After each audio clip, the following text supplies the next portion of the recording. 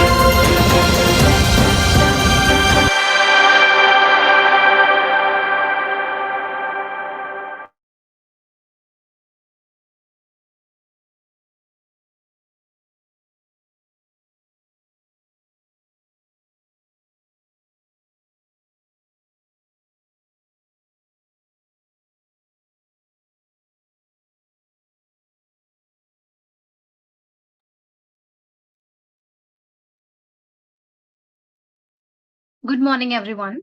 I am Priyanshi Khandelwal, and it is my pleasure to welcome you all to our virtual summit organized by BW Business World and BW Sustainability World.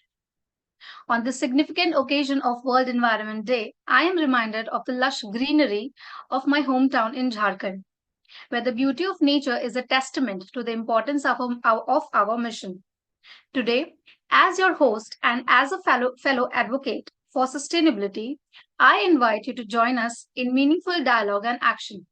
Let's renew our commitment to the planet that nurtures us all. But before we dive into our enriching discussions, let's begin the interaction in the comment section on our social media platforms. You can watch us live on BW social media and BW Sustainability World social media platforms and also on www.bwsustainabilityworld.com. I invite everyone to type in the chat one sustainable action that they have taken this week. It could be anything from using a reusable coffee cup to planting a tree. Let's inspire each other with our green deeds. Join the conversation on social media by using the hashtag World Environment Day with BW. Could I request our team to show us today's audio visual, please?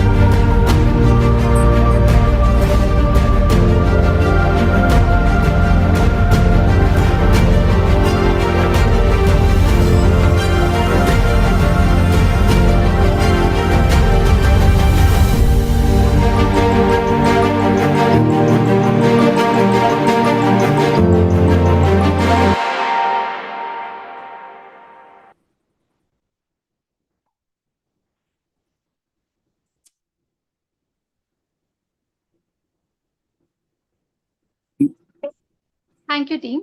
BW Business World, led by Dr. Anurag Batra, Chairman and Editor in Chief of BW Business World and founder of Exchange for Media, is the fastest growing business media house in India. With a network spanning 24 niche business communities and 8 magazines, BW Business World is entrenched in various verticals in both domestic and global business ecosystems. With changing times, BW now has massive readership in the digital space as well. BW in its portfolio has 24 niche B2B communities that organize conferences and forums to facilitate interaction between sectoral business leaders and create a conducive environment for collaboration. To keep yourself abreast of developments, please subscribe to BW Business World Group magazines. Watch out our special upcoming issue on personal finance, which hits the stands next week. And we'll talk about inflation proofing your precious money and investment. I request BW team to play the promotional video of the latest BW Business World issue featuring creativity, tech, and innovation.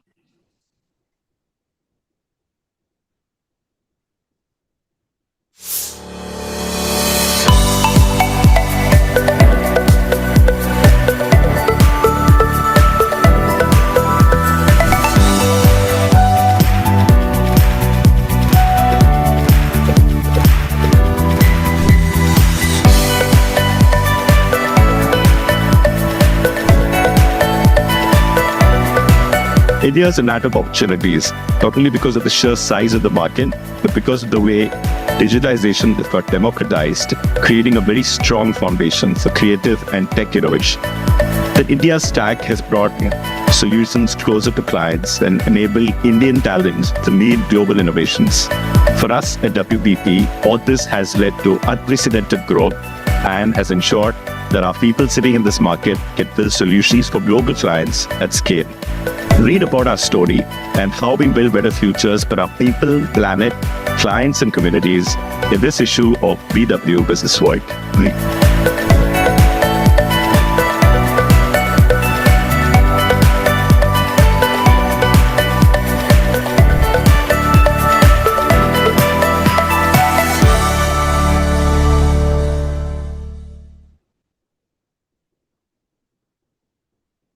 Thank you, T. So before we move forward with today's proceedings, I would like to thank our partners for their support. And with this, ladies and gentlemen, let's commence this day filled with valuable insights and enriching lessons. To kick off our summit, I would like to invite Dr. Anurag Batra, Chairman, Editor-in-Chief of BW Business World and Founder Exchange for Media, to deliver the opening address on sustainability, a collective responsibility. Dr. Batra, over to you.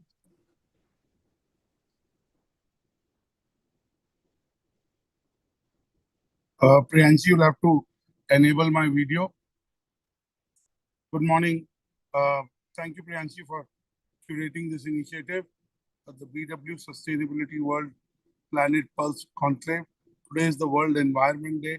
We at BW Business World, for the last 6 years, have been doing a lot of work in the area of bridging the best practices with the best leaders in the business world.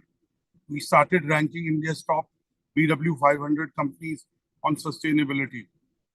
When we are doing this today, we're doing it against the backdrop of rising temperatures. Look at the wildfires in various parts of the world. The oceans are shrinking, which are leading to impact on the earth. So the responsibility of the business leaders is to be able to build businesses which are truly at the heart of their businesses. ESG is the core principle that drives them. At BW Business World, we brought together the leaders from the business world who are deeply emission practices that are friendly to the environment, that are friendly to the planet. And most importantly, they create value which is long-term and for all the stakeholders. Profit is one of the objectives, but we are really engaging in conscious capitalism.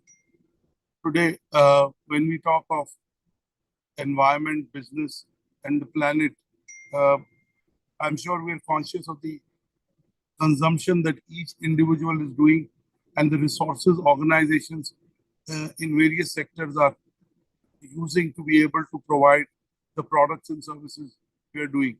I want to flag off, we live in an era of D2C brands who come to your home through a delivery provider or an e-commerce company. Look at the amount of packaging those products have. Some of those companies are, using packaging that is biodegradable. But the fact is that we have a long way to go in terms of having lifestyles which are sustainable. Today, the amount of consumption by an individual in all aspects is growing. There are businesses that use water. There are businesses that use electricity. There are businesses that use natural resources in a big way. How do you bring the carbon footprint down? How do you make sure that the sustainable practices are part of the strategy of the company and are a core ethos of the company, and they percolate down to every individual in the organization? So today's BW Business World Planet Pulse Conclave, along with BW Sustainability World initiatives and along with the India's most sustainable companies rankings, conference and awards, is an initiative to be able to bring all the stakeholders together. I would like to just say that all of us have a responsibility towards the planet, and you as leaders are playing the responsibility led role very well, but collectively we have a long way to go. I hope initiatives like the one we put together are just one of the initiatives in a long series of initiatives that we all are part of that actually make an impact in a positive way on the planet. I don't want to stay between you and the speakers, but companies that are having ESG-led strategy, funds that are ESG-led, investors that are ESG-focused are really contributing in a deep way to a better tomorrow. So my gratitude to all of you, and back to Priyanshi to carry forward this initiative.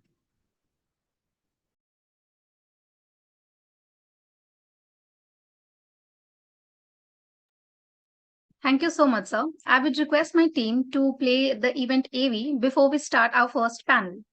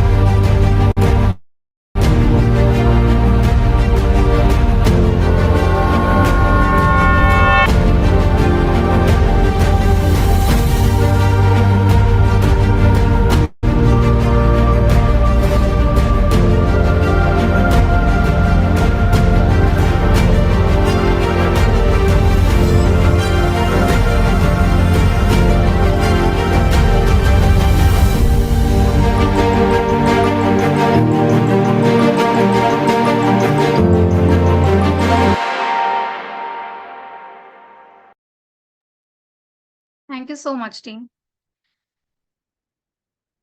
Next, we have our first panel discussion on renewable revolution, charting the course for a clean energy future. I would like to welcome our moderator, Ms. Pooja Shukla, Senior Director, Innovation and Research, GVCI India, along with our esteemed panelist, Mr. Ramesh S., Chief Sustainability Officer, Dalmia India Commercial Vehicles, Mr. Sandeep Channa, Chief Sustainability Officer, Tech Mahindra, Mr. Deepak NG, Managing Director, India Dassault Systems, Ms. Chetna Sharma Banwal, Vice President and Head, Sustainability and New Initiatives, Indus Towers. Pooja, the floor is yours. I would request everyone to switch on their mics and video.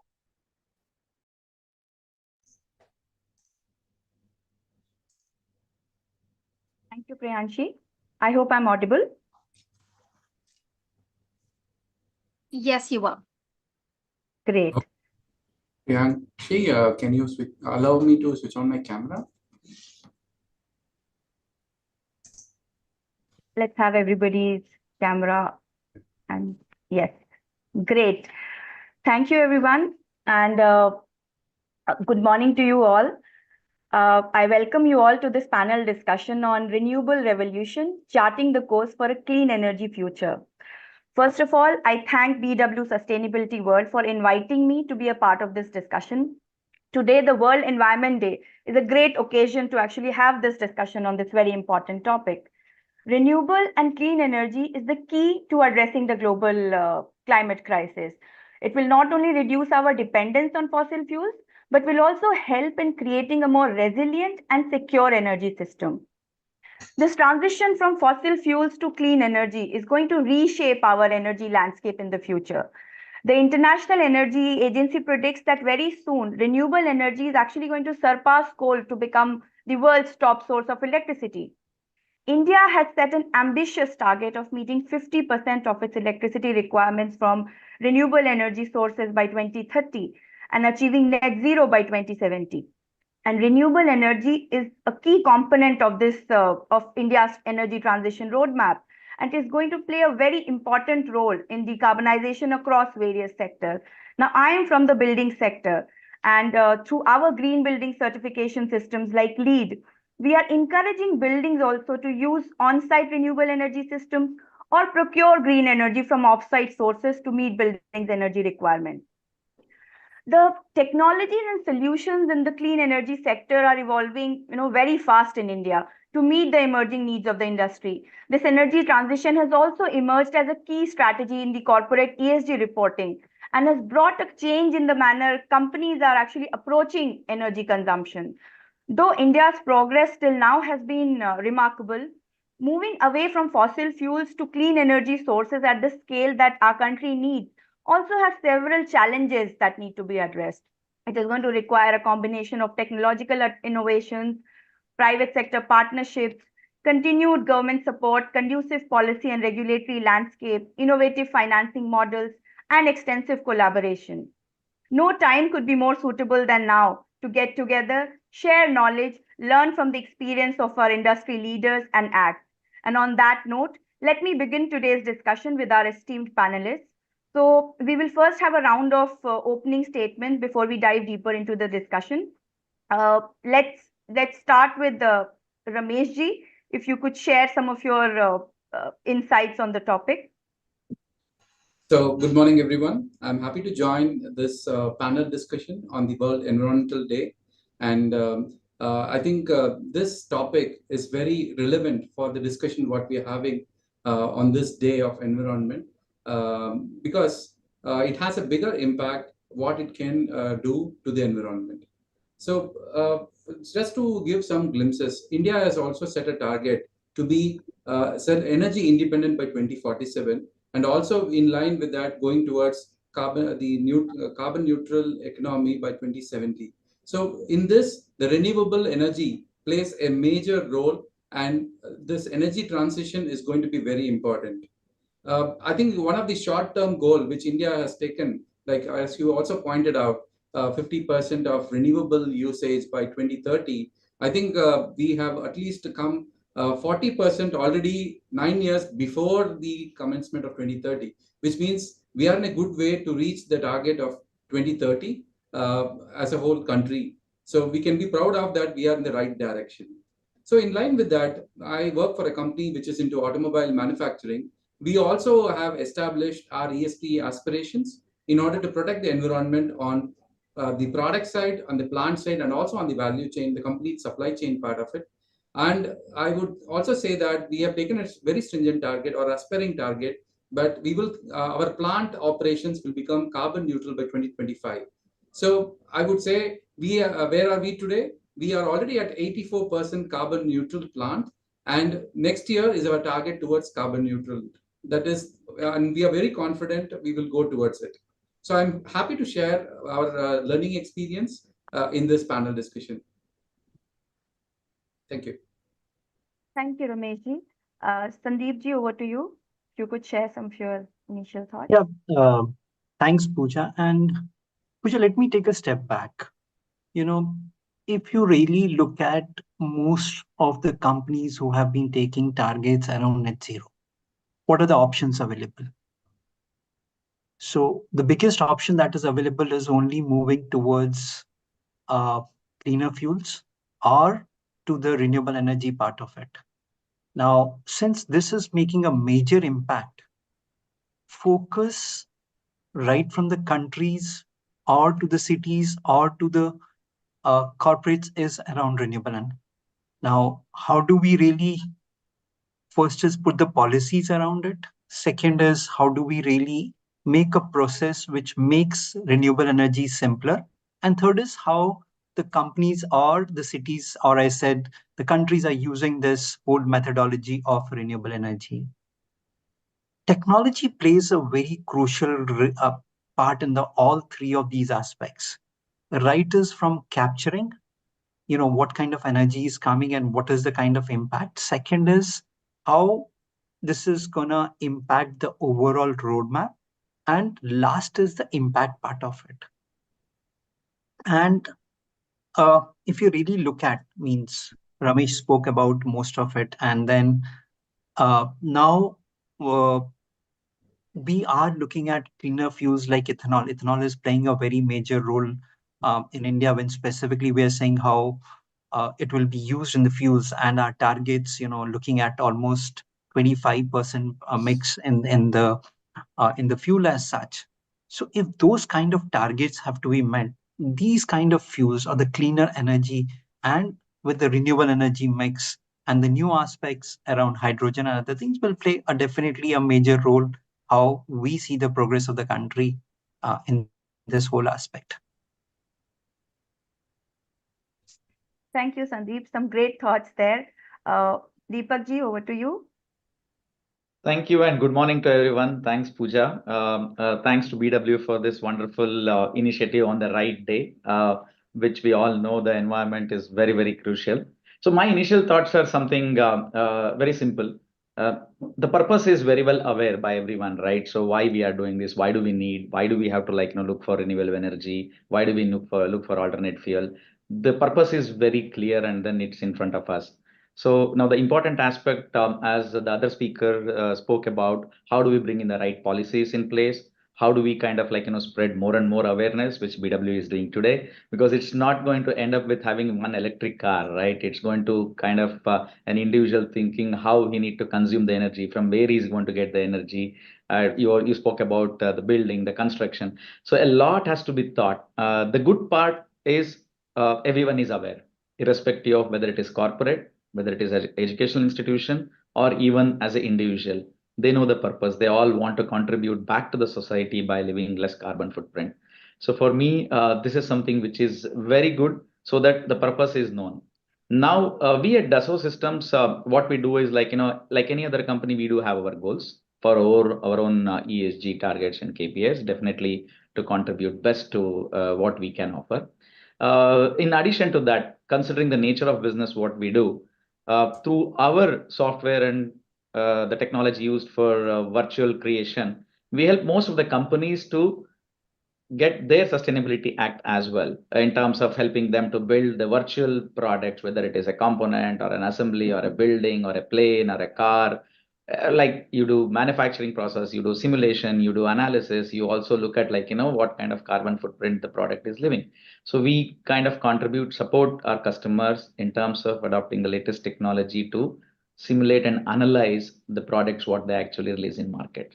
So net, I would like to say that while this is a great initiative to work towards, also it is a wonderful opportunity for country like India to kind of increase the economic part. We spoke, the numbers were highlighted by Ramesh, right? So the important aspects. It requires a lot of collaboration, a lot of investments, a lot of technology understanding. So it's a great opportunity overall, and then we are all game for it. Thank you, Deepak ji. Chetna? Yeah, thank you. Thank you, Pooja, and also BW for having me here amongst such esteemed panelists. I would just like to say one thing that, I mean, while we're talking about a lot of target setting, etc., it is important for us as individuals as well as organizations to really think through that what, once we've set the target for us, how will we really meet that target, which is like, the tough part in the mix. So I think on this Environment Day, we all should be, and this is an opportune time for us to really discuss this important topic around clean energy, because there are technologies across the board. Some of them are at a very early stage, ERL 1, 2, 3. But clean energy, there are certain types of fuels, there are renewables that are already at a stage of viability, where there are still barriers that are prohibiting us to adopt. While we've achieved viability, but there are still challenges that are still becoming hindrances for us to scale. So how can we all come together and mitigate those challenges? And at the same time, as our rest of the speakers spoke here, I think there's a need for a lot of investment in R&D in technology, because that is the way to really transition the country towards clean energy. Overall, if you see, I mean, in Delhi heat, if you're in Delhi, I mean, you would know where the temperatures are going. And the estimates have been revised off late from a demand of around 243 gigawatt peak last year. We're talking about 383 gigawatt in less than 10 years, in about 8 years, which is more than 50-60% increase in demand, which is huge. So while you go around meeting that demand, you will also have to use so many energy sources to meet that demand. And then it depends on how we are able to transition them well. And all of us have that responsibility. Even individuals, I must say, have their own responsibility to work on energy efficiency, on clean energy for their own use, and so on. So with that, I would just stop and give it to Pooja with the wishing everybody a very happy World Environment Day. And I really hope that the audience here is able to appreciate the value of environment and earth today. Yeah, and always. Thanks. Thank you, Chetna. So, all of you talked about the importance of technological advancements in the sector, which is very crucial. So, let me begin with our first question. So, what do you think are some of the recent technological advancements that you think are going to play a major role in shaping the future of the clean energy sector? Ramesh ji? Okay. Technology, always, I think all of our panel members also spoke about technology. Technology, what is prevailing today, what has helped us so far, will help us to reach maybe the 2030 targets. But what we look at is also, there is also a prediction looked at that if by 2050, 50% of the carbon reductions will happen from newer technologies, which are currently in piloting stage or in a prototype stage. So I think that's where I think more, as Chetna was also pointing out, a lot of research and collaboration is very essential to look at it. I would like to speak about a few of the technologies which are relevant for our manufacturing industries. One is the battery storage systems. So why it is important? For example, India has also a lot of climatic changes, seasonality inbuilt into our climate, which also has some limitation to the energy generation. For example, wind is available in a limited period of time. Similarly, the solar also has only in the daytime. So how do we do that for the remaining time of it if you want to be sustainable? So it is also one of the topic where we have to get into a battery storage system. I think India also has a very high aspiration of establishing more than 47 gigawatt of energy storage by 2031 and 32, which is also very prominent. And I think a lot of effort is going in this direction now. So why it is not so immediately getting in is because of the business case which it comes along, and also the exploration of what type of material is sustainable for a battery technology. So that is one thing which is also ongoing, and many companies are working on it to make it to create a sustainable and a long-term solution on the battery storage system. So this is one topic. Second, I feel the technology side, green hydrogen. I think a lot of emphasis is given from the government side also to bring in green hydrogen to life. Because why green hydrogen? This is always looked at as a very high potential alternative to renewable sources. It has a special characteristic of storage for a longer period. So this all is possible only with hydrogen. But in hydrogen, the topic is the technology is also evolving now, and also we have to have let's say take some more time to get matured to come to regular use. So these are the two important things. But in any manufacturing industry, other than the energy, there are also various other use cases, like they use also the propane or natural gases, which are used for heating applications. These also needs an alternative. So there are also technologies coming like solar concentrated thermal, which are getting established in various parts of the country, which is helping companies to also take out heat energy from the sun and use it for heating up, like water heating for their processes. These type of things are possible nowadays. So there are, I think, technology side is also evolving on this. I think companies should take it forward and implement in order to create a sustainable future for them and also for the country as such. Thank you, Ramesh. So Chetna, your thoughts on, the technological advancements? Sure, Pooja. So, I mean, I completely agree. I mean, battery energy storage systems and energy storage system of any form, whether it is battery or it is pumped hydro, that's also catching up, are going to be very important as, once we start moving at scale to clean energy, because ultimately you need reliability of your grid, you need reliability of your power for anything that you operate in. So industry that I come from is telecom infrastructure, and it's of utmost importance for us to ensure that we're giving the uptime so that we could have an uninterrupted session like this, right? So how do we ensure that? Energy is a huge investment in our infrastructure, and that's where for us, as I'm just taking our example, where we've already started to move to lithium-ion batteries. We were earlier at, for example, lead acid batteries, which are now, we understand that there is an advancement in technology, and we're already moving to that. If you think about, even in the battery segment, there are even more new technologies further down that are coming along. For example, flow batteries and sodium-ion batteries and so on, which will eventually, start to become viable and make it a lot more efficient. Technology, I'm just trying to give a glimpse of how fast the technology is really advancing, and so is the adoption. If there is a case, I think companies are willing to adopt. Then I think the other very important one, which India would certainly need, is the smart grid infrastructure. So, smart grid essentially is, an intelligent system to manage both demand and supply dynamics of your grid. So that would eventually enable us in really reducing our losses through the transmission system. It would be able to kind of reduce your issues with the DISCOM. You keep hearing, DISCOMs are under losses and all that. That is also because of a lot of inefficiency in the system. And then while we move to smart grid, there is a huge opportunity in, bidirectional power management through the system. Your EV charging systems are coming in, where, There are technologies where your electric vehicle can give it back to the grid, and of course, vice versa. So I think both from a grid standpoint, battery standpoint, to ensure that there is reliability, I think that's the first step for any country to take. Then this is all electrons that I spoke about. Moving to fuels, which is again, a very important topic.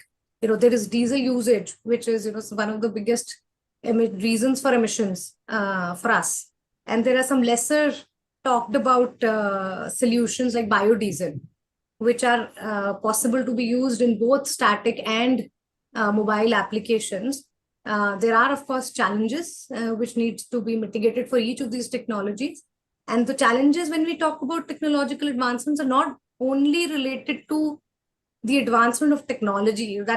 I think that is the most important part for us to understand, because even if your technology is ready to deploy, it is commercially deployable, but unless and until the entire backward forward integration is done in terms of the supply chain for that to work, eventually it will not work. So, that is how I think I see technological advancement going hand in hand with your, entire ecosystem really enabling this piece to move forward. I'll just stop here. I have a lot of stuff on technology, but I'll just pause for the other speakers to contribute. Thanks. Sandeep, your thoughts on this? I think so. Chetna covered most of it. What were my thoughts? But net, look at this perspective. Whether it is smart grid, or whether you are looking at the new fuels coming into the system around, say, it means either hydrogen or the new fuels that we are really looking at. All these aspects I have to be looked all together in one go. Which are the one areas where you could focus more on to? There's one more, I'll just move away a bit from the topic. There is something which is really happening in a very innovative way is around, you would have heard the artificial intelligence. Now, this is artificial photosynthesis. Now, researchers are exploring how the artificial photosynthesis can mimic nature's ability to convert either sunlight into a chemical energy with goal of producing either renewable fuels like hydrogen or methane. If these kind of innovations really make an impact, we may see a different world altogether. And definitely, we spoke about battery storage systems. There are long duration energy storages which are currently being talked about. In wind power, we are looking at offshore wind farms, how they are making the larger rotors and the floating platforms, which can really see how the efficiency can be brought in a much better way. Ramesh also spoke about the solar part of it, how tandem solar cells or maybe perovskite solar cells, how are they making very different impact altogether. But yes, means technology is the way, that is where the future lies. Great. So, Deepak ji, your thoughts on this, if you would like to share?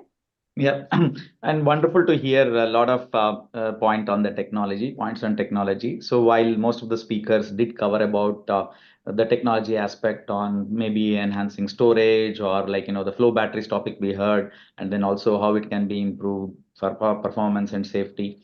So I'll just give another perspective, which is also equally important in this factor. So while the technology plays a major role in coming up with something which is very innovative, which can actually offer the right requirement for end users or for the purpose what you are using, it's equally important to see how these products are the applications are made of. So I take examples based on my experience. Any company for that matter who are into battery manufacturing or solar panel, it's important that the type of technology what they adopt or what they use to make these products, to design these products, to innovative sustainable innovation. So these are some of the topics which is also equally important from the technology standpoint. For example, if I have to do an innovative battery or innovative solar panel, and if I create 100 or 200 prototypes, while the end product may be contributing to the sustainability, but these prototypes are actually leaving carbon footprint. So how can we reduce using a technology these aspects somewhere which our strength lies? That's where I was able to kind of like freely speak about that, where how the design, or rather I should say, right from capturing the field information to here, we talked about supply chain, we talked about manufacturing, we talked about many things, right? How we can actually create entire virtual twin of this, so that digitally the digital technology can actually play a role in your simulation, your manufacturing process, design your plant, how you want to make these products, design your plants in an optimized way so that actually it helps in cost as well as leave less carbon footprint. And then continuous improvement, because many highlighted, even Mr. Ramesh said that this is evolving technology, right? There is no standard, or there is no one product which is available which can actually directly contribute today. It has to continuously improve. In this continuous improvement, you can't create prototypes. You can't have tons and tons of material wasted for these technology innovation. So how the digital technology can actually help in simulating all these aspects before, that means creating virtually before you make it real. So how these things can actually help in not only the end product contributing to the sustainability, how you make these products also contribute to the sustainability is what something which is very, very interesting. And we have been seeing that many organizations who are into manufacturing, right, they say that I want to optimize my planning. I want a system where my machines actually talk to each other and then give me an output which is very fast. And similarly, they say that packaging for that matter, how do I make more compact? Because the products, what we are talking is not only for electric vehicle, right? The battery is required for medical device, the batteries we use in cell phones, the products are becoming compact and compact. And these things has to be in continuous improvement by giving more efficient lifespan and other things. So just to kind of summarize on this technology part from my side, good from the product innovation, there will be a continuous use of technology to do that. Parallelly, how you manufacture also is equally important, and the technological advancement in that area is also playing a key role. And again, it's also a continuous learning there. So, some really good points there about the technology. Now, let's talk about another very, very important aspect. So, what are the challenges and barriers that you see in the widespread adoption of clean energy technologies? And also, we would like to hear your views on the current policy framework, and what do you feel about the policy and regulatory framework, and if any suggestions on those. So let's start with Ramesh ji, if I could address it to you. Okay. Okay. So let me start. Okay. I would like to pitch it on four main topics on the challenges what we look at. One is the confidence on the technology itself is also a challenge, because we spoke about, all of us, we spoke about many technologies which are prevailing. And what is happening is all of this also has a lot of research to be done, and a lot of money has to be spent, and also a lot of carbon emissions can happen with prototyping. So which means you will spend a lot of resource on this. And how confident are we on making it to creating a sustainable way to get renewable energy? So that is one thing I think is one of the barrier. Too much of things are going around. I would say for example, I can say as an automobile company, generally we always feel that we are in a messy middle. We don't know which is the right technology we have to go, because there is LNG, there is hydrogen, there is electric, there is IC engines. So a lot of things going around, right? So which means we are in a situation where we have to find out what is the right technology we should adapt. That's one of the challenge which I see most of the companies in industries will be facing. Second is the cost factor. It involves a lot of investment which has to go into getting into these type of technologies, doing type of research. All this also involves a lot of money. For example, we also spoke about battery technology.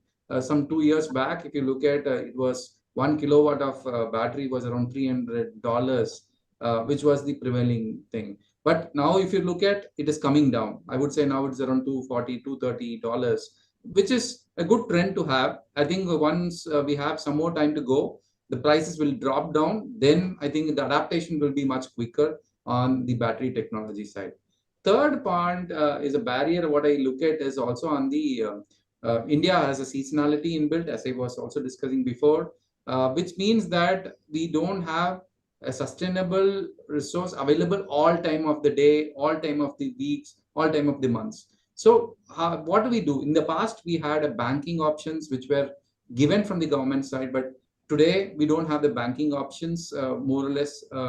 Only for windmills which are beyond 2018 there is some banking, otherwise there is no banking at all, which means that is one of the challenge by which we are also limited to go into renewables for many of the companies. So this is one of the third challenge which I look at. And fourth is one instrument does not fit all the needs, because for example, a company, if you want to reach 100% carbon neutral, you cannot do it with one means. I will establish a captive windmill or a solar. With that, I can reach. This is not possible because a lot of policy regulations, a lot of limitations on banking, all of this causes us to have multiple instruments to meet our energy need. Today, you have various options available. Companies can select which one they wanted.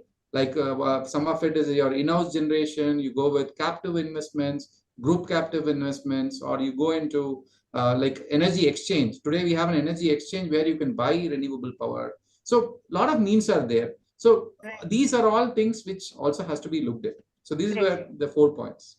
Sure. And Chetna, I think we would also like to hear your, quick thoughts on this in the interest of time. Sure, sure. No, I agree. I mean, with whatever Ramesh said, I think very important points. But the biggest one on renewable is that, when we say RTC, round the clock renewable, it's actually not round the clock. So, and as you start to move towards round the clock, it starts to become as much unviable. And then availability, technology, maturity, etc., all of that starts to come into play. So eventually you are left with one or two options to actually implement on the ground. The second big thing that I think is, from a policy point as well, Pooja, that you were asking, I think there are some very conducive policies that the government has come out with. But I think the challenge is translation of that policy into implementation. So the reality on the ground, when you actually start to go on the ground and want to leverage those policies, is very different. Your stakeholders on the ground half of the time are not aware that there is a change in the policy or how it's going to be affecting them and how can they operationalize. So I think on that standpoint, there is a need for other stakeholders like us, like corporates, also to educate these stakeholders on the ground, work with them in a collaborative manner to really bring that real change on the ground by implementing, to help and translate this into implementation. Sure. That's so, all. Sandeep, if you could also, quickly share your thoughts on the challenges and barriers. See, more or less every point, as I said, have been covered by my previous. But then, 2 or 3 points which, I would still say is, one is a limited access to financing. So there is a lack of available financing options, investments, mechanism constraints the development of clean energy projects. So that is one part of it. Last not the least, the subsidies that are being looked at for the fossil fuels, sometimes that distort the market dynamics, and that hinders the competitiveness of the clean energy alternatives. That also has to be looked at in some way where the RE becomes much more, or the other parts of the energy also becomes quite competent in itself. Last not the least, public perception and the awareness is very important, and those are the gaps where we see that what is the importance, the education and the outreach, the efforts that we are making in making the public aware what kind of impact it will have into their daily needs, and there is a resistance to change always. So those are the aspects I think so we really need to look at from the policy perspective. Right. So, some of you talked about collaboration opportunities. So, Chetna, if I could ask you, what collaboration opportunities do you see that that can help in scaling up the sector? So I think, Pooja, collaboration is the key here. I mean, across the board, from technology advancement development to actual implementation. So just to take a brief example from the work that we're trying to do on the renewable side, and we're executing a pilot in Karnataka to the green energy open access route. And what we realized is that, on the ground, there's so many stakeholders who need to work together, from SLDC, state ERC, DISCOMs, and then from our end, the developer, the RE developer, smart meter companies, the software companies who are actually giving you that entire digital infrastructure so that everything could be integrated and so on. So, even a small project that we're trying to execute needs so much of collaboration, for all these stakeholders to come together and really make that work. And it's been 6 months we are on that journey. We've still not been able to 100% crack it. So that's the importance of collaboration here. On a larger, if I talk about larger scheme of things, I think collaboration overall between government and private sector is going to be very important, because any advancement, even your new schemes, for example, let's take an example of the carbon trading scheme that we're expecting to come around.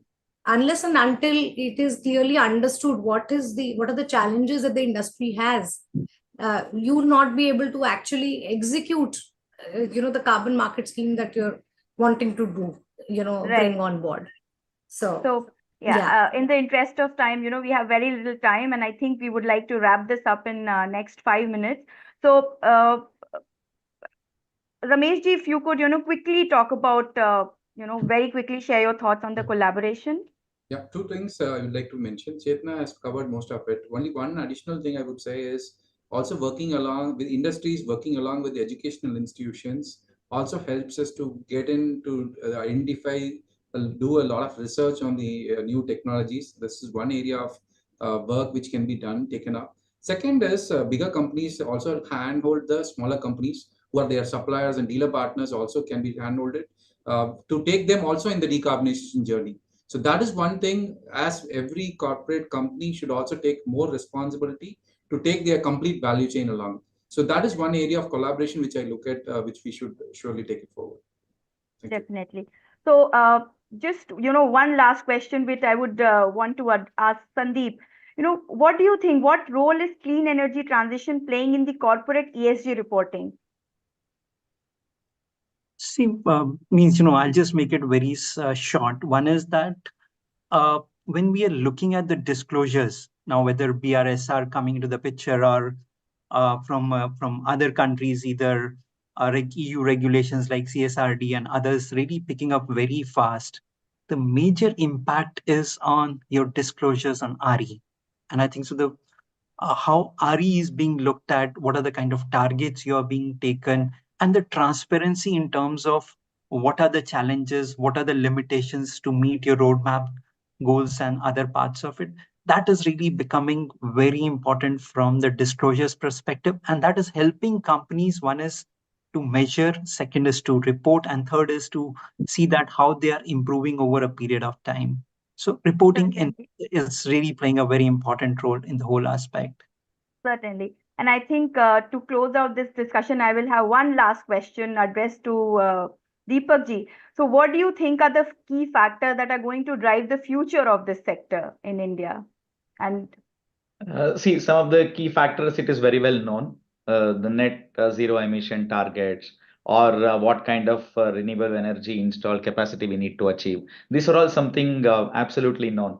We are working towards that. But for me, the interesting topic for the future growth is something which the opportunities lie ahead. I can actually share one simple example. I was talking to one of the car dealer a week back, and I was told by them the next generation is actually asking them options on financing in such a way that how can they sell their car in next 2 years after buying. I asked why, because they said most of them are looking at the battery operated car which is going to come in future more and more. So nobody wants to have it. So that means the generation is already making their mind in terms of what kind of products they want to buy. That means there is an opportunity lies ahead, how to kind of we focus on generating these energies which is more sustainable.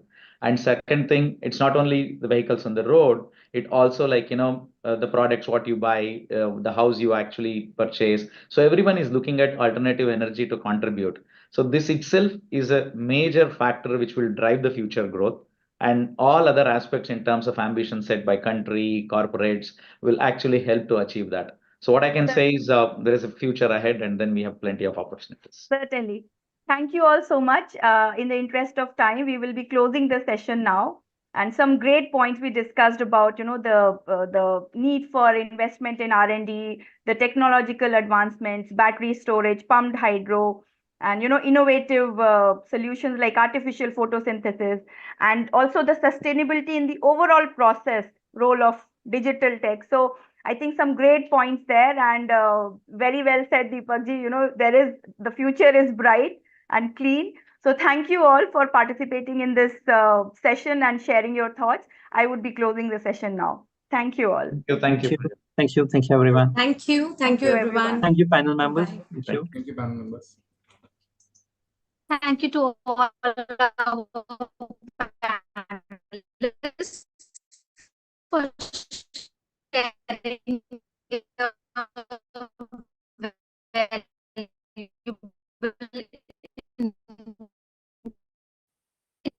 insights on renewable revolution. It was truly enlightening. Now, second panel, abatement. Moderating this session and joining here are Mr. S. Vardarajan, Director and Chief Growth Officer, Center for Sustainability, Mahindra University. Mr. Rajesh Jain, Co-founder, Digital Pani. Mr. Ramnath Vaidyanathan, Associate Vice President and Head. Priyanka, please take it away.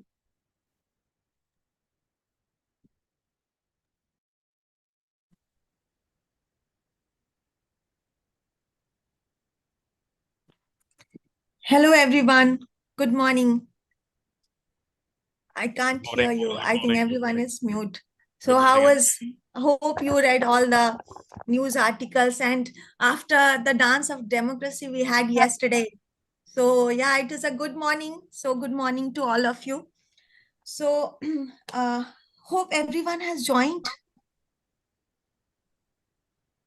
for this panel.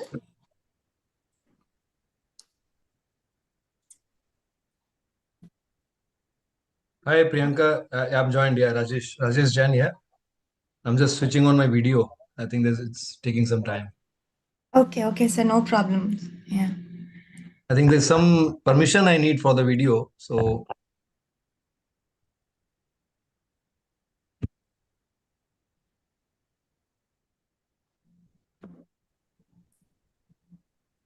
your video is on, but I think you will have to check your camera once. okay, fine. That's fine if there's some issue on and off. Yeah, okay, we can get started. Yeah. Morning, Priyanka. You are able to hear me loud and clear. This is Vardarajan. Yeah, I can hear you, sir. Thank you for joining. So I have prepared some questions, and here are some. So my first question is, what are the most effective measures in place to regulate industrial population of waterways in India? And what are the biggest challenges in enforcing these regulations?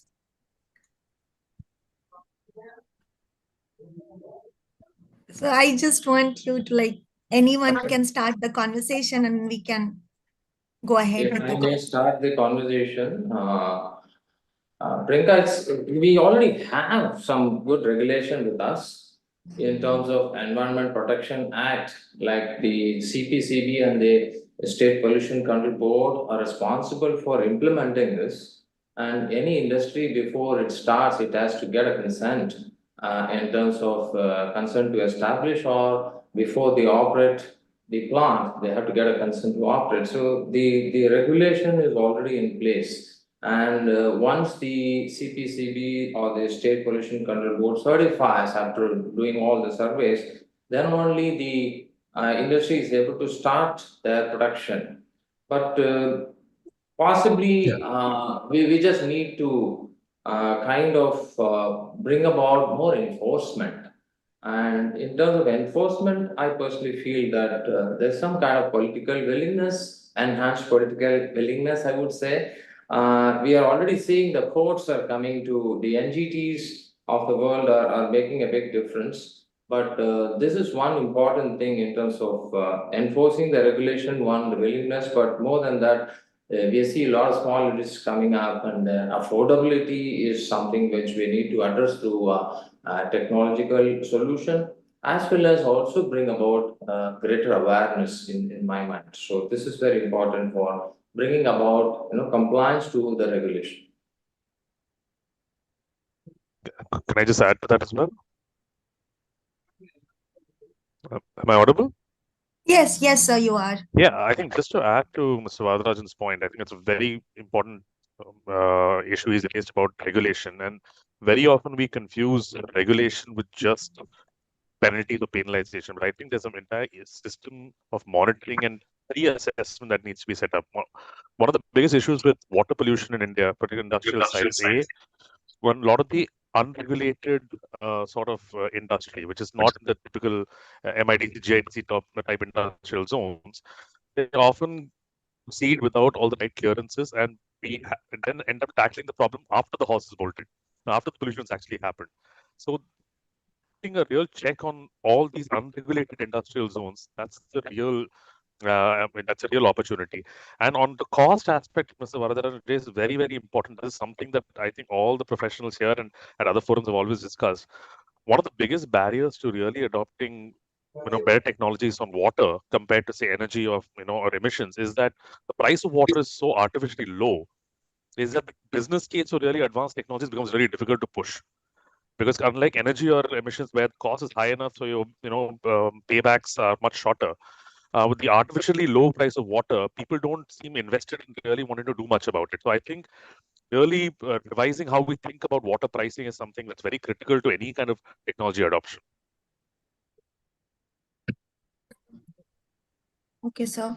Thank you so much. And so moving ahead with the I just that it is for my knowledge only, like the regulations and everything, the efforts we are taking, how much we are able to implement it, how much we have gone, how much we are doing, taking this up.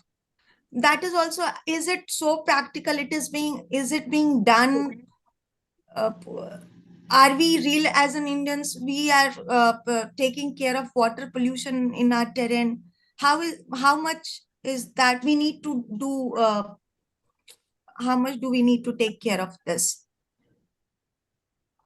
So, yeah, can I come in here? Rajesh here. So yeah, see what we are seeing is although there are regulations in place and there's a lot of future forward-looking work which is happening on water credits and etc., which will come in place. But yeah, what we see is once the industry sets up their ETPs and ZLD plants, they are finding it difficult to maintain, and because somehow there's a lot of dependency which comes on the labor force, and allocating expertise to these plants is probably not happening to an extent required. And that's when I think a lot of plants land up not working in spite of the best infrastructure, best design, and best intent. So that's where the gap, I see a big gap. Yeah. And sir, where is that gap coming from? Yeah. So that gap is coming from, O&M, operation excellence, because O&M happens 24/7. And what are the tools we deploy to manage those operations on a 24/7 basis? Because, when in the night time, people want to sleep, they are lethargic, and all daytime, there are a lot of, other responsibilities any corporate structure has in terms of reporting and all that. So the focus somewhere gets diluted on the desired level of attention given and etc. And efficiency, of course. Cost is, a lot of these generally plants are high cost operations, so that's another problem, and that's where the technology solution, as Mr. I think Varadarajan pointed out, the technology we have to deploy the right technologies to make the whole ZLD operations cost effective. Just to add, if I may, to what Rajesh ji was sharing, we are, for example, we are close to implementing a plant which is coming up with the NMCG, National Mission for Clean Ganga. It's in Kanpur, where there are a lot of tanneries which were moved to one place, and all the kind of pollution to River Ganga is happening through these tanneries, and they are putting a common effluent treatment plant. And the key item, I mean, the highlight is the water will be reused. Okay. So when you see that the precious water reuse is one, which makes it affordable, one. Second thing, to touch upon what Mr. Rajesh was saying, the maintenance, the equipment is coming with funding from the central government and who are in turn funded by World Bank.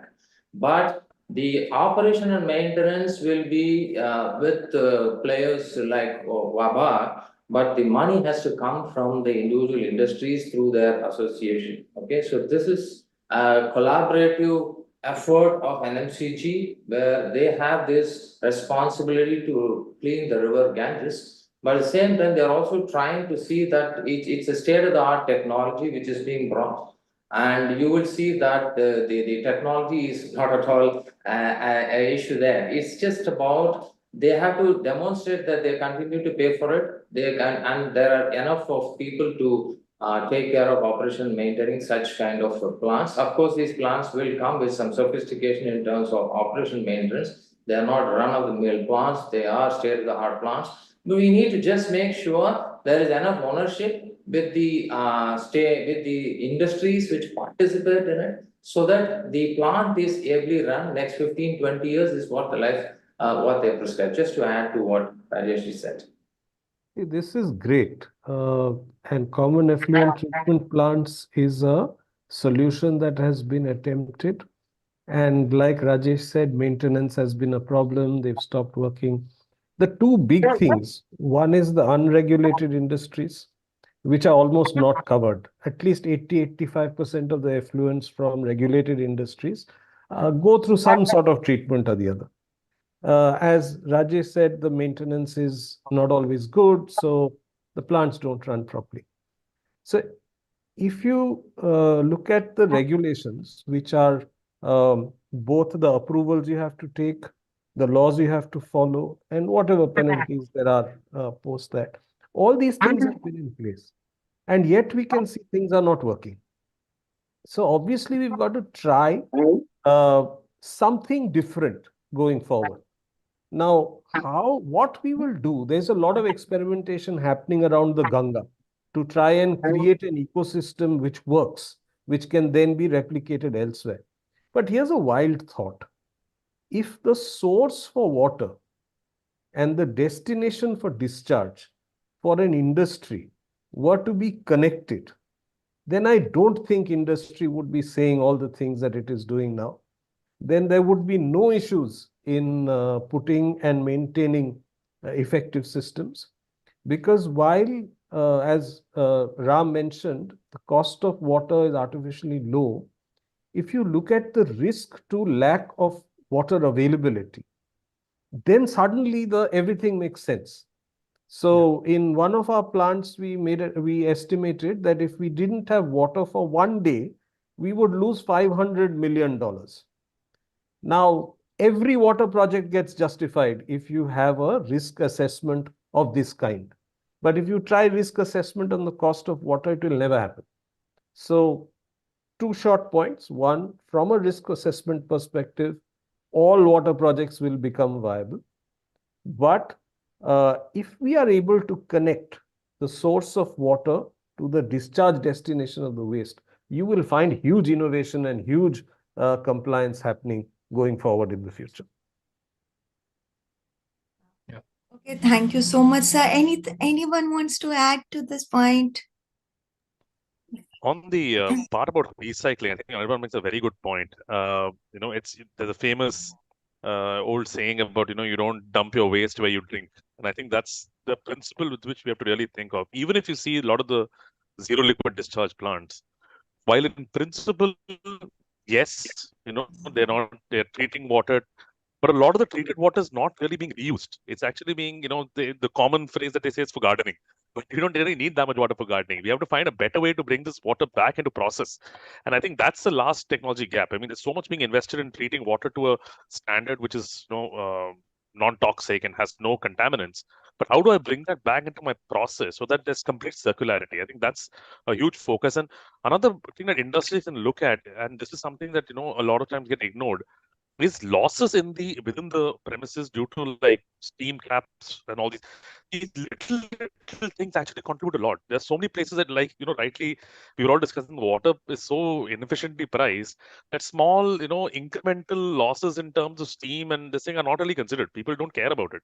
So, if we can start focusing on this, and that risk-based pricing is a great point that Anirban brought up, because that really is the only thing that has really helped us really convince management to take up water projects. Because, like he said, if you factor in the cost of loss of production for 2-3 weeks due to water short, which has actually happened in the Narmada Basin and in Bombay, there have been times where the local MIDC and GIDC has told us to that they cannot supply water for 2 weeks because of a water shortage, and in many cases we had to halt production because even water trucks were not available.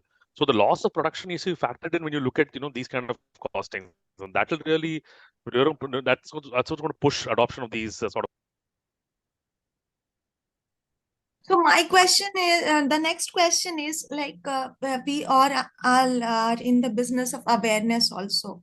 So what do you think, how how Indians, how local communities, how normal household is aware of water pollution? Like, because I think there is, people are not taking pollution that seriously. So would you agree with me on this? Like, do we have to? I actually would, I make a small point. I think rest of the panelists can.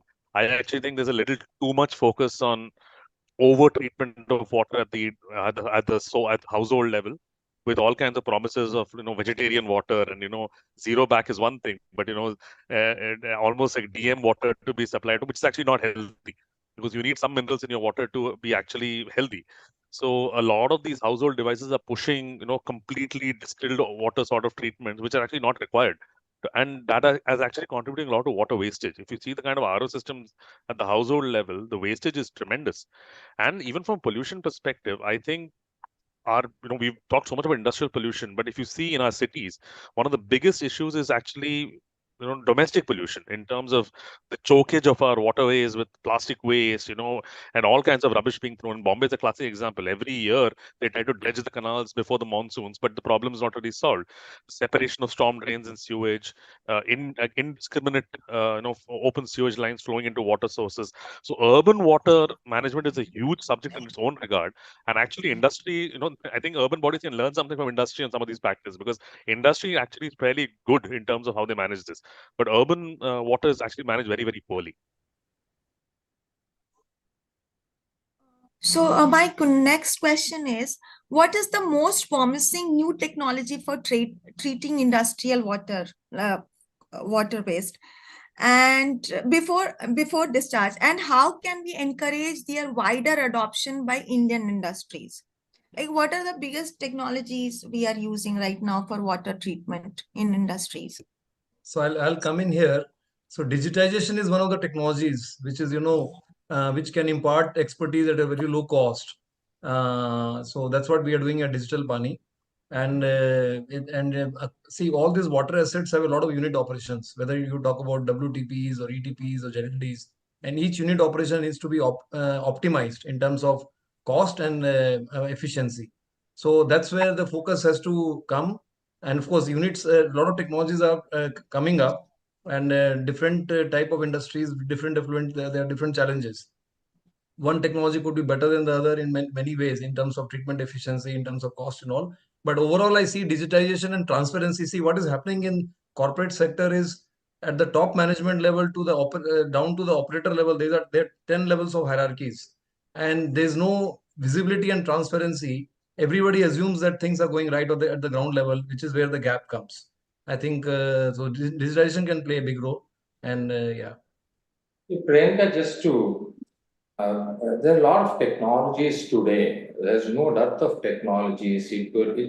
For example, I'll give you an example as to how the industries want it, so that you adopt a technology. Water is a multi-barrier system. It means multiple steps it goes through before you get the product water, what they define.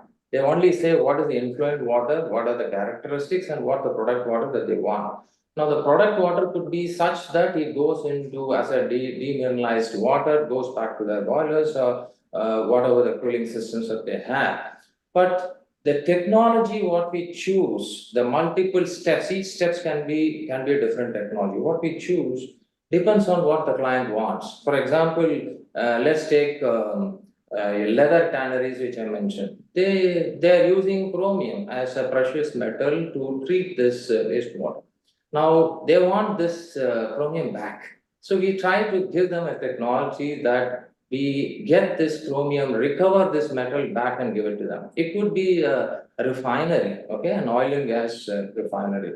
Now, what do they want? They see a lot of oil is still there in their effluent. So what they want is, can I get my oil back? Okay, they want to recover the oil and they want to recover the precious water also. For example, Mr. Modi was the chief minister of Gujarat. He said that Narmada water is not available to my industries. You have to manage your own self, okay, in terms of water. There are large refineries which needs to be, managing their water source. So they come up with 50 million liter, 100 million liters capacity per day capacity of treatment plant. But when they come up with this, they not only make sure that the effluent is basically treated and it is back to them. They have also gone to the extent of even the spent plastic, for example, they want to get it back. They want this ammonia, for example, they want to recover this. So you find there are a lot of things which needs to be addressed, and the technology chosen, including the pre-treatment aspect, what is something we lay so very emphasis on, is so carefully chosen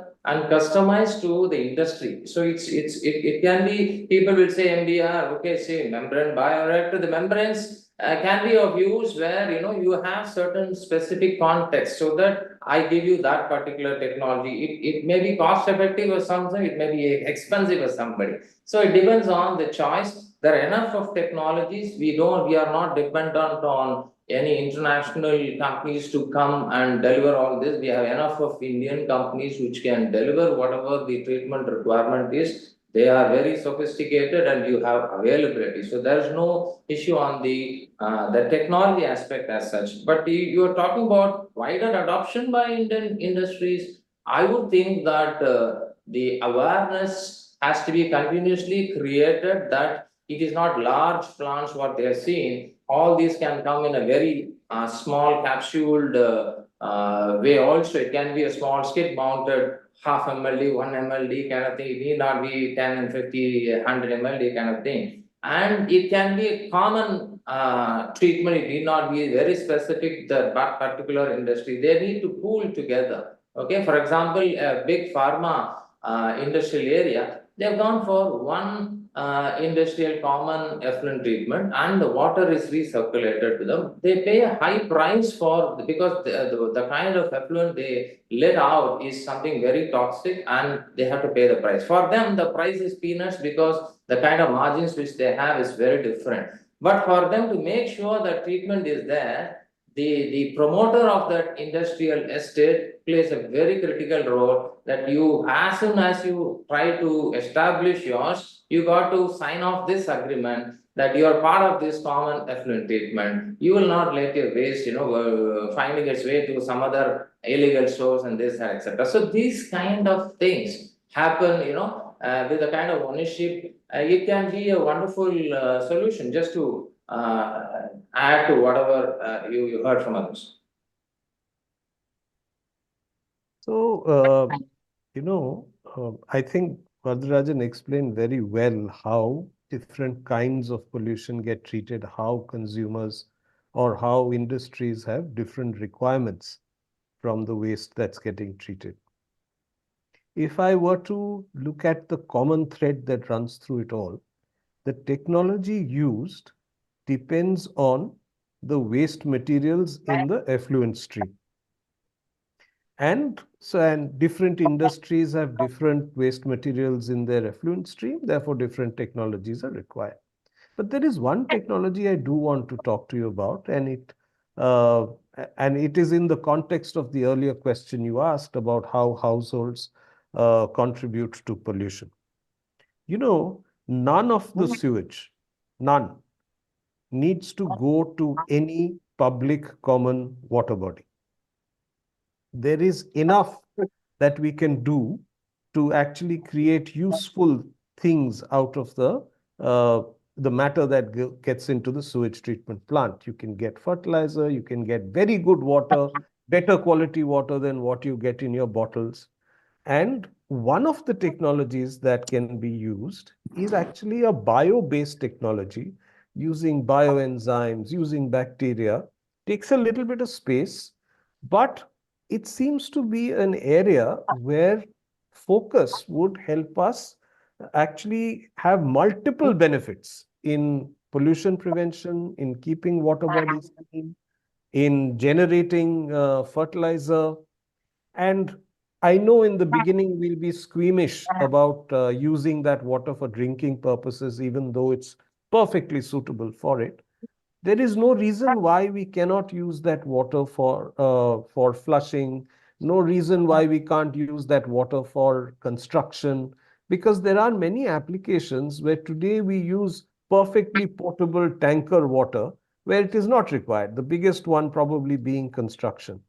So imagine a situation where all the waste from all households in any large city actually gets processed and you get great water out of it and you get great fertilizer out of it, and nothing goes to any public water body. You will end up reviving at least one water stream or river in every city of the country. Name a city and there is a water stream that was once used for internal navigation and fishing and wonderful other things, which today has become drainage. And it has multiple benefits. So if we are able to use this technology to treat household effluents, household sewage, a huge number of benefits that are possible for society. Maybe a classic example, Anirbanji, what we are doing in Ghaziabad, I can quote, exactly in line with what you are talking about, where we are, having multiple sewage treatment plants, the domestic sewage which comes and hits these plants. We are treating. We are also finding the industries in the nearby areas like Sahibabad, to quote as an industrial area. They are also pushing their effluents through the Hindon River and comes and hits the same effluent treatment, the sewage treatment plant. So one, we are able to manage the high COD and then manage to treat the sewage. But what we are doing, instead of only being a service provider and managing these plants, we are also investing money jointly with the Ghaziabad Ghaziabad Nagar Nigam, where for the first time in the country, they went for a green bond. They took the money from the stock market, floating a green bond, and this is acquired for putting up a tertiary treatment plant. So we invested a bigger percentage, they invested a lesser percentage, and it became such that now the plant is going to be producing treated water in the next 3 to 4 months. And the entire Ghaziabad industrial area will have to consume only this water. Ghaziabad is a red zone from the pollution control point of view, and all the residents have a grave situation going forward if this underground water is continued to be mined by all these industries. So all the industries have an existing regulation, they need to take a license before mining this water, but then almost 10% only have license and 90% do not have license in this place. Now they are signing the water purchase agreement, but even big names are taking time to come and sign. But what they're doing, they started the enforcement that if you are not willing to buy this water, possibly your license is not going to be renewed. It becomes invalid after the plant is producing, and the water is produced at a competitive price, and water as a cost for them is nothing.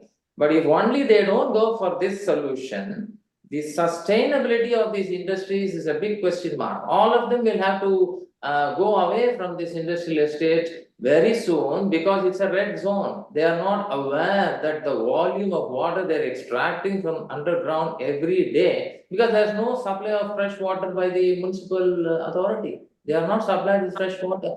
They're 100% dependent. So we are creating an alternative source, which is recycle of sewage. And it is also, their industrial effluent is also getting mixed, and we are handling that in this sewage treatment plant efficiently. Going to the third level of treatment, which is called tertiary treatment, and giving this water to them, with exclusive pipeline, metering, very advanced digitization, what Mr. Rajesh mentioned, we use this digitization that, you take this, some equipment nearby to this meters, all the, the readings are automatically done. You can make the billing automatic. All those kind of automations can be of use. And you also have the technology to tell who is tapping and who is misusing, who is doing this, that, etc. through all those district metering areas, what we call. So all this is possible. We just need to, and for awareness, that they are not even aware that such a plant is coming in very proximate to them. So we use some vehicles where, we have some big boards where it is displaying, what is happening around you, what is the latest status of the plant, it is going to be in very few months. So all these kind of things, I would sincerely appreciate the Nagar Nigam for coming up with such kind of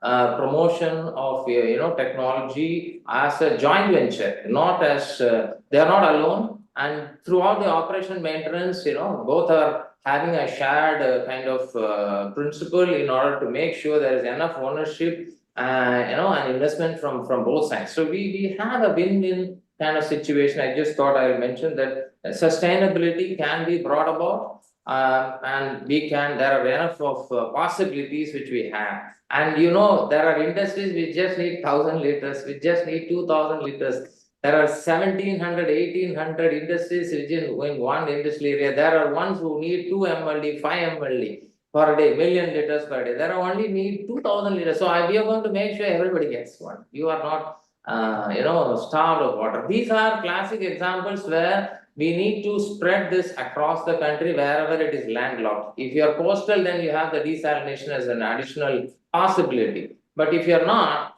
almost, when in India, what Anirban was talking about, 70% of our domestic sewage is not treated in this country. When you go to advanced countries, they are talking about not pollutants, but micropollutants. Very advanced level of treatment. But here we are not even treating the pollutants. So we need to make sure that, we go to that level. And there is enough of NGTs and courts and all these regulators who are now very focused on this. And awareness is slowly picking up. But availability also, like, thanks to BW for bringing up this kind of seminar and having people like us, so that we are able to talk. There are a lot of people who listen. And more such forums are very much required so that we are able to communicate with these industries. Yeah. Yeah, I just hope these kinds of systems become more common around the country. Responsible companies like Godrej and Tata and Mahindra and other guys, we do all sorts of stuff, but this is a small drop in the ocean. At the end of the day, just like food shortages are almost always man-made, water shortage is a completely man-made problem. We get enough precipitation for our needs in India, but India is a water scarce country today, and it is entirely a man-made problem. I hope there are many, many more solutions like the one that Vadrajan talked about in Ghaziabad. See, the quality of water is measured by something called EPI. The score of India is 17.9. If it is 0, it's the worst possible quality of water in the country. If it's 100, that's the best possible water in the country. You go to Switzerland or Austria where, we have a lot of our presence. They are all in 100, okay? You don't need to even treat water in Austria. They get piping of the water from the Mount Alps, and that's fresh enough and more fresh enough to directly drink. Whereas most the African countries do not have, and they are all sub 10 kind of measure. Okay, so this is something where the water quality at a country level is also being measured in terms of EPI. So these measures are not getting into awareness. We need to do some kind of publicity that how do we contribute towards enhancing India's score from 17.9 to say 30, 40, 50, whatever that possible we can. Sorry, go ahead, Priyanka. No problems. Actually, we are running out of time. That is the, that time is. So my next question will be from Rajesh Jain, sir, that as in water expert, like how can you come in and help this sort out? How can you enhance, how can you help in the conversation of enhancing water use, achieving compliance, reduce fresh water demand, and water neutral, and achieving water neutrality in the future? So, there's a whole roadmap we work on.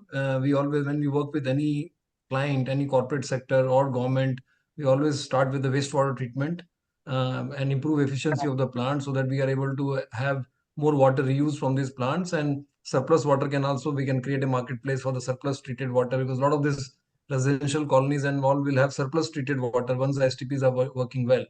Then the next step we look at total losses. We call it total water management. We look at losses across the whole campus in terms of cooling tower blowdown, softener regeneration water, and multiple such losses which happen in any facility. So that's what I think Mr. Ramnath was talking about. So, and try and bring down the freshwater demand. So that's typically step number 2 for us. And then the next step is zero liquid discharge. A lot of industries are already under this zero liquid discharge regulation in many parts of India, wherever the groundwater is depleted and you can't extract groundwater anymore and all. So that's the third step. And of course, then that's when, and the fourth and fifth step could be the rainwater harvesting, which many industries are already doing within the campus, and also thinking of, and many of these industries are already committed for water neutrality. So some people are saying 2025 they want to be water neutral, 2030, 2040 and all that. So these are some of the few steps, and we as at Digital Money are bringing visibility, bringing expertise, and making it data driven, so that it becomes easier for the industry to achieve these targets. Yes, I think we are heading towards the end of this panel conversation, and it was really amazing talking to you, because as a journalist also I felt that I did not know many things, so it was very educating, and I would love to get connected with you on personal level also to understand it more. And it was a very, I'm sorry, just that it's a lovely panel discussion, but we are running out of time. So in the end, I would just ask only one question. What is your one thing that, on this Environment Day, your suggestion, your advice to normal people, how can we save water? That is... We're included in the normal people, and very I certainly hope we're not person. considered abnormal people. But I just think, very simply, at an individual level, just being very conscious about consumption is just a little act of just being conscious about how much you're consuming, whether it's use the kind of water treatment devices you use at home, or the kind of showers you install, the kind of fittings. So just being conscious about it's not just for water, for energy, for water. In your daily life, just being conscious of your own footprint. And that's all you can control. And then if everybody just pays a bit more attention to that, it'll make a huge step forward. Wow, thank you so much for the session. Very valid one. So, sir, I would like to, end this panel, and thank you so much. Thank you so much. Thank you. Thank you, You Priyanka. were very kind and very patient. Thank you, Priyanka. Thank you, Thanks a all lot. the speakers, for the enriching discussion. I can see, Priyanka, you're not willing to end the discussion. But thank you so much, everyone, for your time. Now we move to our next panel discussion, which is on reclaiming our land, strategies for ecological restoration. Our moderator for this session is Arjun Yadav, Senior Correspondent, BW Business World. And our panelists include Mr. Mukul Kumar, Vice President, EOHS and Sustainability, Tata Communications; Ms. Tanya Chatterjee, Head of Sustainability, India, NatWest Group; Dr. Ruchika Singh, Executive Program Director, Food, Land and Water, WRI India; Ms. Shilpa Sri Muniswampa, Director, ESG and Communications, Colgate Palmolive. Arjun, over to you. Thank you, Priyanshi. Good morning, panelists. Thank you for joining us today. I would have loved to talk to you before the panel, but the kind of developments in media that we were witnessing since the evening of 1st May, I'm sure the Indian voters, you also enjoyed the political thriller that the Indian voters delivered yesterday, and are factoring in the short-term, medium-term, long-term prospects of this and what it entails for corporate India. But our topic today, which talks about reclaiming our land, strategies for ecological restoration, quite closely linked with the UN Sustainable Development Goal number 15, which talks about life on land. Again, talking about protecting, restoring, and promoting sustainable use of terrestrial ecosystems, and quite rightly so, because you see, our fate as species depend on the state of our most important habitat, which is land, and our future is linked to the survival of land ecosystems. As a journalist, I recall the last major summit around this was the United Nations Convention to Combat Desertification that happened in New Delhi in 2019, and post which we got the New Delhi Declaration. We'll touch upon some of the things of that as well. But in your opening comments, panelists, when we talk about this sustainable development goal in the context of India, what are some of the effective ecological restoration strategies that you foresee? Mukulji, if you would like to start. Good morning. I hope I'm audible. Yes, you are audible, sir. Thank you so much, and good morning to all of you. I think at the outset, I'd like to thank Business World for having this panel. I think the topic reclaiming our lands, strategies for ecological restoration is very relevant and is linked to the sustainability of the ecosystem. I think one cannot undermine the importance of ecological restoration. I think, as you said, Arjun, ecosystem supports all life on Earth. The healthier our ecosystems are, the healthier the planet and its people. I think you also mentioned about the UN. I think the need or importance of the ecological restoration is also felt by UN. The United Nations General Assembly have proclaimed 2021 to 2030 as the UN Decade on Ecosystem Restoration. And the aim is to halt the degradation of ecosystems and restore them, as well as conserve the ecosystem till they are still intact. Now, coming to the point of which you asked, what are the most effective ecological restoration techniques? I think, first of all, let me mention that ecological restoration is the process of assisting the recovery of an ecosystem that has been damaged or destroyed. Now, this restoration includes a wide continuum of practices depending on the local, I should say, conditions and societal choice. I think many of the most common techniques include tree planting, coral rehabilitation, invasive species eradication, natural groundwater infiltration. And these all associated techniques can be used to achieve long-term goals that increase the amount and quality of biodiversity, improve air and water quality, and overall well-being of the people and the planet.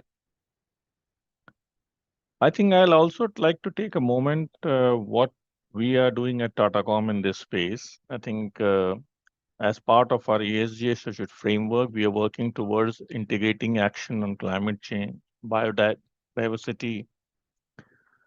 I think let me take a few examples. I should say in last financial year of 2023, a lake rejuvenation and restoration project called Nannir was undertaken for Nanganthangal Lake for effective groundwater recharge in Thiruvallur district of Tamil Nadu. Now, this activity included tree plantation, natural groundwater infiltration. It also helped to improve the biodiversity of the region and increase the groundwater level of the area. I'd also like to take one more example. We have initiated biodiversity conservation program at our Degi campus located in Pune. The biodiversity management plan will include measures like removal of invasive fauna, rehabilitation of any endangered flora and fauna, providing some measures like resting platforms to attract migratory birds, etc. Thank you, Arjun. Thank you, Mukulji. I think you also very rightly touched upon as to what your company is also doing. We'll touch upon that factor as well, because the New Delhi Declaration, which I talked about, very rightly talked about involving the private sector actively as well, and we touch upon in that about the funding aspects as well. But Ruchika ji, your quick thoughts on what you see as the most effective ecological restoration techniques in the context of India, and the progress that probably India has made when it comes to the UN Sustainable Development Goal number 15, which talks about life on land. Thanks, Arjun, and thanks to the team for the invitation as well. I'm glad that this year's theme is on about our land, our future, and it is really truly about restoration champions and how do we think about generation restoration. Just a quick 2 lines on terms of why we need to think about ecological restoration. I think Mr. Kumar already laid it out quite well. The only emphasis I'd like to make is with the climate change impacts that we all are feeling, land-based solutions become very critical. It's not only about mitigation, but how we also build resilience for local communities and protect nature.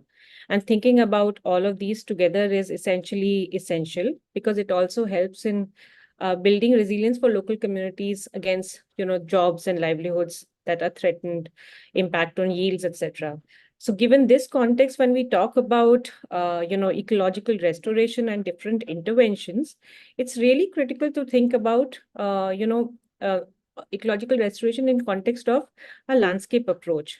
How we do restoration planning or, landscape planning using a landscape approach to see what are local areas, economic, social, and environmental objectives, and planning for resource management and, considering essentially the trade-offs that come while thinking about conservation, but also developmental priorities.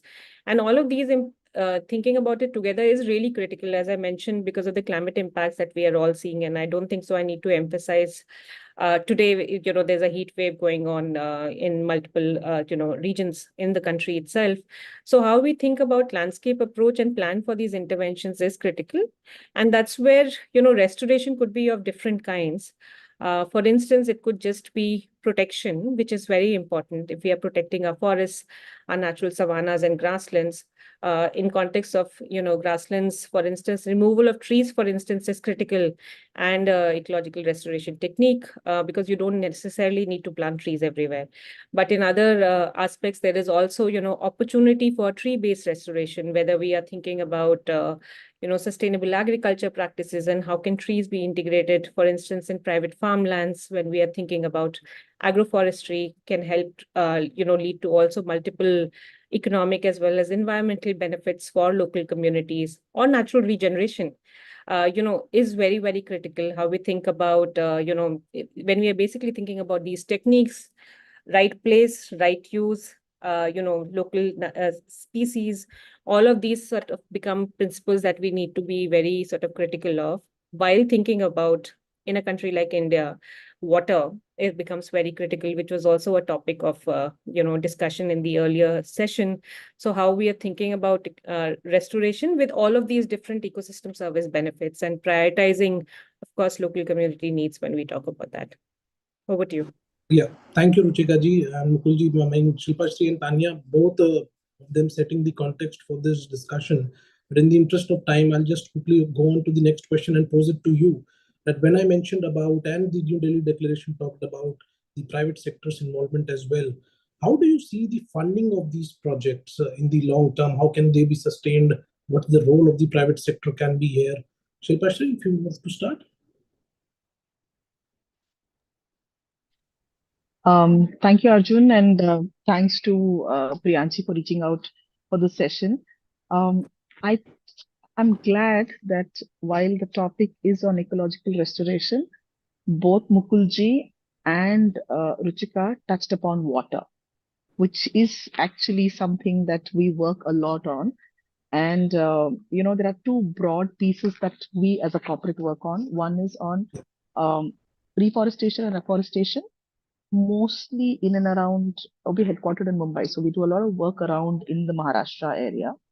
And the second large piece that we work on, and I think we've been doing that now for about 6, 7 years, is on water body rejuvenation in tribal belts of, say, Amravati is what we do, and also Rajasthan. Okay.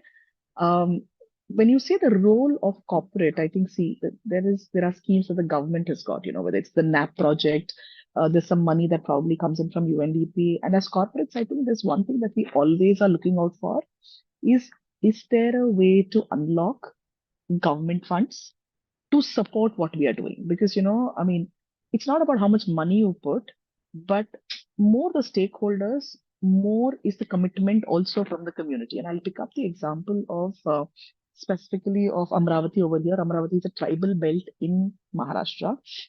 When we started work there, one was, of course, start engaging with the people in and around to, tell them what whole clean drinking water is, because education levels were very low, etc. We did work around a lot of rejuvenation of land, of dams that were old, lakes, river water, but also looking at how we could get water to schools and the wash program. So it was like an integrated thing. But in this whole piece, the local government actually played a role. They had some funds with them, and they said, if you are, when we went to them with the plan, we did, like, when we were doing site visits, looking at, what does the groundwater level look like? Where does it stand in terms of quality, etc. They said, we do have some funds, right? Maybe we can add it. It was a great collaboration, because after that, even the locals got involved. And today they are, I mean, and I can tell you proudly, Colgate is exiting from Amravati primarily because those villages that we actually took up for those 6, 7 years have now become strong enough to go ahead and ensure. So we took water to a lot of schools over there, did wash programs. We realized that a lot of schools, government schools, especially in the village belts, and we all know that, do not have water outlets or washrooms for girls and stuff like that. So we did all that. The important thing is, sometimes I think corporates come with a vision that could be large enough to execute and plan, but it's always important, funds or no funds, but to involve the local teams over there so that they get confidence in you. They feel that it's part of it. I mean, and I would say we should get local partners, especially government, to do more than fita cutting. And they do understand. And I think people in these belts do realize the value of, then conserving this, going ahead. Whenever I get the next question, I'll take up the example of what we've done in Udaipur, which is a completely different kind of belt. And the work we've done there is very different. So I'll come to that, where we worked on income generation. In here, it was tribal belt. It was about ensuring good, clean water, access to water to going to the place where people needed it most, homes, schools, localities. Udaipur is a different case that we already do, but this is what I want to tell. And I think the role of, whether it's TERI, agencies like WRI for that matter, I think they bring in a lot of knowledge that's otherwise not there in the ecosystem. And of course, the Jal Jeevan Mission, the government's putting in some money. I think what we need to be sure of, Arjun, is that we don't duplicate efforts, right? Where there's already funds being put in, you do something to complement it, supplement it, make it bigger, rather than again pumping funds on the same topics the government is already doing. I think that's what the corporate should be sure of, what they want to do. Very rightly put, Shilpa Ji, and I think quite a number of case studies there. The need for involving local communities, and some great examples of government and the private sector's collaboration. Tanya ji, if you would like to add on these funding aspects and the involvement of the private sector when we talk about this. Sure. Thank you, Arjun, and I really like the inputs that I've got brought forward by my co-panelists. I think India has long been revered as a land of natural abundance. We have been known for our rich biodiversity. Unfortunately, for the last few decades, we have seen enough of degradation of land, deforestation, pollution, unsustainable agriculture, which needs us to then attend to this topic, and this is then becomes contextual. At NatWest India, we have primarily looked at some of the climate actions that we can take around 3 different areas of eco-restoration. So the first one invariably is water conservation. In that, we are looking at wetland water conservation in Chennai, in Bangalore, as well as in Gurgaon. So the Unamancheri Lake in Chennai, Venkateshpura Lake, Unamancheri wetland in Chennai, Venkateshpura Lake in Bangalore, and the Ghata Jheel in Gurgaon. So all these water bodies and wetland restoration forms a part of our strategy, ensuring that we are able to do our bit in the eco-restoration space. Other than that, sustainable agriculture, I think Shilpa Shri and Dr. Ruchika also alluded to that, is one of our focus area. So we are working in Madhya Pradesh promoting organic farming and agroforestry. And ensuring that that helps rejuvenate the soil and increase biodiversity in the area that we are operating. It's near Sultanpur Tiger Reserve, Hoshanabag, and Betul districts. That's the place that we are working on. One interesting thing that we came across is on eco-restoration, being headquartered in Gurgaon, we couldn't help but think about the air pollution. And when we were working with the Haryana district to see how can we play an active part in curbing air pollution and stop stubble burning and give the farmers alternate methods, we also came across the fact that we need to help them adopt direct seeding method, which is beneficial to the soil and to the farmers, in order to ensure that the crop residue management project is also successful. So, by attacking both, we are able to then look at the land as well as the air eco-restoration activity, both together. So just some of the highlights that corporates can and private sectors can include themselves in. Over to Thank you, you. Arjun. Yeah, thank you, Tanya ji. Ruchika ji, quite a lot of examples from the three panelists on what the corporate India is doing. But on the legislation side, the policy side, what are some of the things that you're seeing? What more can be done? What is needed to support these efforts? Anything on that aspect, if you would like to touch upon? Thanks, Arjun. I think that's a great question. There's a lot happening on policy and legislation that can support ecological restoration. I mean, we actually India does quite well in terms of, if we look at an example of landscape restoration, or India specifically, that speaks to it. But if you look at national level and also, subnational, there are several sort of government regulations, policies, laws, legislation, which speak to it. So essentially, although not one policy, but there is a lot that can support in taking forward the landscape approach. So there are a lot of enabling policies in place, but what happens is sometimes, because there are so many, they end up working at cross purpose with each other, especially, when you go down to a district when implementation happens on the ground. So how do we look at sort of, designing the right kind of incentive structures at a landscape level? And I'm sort of, because we are talking about ecological restoration, thinking about landscapes is key. That's where conservation development priorities do come in. And how do we think of it together becomes critical. We've actually, a few years back, we looked at specifically what are the monetary and non-monetary incentives for expanding trees outside forest in India based on learnings from 6 states. And, what we basically sort of, even in that paper, we found was there are so many monetary, non-monetary incentives, but essentially when we are looking at implementation, then there are several barriers because of which, implementation doesn't go as planned. And I'll give you an example. If we are sort of thinking about supporting ecological restoration, how do we strengthen benefit sharing mechanisms, for instance, becomes key at the local level. How do we sort of create the right supply chain infrastructure for restoration to succeed in long term? We also need to have a economic sort of angle to it.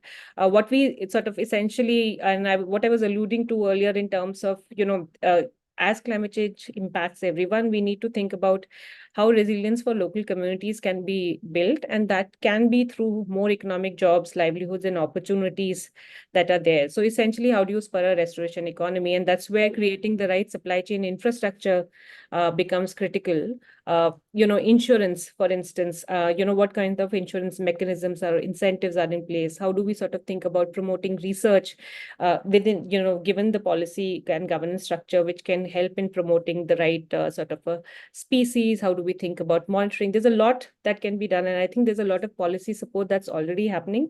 How we sort of move forward in that direction continuously. And we have a lot of experience working with collaborating with different state government departments on this. And, there is a lot of interest to see how convergence, for instance, of public funding can happen, which will lead to some of the, taking forward the ecological restoration practices or restoration in general. Yeah. Thank you, Ruchika ji. Mukul ji, if you would like to add something, especially from the lens of the government and private sector collaboration part, when it comes to the legislation and policy support, which could promote and enhance that partnership. Sure, Arjun. I think Ruchika ji well said. I think there are a lot of policies in the country, and the framework do exist. And certainly it is also required, to be honest, it is also required to manage such kind of, I should say, project, including ecological restoration project. I think I'd like to give an example what we have been doing and how we have been successful here. Like any policy or a guideline or a framework at a state level or a country level provides an overarching framework. Now, to make it applicable, what we have done is, what we have been practicing is develop our own so-called project management plan, you can say, or environmental management plan, and that has to be made in consultation with the government, and that is probably being held where we define our KPIs, our monitoring so-called parameters, and that has really worked. And even when I call about and that also involves an element of research incentive for Dr. Ruchika mentioned. So I think net what I'll say is that develop a specific project management plan which is in place, as part of that environmental conservation plan to that, and that has to be monitored. I'll just say that. Thank you so much. Very rightly put, Mukulji. Shilpa ji, you wanted to give some example from that Udaipur example. I mean, a lot of talk on inculcating traditional practices as well. Was it something around those lines when we talk about incorporating traditional practices as well with modern practices? If you could share some insights there. Yeah, thank you, Arjun, for directing this to me. So when we think of Rajasthan, I'm from south of India, so the moment you think of Rajasthan, all of us are thinking deserts. It actually is not all that bad, trust me.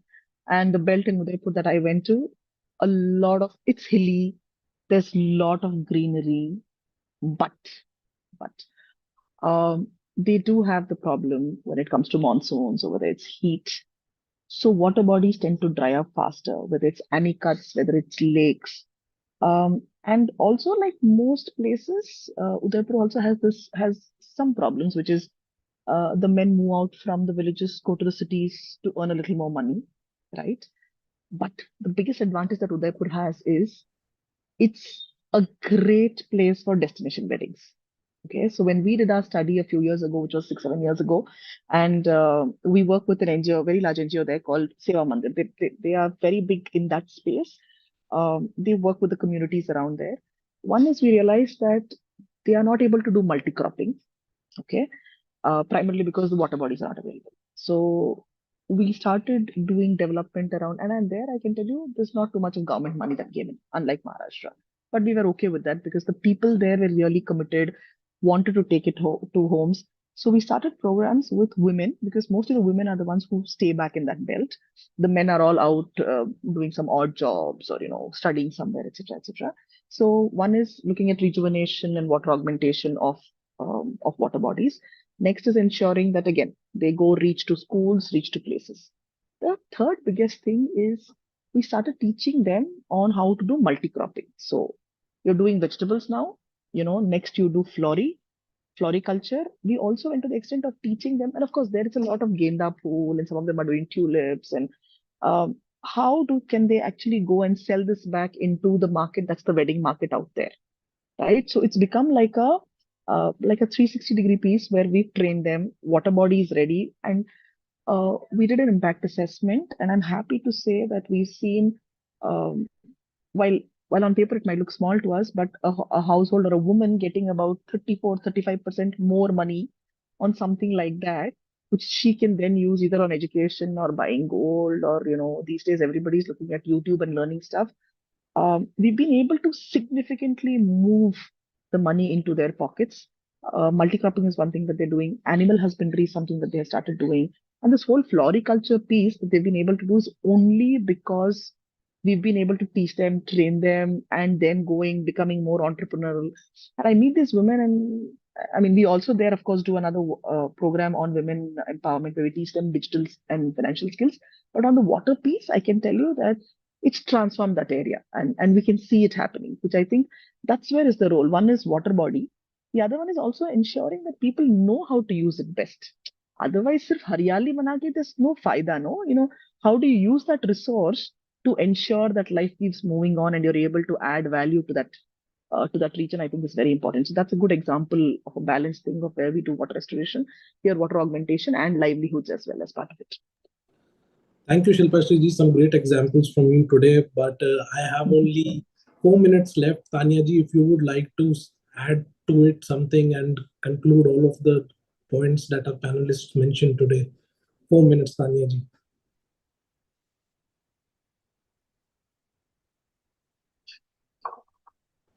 You're on mute, Tanya ji. Yeah.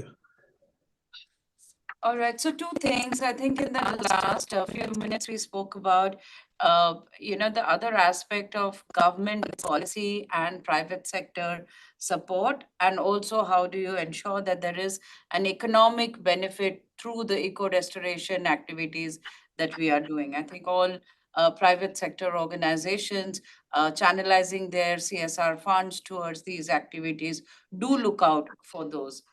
Just in our context, I wanted to, call out, like in Haryana, there is a plan for crop residue management. Every farmer may get 1,000 rupees per acre of land if they are doing the right kind of crop residue management. But the fact of the matter is that doesn't happen. So it's a revenue loss for them. So while we are working on the crop residue management project of giving them accessible to the machines to manage crop residue, and also time it in a manner so that they are not having to burn it because they are in a rush for the next crop plantation. We are also ensuring that they get the full government benefit that is available to them.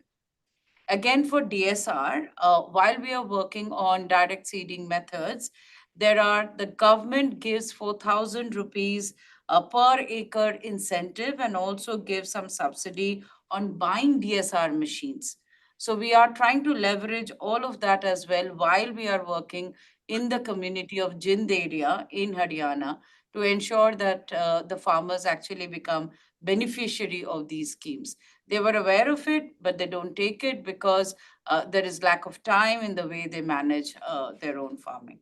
So that's just one example of how corporate bodies need to become more aware of the government schemes that are available and substantiate their project and funding to ensure there is a direct economic benefit to the beneficiaries other than eco restoration, because that can be the overarching goal. In other areas, I think Shilpa Shri was talking about that, the role women play in some of our projects. So in Madhya Pradesh, women has been very greatly involved in agroforestry. So they were involved in growing mango trees, orange trees, lemon trees, etc. And more than 1,200 women farmers have been able to restore their livelihoods. And some of the men who have left those places to earn in the urban areas have come back because there is a livelihood opportunity in that area. But all of that started with the women because those are the ones who were only available for us to implement the project on agroforestry. So these are some of the examples which actually has far-reaching sustainable economic as well as environmental impact. Thank you, Tanya ji. Very well summed up. Thank you, panelists, for joining. That's all the time we have. Priyanshi, thank you so much, for organizing this discussion on this panel, on this topic. I mean, it was really insightful, and I'm sure the viewers will be able to appreciate what our corporate India is doing on these aspects as well. Ruchika ji, just saw the chat. You've shared some papers. We'll make it a point to share it with our journalists who actively cover sustainability and climate change. And I'm sure that will add inputs to their stories as well. Thank you so much, panelists. Thank you. Thank you. Thank you so much, Thank you so Arjun, and our much. respected speakers for the enlightening discussion. We'll now move to our next panel discussion. Next, we have our topic is Plastic Pandemic, Addressing the Single-Use Plastic Challenge. I would like to invite our moderator, Mr. Ruhail Amin, Senior Editor from BW Business World, and our distinguished panelists. Ms. Deepa Nagaraj, Global Head of Communications, Sparkle Innovation Ecosystem, ESG and CSR Emphasis. Mr. Rahul Nene, Head of Sustainability, Huhtamaki India. Mr. Vishwabandhu Bhattacharya, Director Sustainability, Tata Consumer Product. Mr. Satish Chami Velumani, CEO, Business Head, Compostable Division, PAKA. Welcome, panelist. Mr. Ruhail, you can continue with your discussion now. Thank you. Thank you. I hope I'm audible to all my panelists.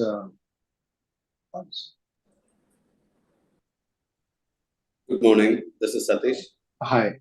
Hi, everyone. Are you able to hear me clearly? We can hear you. We can't see you, though.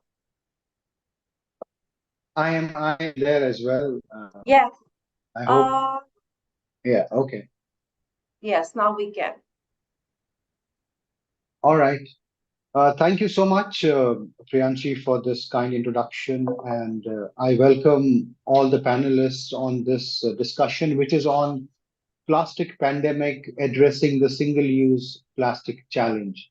Let me put in a bit of context before we start the questions. As we all know, every year millions of tons of plastic waste end up in our oceans, rivers, and landfills, causing significant harm to wildlife and ecosystems.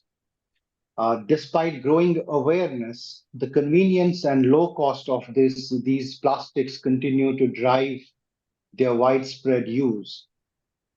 Today, our discussion will focus on exploring the current state, understanding the current state of plastic pollution, effectiveness of various policies and innovations, and the consumer's role in reducing and the policies that we need. So let me straightway dive into my first question, and let me start with you, Ms. Nagaraj. Can you explain to us the current state of single-use plastic pollution globally, and what are the primary sources and sectors contributing to this waste, plastic waste? Thank you for inviting me to the panel, and thanks for your questions. Before we start, happy World Environment Day to all of you. I hope we're conscious global citizens through the year and just not one day of the year when we're celebrating this. Right? And just to kind of step back, right? One of the things that we hear a lot of people talk about is, we're probably the last generation who can do something to ensure that the world doesn't get warmer than what it already is. The previous panel was talking about how hot most of the Indian cities are right now, so on and so forth, right? And all of this is adding up. So one of the questions, the first question, even before we get onto the plastic conversation, is to ask ourselves, what kind of ancestors do you want to be? Right? We've heard of the Bronze Age. We've heard of the Iron Age. I think today we are in the plastic age. So if future generations were to dig up the ground and find fossils, they would probably find more plastic, or fossils of you and I and our bones being contaminated by more plastic than actually finding beautiful bronze idols of Mohenjo-daro Harappa, right? So how do we kind of prevent that from happening? And I think this is a larger question, right? You and I, or organizations like Emphasis and everybody else who's here on the panel, may be doing multiple smaller initiatives. We run something called Zero Plastic, which means no single-use plastic ever enters the building, be it from our employees or be it vendors. Even food cannot be wrapped in cling wrap, right? Things like that. I think it's a larger issue. How is plastic created? That itself is a byproduct of crude oil, which is in itself polluting, right? How is that created? How is it manufactured? How is it disseminated? How is it become so popular? And if each of us look at what our grandparents did, they probably had steel or silver or whatever else as metals that they used at home for cooking, for transporting, for everything else. Nobody used plastic, right? So the basis of single-use plastic is basically to do what your ancestors did and figure out what sort of ancestors you want to be. And this is not a you and I problem, right? There was, I think, a week ago, April 24th, 25th, there was the UN conversation on plastic in Canada, and the entire conversation was how to tackle plastic pollution and how do all countries come together, part of UN, to figure out what's the economic, social, and environmental cost to all the countries to be able to eliminate and tackle plastic pollution. What is the other way of doing it, right? If you need a plastic-free world, a plastic-free single plastic free to start with, and then of course any other thing. I think it's the entire life cycle that you look at. How is it created? Uh, the source of plastic itself, how is it manufactured to consumables? How do we then use it? How do we dispose it, right? So I don't think it's just one part of what do you think about single-use plastic, but the entire life cycle, which is larger than everything else. Let me kind of pause here to see if you have any other questions to this. Sorry, you're on mute. Sorry. Yeah. No, thank you for sharing those insights and rightfully calling it the plastic age that we live in. And I have more questions. Of course, I will go with the first round and come to you with my subsequent questions. But at this stage, Mr. Nene, let me bring you in.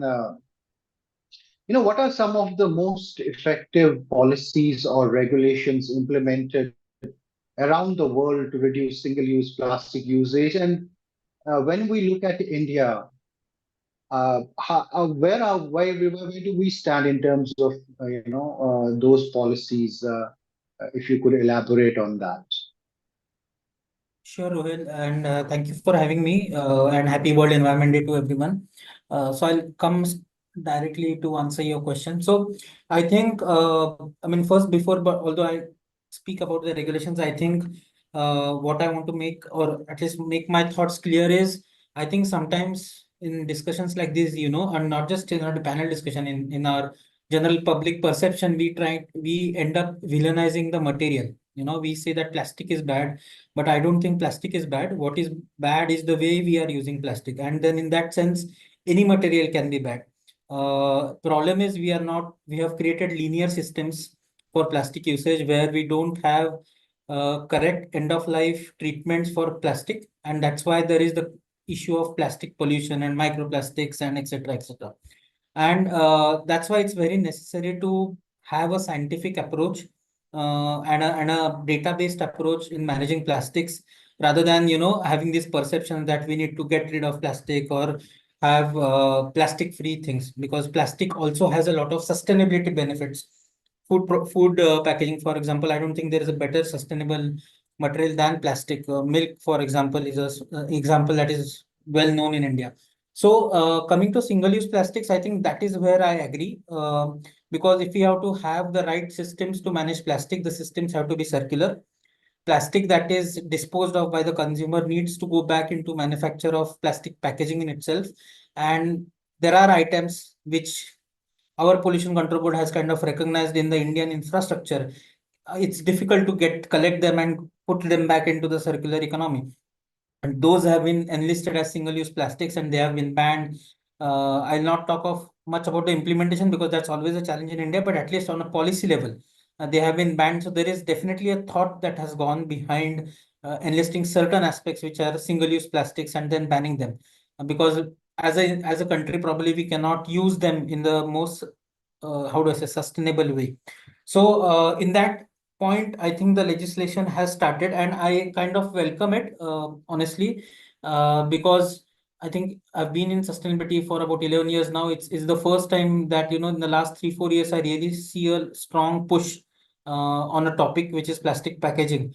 Coming to world regulations, I think, I mean, if I have to speak the regulations in the world, in India, we can speak 3 hours on it. But in what India is doing well, I think, is two aspects. At least it has started working on. One is the EPR, where it is pushing companies to take responsibility beyond its boundaries and take responsibility for plastic waste beyond after post consumer use. Of course, there's a challenge on implementation. Of course, there are issues in terms of implementing and the way people are doing EPR, because we are not, a lot of the current solution that we have, say for multi-layered packaging, is dispose of in chemical kilns. We don't have chemical recycling as a infrastructure in the country. So there are these challenges, but at least companies are paying for it. There is something that's happening which was missing 4 years ago. So that is one good thing. From the next year, 2025-26 onwards, there is a push or mandate for companies to include recycled content into their packaging, 5%, 10%, depending on the type of plastic packaging it is, or even 20% if it is rigid. So pushing this circular approach in plastic packaging is something that regulations are doing.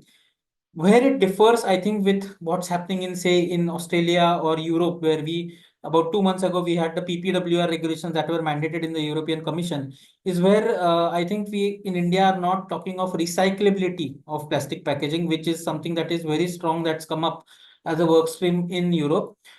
Because to anyone to have good recycled content in our packaging and ensuring the circularity, we need the plastic packaging to be recyclable. And if you look at the plastic pollution problem in India, 70% of our pollution causing plastic is flexible packaging, flexible plastic packaging. So till the time we don't move to recyclable structures in plastic packaging, I think it's going to be difficult to have this circularity in it. And that's one key area that I look forward to in the coming years, where legislations should follow the world. Legislation in India should follow the world. But as a starting point, I think India has done quite well in terms of setting it up. Like I said, we are a vast country. Implementation is always a challenge, but I see it improving year after year. So I'm hopeful as well. Thanks, Mr. Nene. Very important points raised. One is it's also about the use. You cannot blame the product itself, and then making the recyclable plastic more mainstream. That's what you actually meant, right? So that it could go back and ease on, make things easier for all of us. Let me move to Mr. Bhattacharjee here. And then I'll come to you, Mr. Velumeni, with your initial comments. Mr. Bhattacharjee, India prides itself on tech innovations, and a lot of people believe that tech innovation can contribute to solving the single-use plastic problem. How far do you agree to this, and is anything happening in that direction overall in our country? Thanks, Ruhail, and thank you, BW Business World, for having Tata Consumer as a part of this panel. I think I'll start with seconding what Mr. Nene said. Plastic as a material is not bad. In fact, for our sector, which is, I come from a food and beverage focused FMCG, I think the packaging is itself a part of the entire offering. Because one, we have to keep the food material safe, and also we have our shelf life that we promise that has to come in. The issue, of course, lies in how we use and then dispose the plastic. Let me bring in three areas of how Tata Consumer is positioning its circularity strategy, and I completely agree it has to be circular, it can't be linear. One, of course, is EPR. India, I think, is quite ahead of the curve in terms of addressing the plastic, both from a view of legislation like EPR that we have in India for plastic now since 2010. And it has kept evolving over the years. If you see, the recent one has completely recasted the old ones. Plus the fact that a lot of collaborations happening amongst peers in FMCG and like plastic packs, which bring in that innovation aspect.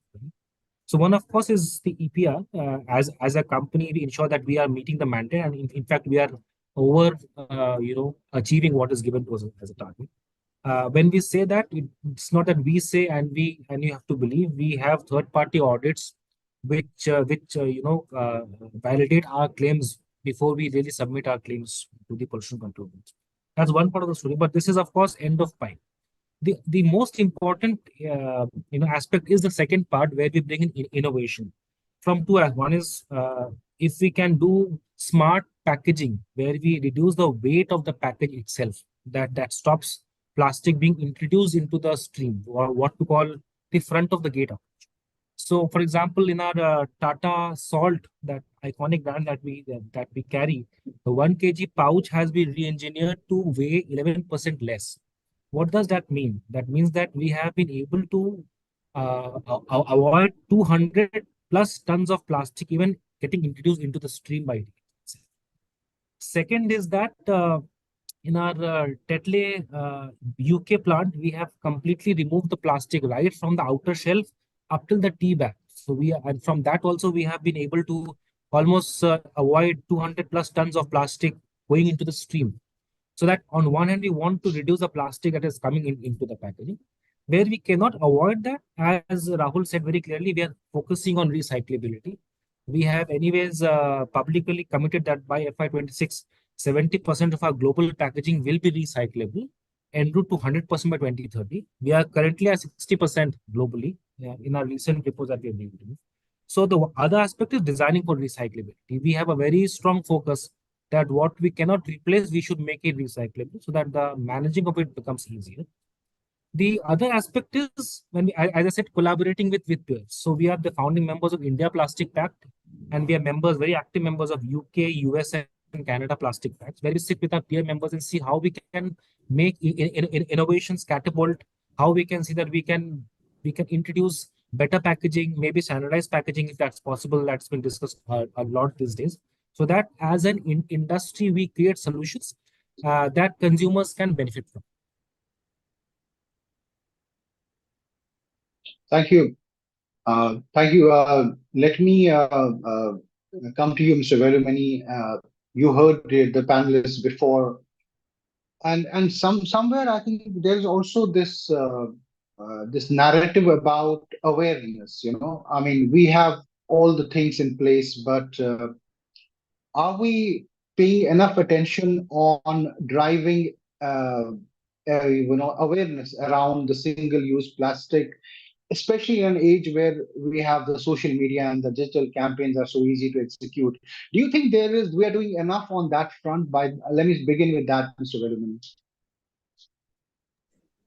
Good morning, everybody, or good afternoon, rather. Happy World Environment Day. Thank you for the question.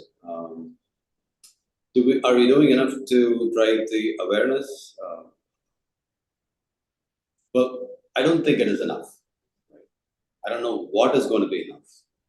If you look at I think it's become a ritual once in a year. I mean, on this day, we talk about it and we forget in the rest of the year. No, even if you do it every day, I don't think it is going to be enough. The size of the problem that we have in front of us is so humongous that whatever amount of awareness that we bring in isn't going to be enough. This needs more than awareness. There has to be widespread adoption, both from consumers as well as from the businesses alike. So that is something that we need to start focusing on as an industry body, right? Not necessarily as individual companies. If I can comment back on Rahul and Vishwa's opinions, recyclability is something that we promote, but I don't think that is the end of all. Because at the end of the day, it's while we say it's circular, it goes into multiple circles, but eventually they will have to make their way. Right? While it reduces the amount of production, plastics will continue to exist.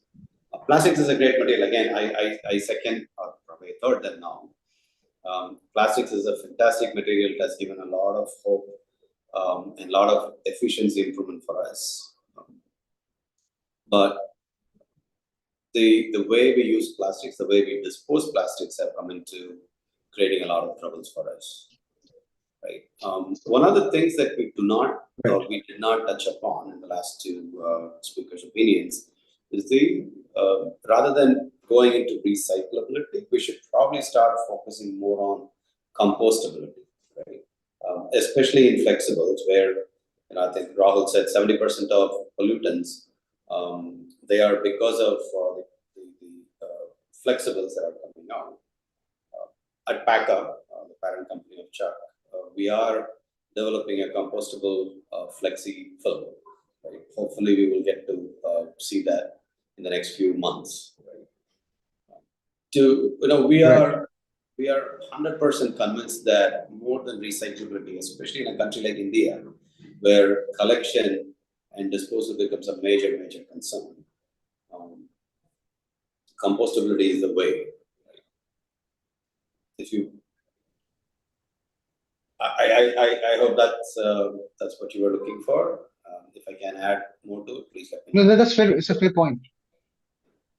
Absolutely. No, it's a fair point. Thanks for sharing your views. Am I audible to everyone? Yeah, you are. Okay, all right. Okay, let me start my second round of questions, and starting with you, Ms. Nagaraj. Again, we spoke about the bigger problem and what industry can do, but somewhere the consumer behavior, as was pointed out, is a critical part of this. I mean, if the industry is aware, but the consumer is not aware, there's a huge gap. In your opinion, what strategies can effectively transform those consumer habits to, help reduce the single-use plastic? Sure. So I think for plastic, like all the panelists have mentioned, plastic in itself is not bad, right? Plastic is used in various different things that could be very, very helpful, useful. I think the mantra has to be reduce, reuse, and cycle, right? Recycle, the 3 R's of plastic, and you'll see that in all plastic products as well: reduce, reuse, recycle. And how do you kind of ensure that everybody is doing it at grassroots level? Do you do that at a school level where the children are taught about this and it becomes part of their DNA, right? It becomes habit for them. How do you do this at a community level in your buildings, in your community? Are you doing this? Are you doing it at a corporate level? Then are you doing it at a province level, at a country level, at a world level? And these are all, there are multiple examples, right, worldwide where this has been done. If you remember, in the Netherlands, they did the ocean cleanup campaign. I think it was about 10 years ago, right, 2013, 2014, where they successfully removed millions of kilos of plastic from rivers and oceans. And at smaller levels, in the US, in Minneapolis, in Minnesota, the municipal corporation, right? To your point, Mr. Velumani, that the municipal government, the corporate there actually did an entire program for recycling along with local citizens to show how you can actually have zero waste, right?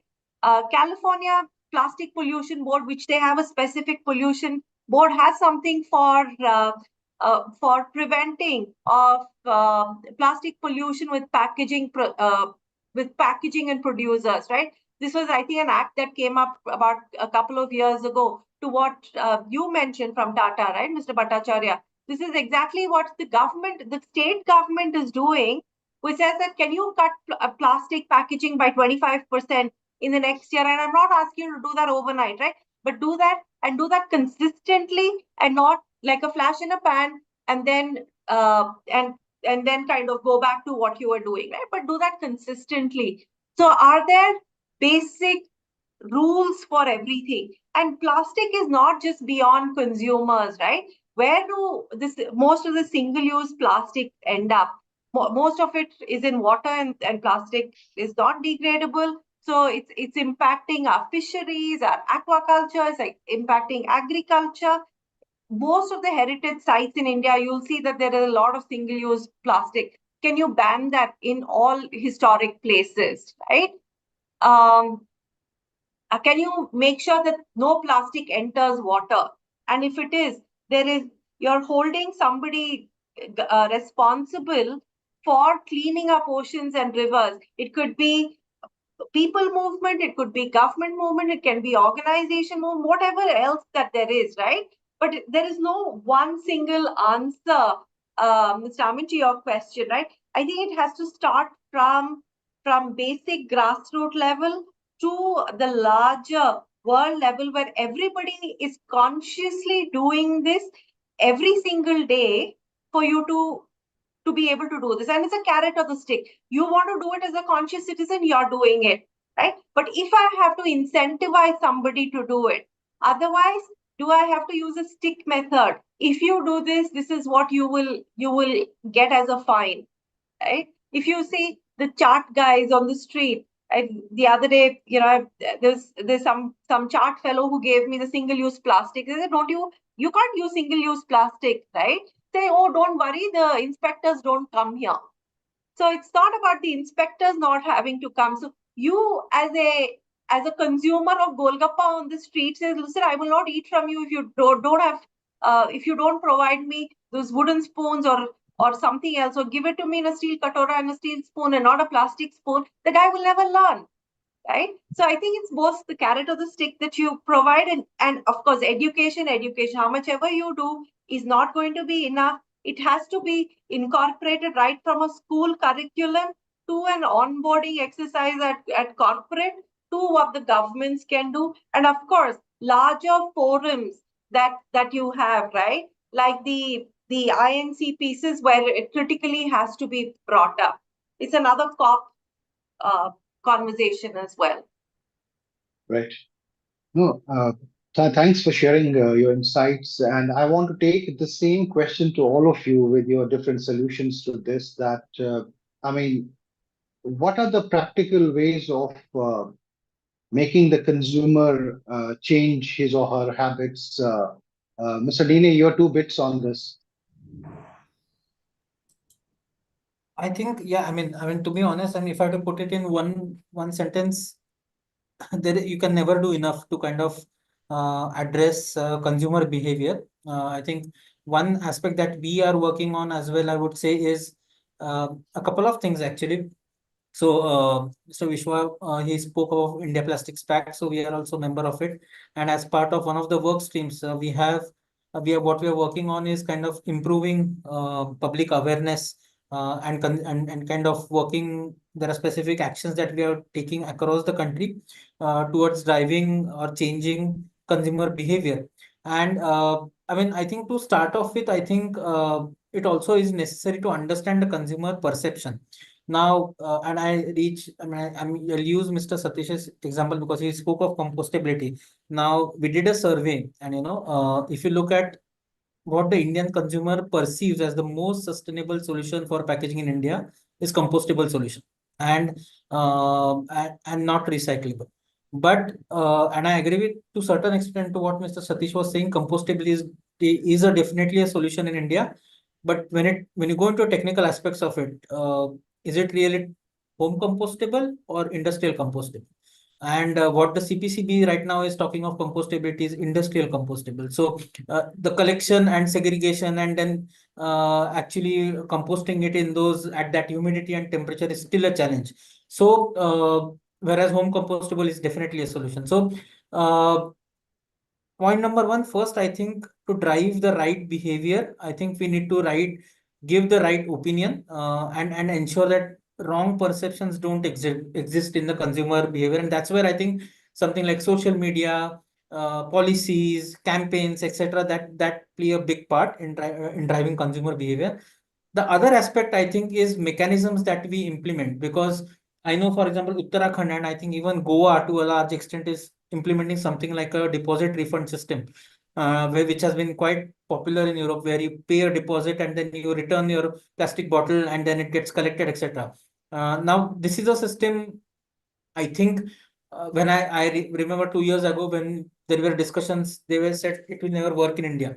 But what I have seen, at least in certain applications like tourist destinations in Uttarakhand, places like Kedarnath or places in Goa, in beaches, etc., this has started to kind of getting implemented, which is driving behavior.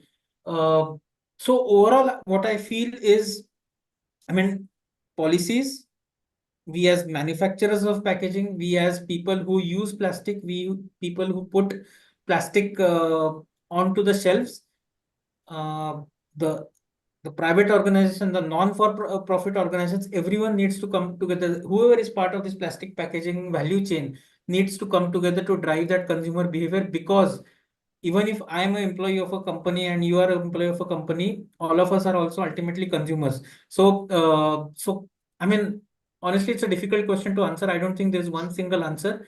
What I feel is, Right. as part of your contribution into value chain, if you can control and drive awareness, right perceptions, database approach, and use something like a Right. social media or what other channels to take Right. it to the consumers, that should help. Sorry, in the interest of time, I'll just make Sure. request Mr. Bhattacharya and Mr. Velumani to make their comments quickly. Mr. Yeah. Bhattacharya, first to you, give me a quick Tata example of how you are also, apart from using, responsibly the plastic packaging, also driving awareness in a certain way that consumers can reduce the use of, and rightfully do the use of plastics. Thanks, Rohel. I think we do it in two ways. One is on a daily basis, because each of our Tata Consumer products has a QR code, which if you scan tells you how we have to dispose that plastic material. So that is on a day-to-day basis on all our products, right from Soulful to Ragi to Tata Sampann to Tata bottles, Himalayan, everything has that. Other is driving communication through awareness. So for example, we have this World Environment Day, currently it's going on. We have a huge program for our employees to participate, and if you've seen in LinkedIn, we have opened a challenge on recycled and how you can show recyclability in your day-to-day life. So those are the areas where we popularize. We also do a lot of volunteering activity focused on these. We believe that it is akin to safety. It has to be a behavioral thing about using plastic, about disposing plastic. So it's a day-to-day thing. But whenever we are getting an opportunity, we see how we can popularize these themes.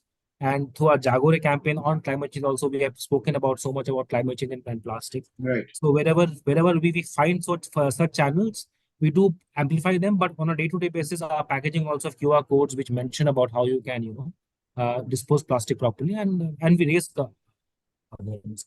Thanks. Thanks for sharing. I'm going to try it definitely. And Mr. Velumani, finally, your comments on effectively, changing the consumer habits so that they responsibly help in reducing the single-use plastics. Well, PACA as a company, we live and die for sustainability. Right? That's what we do day in and out. We are manufacturers of sustainable packaging, what we call it as regenerative packaging, not just sustainable packaging, regenerative packaging.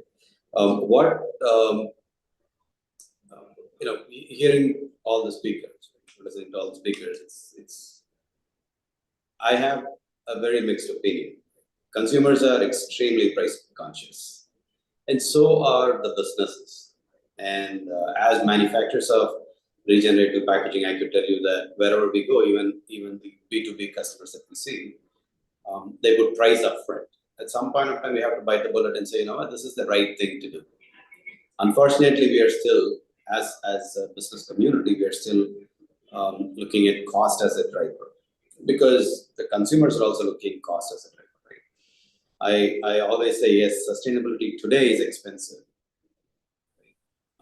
But not being sustainable is going to be extraordinarily expensive in the future. So we have to bite the bullet. Absolutely. Yeah, that's all I wanted to. Right. So in the interest of time, I have to wrap this panel, but I want to thank all of the panelists for joining us today and sharing your thoughts on this panel. Thank you so much for joining us. Thank you for having Thank you, us. thank you, Ruhail sir, for moderating the session. Thank Thank you you, Ms. all. Nagraj, Mr. Nene, Mr. Bhattacharya, and Mr. Chami Velumani for your time and valuable insights. Now, as we move to the other section of our worship program today, I'd like to take a moment to acknowledge and thank everyone who has joined us and is currently watching us live on our social media channels, including LinkedIn, Facebook, and Twitter. I am Priyanshi Khandelwal, and I work with BW Business World, overseeing IPs and community building initiatives for sustainability community of BW. You are tuned in to our special World Environment Day virtual event, BW Planet Pulse Conclave. Thank you for being a part of it. Our next panel is on transportation transformation, innovating for cleaner air and reduced emissions. Moderating this session is Mr. Sudhir Mishra, founder and managing partner of Trust Legal, a noted environmental lawyer. Our panelists are Dr. Pallavi Pant, Head of Global Health Effects Institute, Ms. Swayantani Ghosh, Associate Vice President, Sustainability and CSR, Mahindra Logistics, Mr. Siddharth Dikshit, Managing Director of Amita Cleantech, Ms. Tanya Singhal, founder of Minzo Carbon. Sudhir sir, over to you. Good afternoon. Thank you, Priyanshi. Good afternoon, all my fellow panelists. Dr. Pallavi Swayantani, have I pronounced it correctly? Yes, Okay, Swayantani. Siddharth, Tanya. And this is a very important day, and I'm very happy that we are doing it virtually. So we are burning lesser carbon, which is Tanya's forte. And she's not only passionate, she's on the ground on this issue. So basically, we are going to talk about transformation in transport sector, innovation for clean air. These are all very heavy subjects, and all my panelists are actual experts.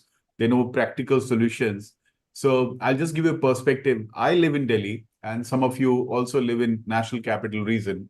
I'm fighting a litigation in Delhi High Court for 10 years now, 9.5 years. It's in my name, Sudhir Mishra, OC Union of India. And that's tagged with court on its own motion for all clean air petitions in Delhi High Court. Now, I'll just take, this is my expertise, so I'll just say, set the perspective here. National Green Tribunal also sees with 3 petitions which primarily talk about clean air. They also deal a lot with transportation issues. And the Supreme Court has close to 16 petitions on BS4, BS5, BS6, scrapping, and Parali, and variety of other issues. So we have close to 25 petitions for saving Delhi air, and we have miserably failed till now.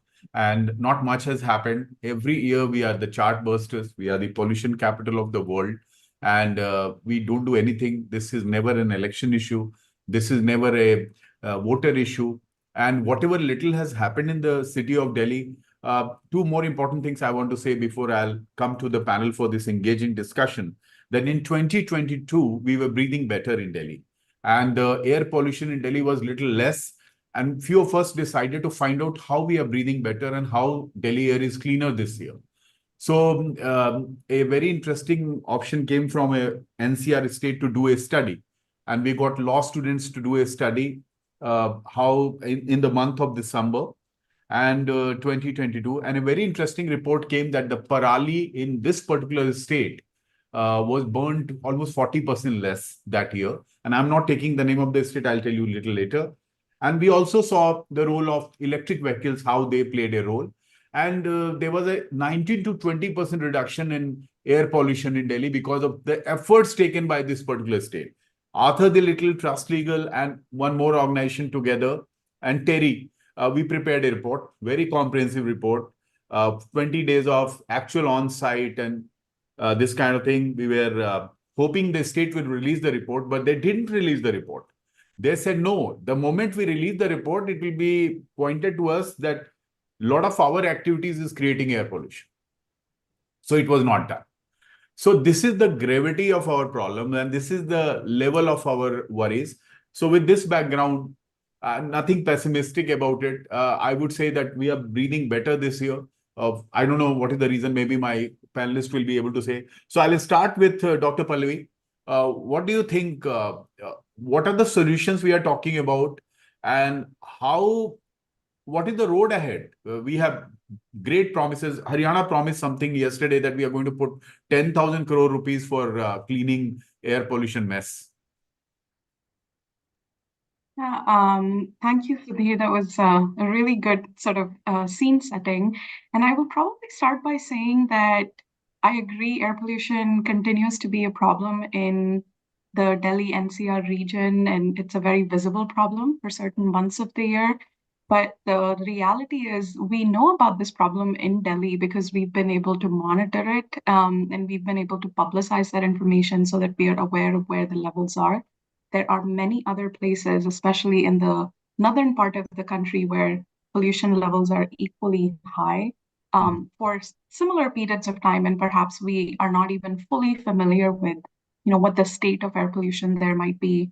And then the second thing I will mention, despite it, seeming like there hasn't been significant action, there are a few things, especially in the context of transportation sector, that may be worth highlighting just because India has made progress. We perhaps haven't seen the full dividends from those yet, but hopefully in the years to come we will begin to see it. The first of which is the introduction of tighter vehicle emission standards that happened in April 2020 with Bharat Stage 6.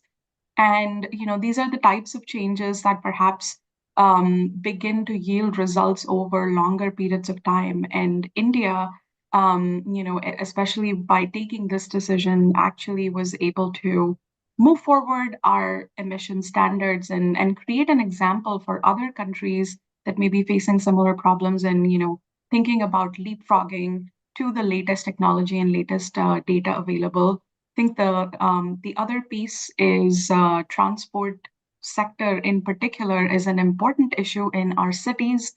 It's important nationally, but particularly in cities, a lot of us live very close to big roads and major road intersections. We're all on the road going from point A to point B. News about traffic jams is constantly about, people taking an hour, 90 minutes even to go from work to home or other trips. And this is, this is something that I've studied and worked on for a long time. So the transport related air pollution is actually a problem for our health. If we're getting exposed to it consistently, it is going to impact our, lungs, our heart, our sort of life, life expectancy in general. And I think the solutions in the sector are probably again a basket, starting with things like EVs that we've begun to see, sort of more a bigger push for electric vehicles, a bigger push for trying to move private vehicles as well as public vehicles. And, Delhi thinking about electric buses, electric auto rickshaws, similar efforts have been taken in some of the other cities. But I think a bigger piece of this, especially in a country our size and scale, is thinking about mass transit solutions, public transportation solutions that are actually going to be effective in reducing the number of cars on the road, because even if there are EVs, the energy will be produced somewhere. And we have some things on our side already. There's, the share of people using bicycles in India is relatively high compared to many other places that are trying to address the same issues. So thinking about infrastructure that will help people use more active modes of transportation, improving, our public transportation system, making it safer, making it more reliable and on time, and converting that to electric options so that people aren't necessarily traveling in like buses, for instance, that are still emitting diesel. So I'll say some I'll of come those back to you. things. Yeah, the good initial points for us to discuss. Tanya, I'll come to you. You are somebody who has worked a lot on energy sector first and renewables, and then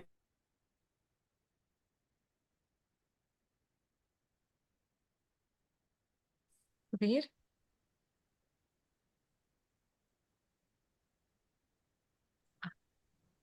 I think we lost him. Okay. Well, I think I got a little bit of the question that Sudhir was saying. So while we wait for him, maybe I can just start a little bit with my thoughts. Little effort on Yeah, clean. sorry. Go ahead, Sudhir. We Yeah. lost you for a minute. Okay, I'm so sorry. Yeah. So what I was asking, what are your solutions with regard to transportation sectors, new innovations, and what are the few 1, 2, 3 steps we can do to make to start with NCR believable? Sure, sure. I think first of all, let's look at some data to understand how big the problem is.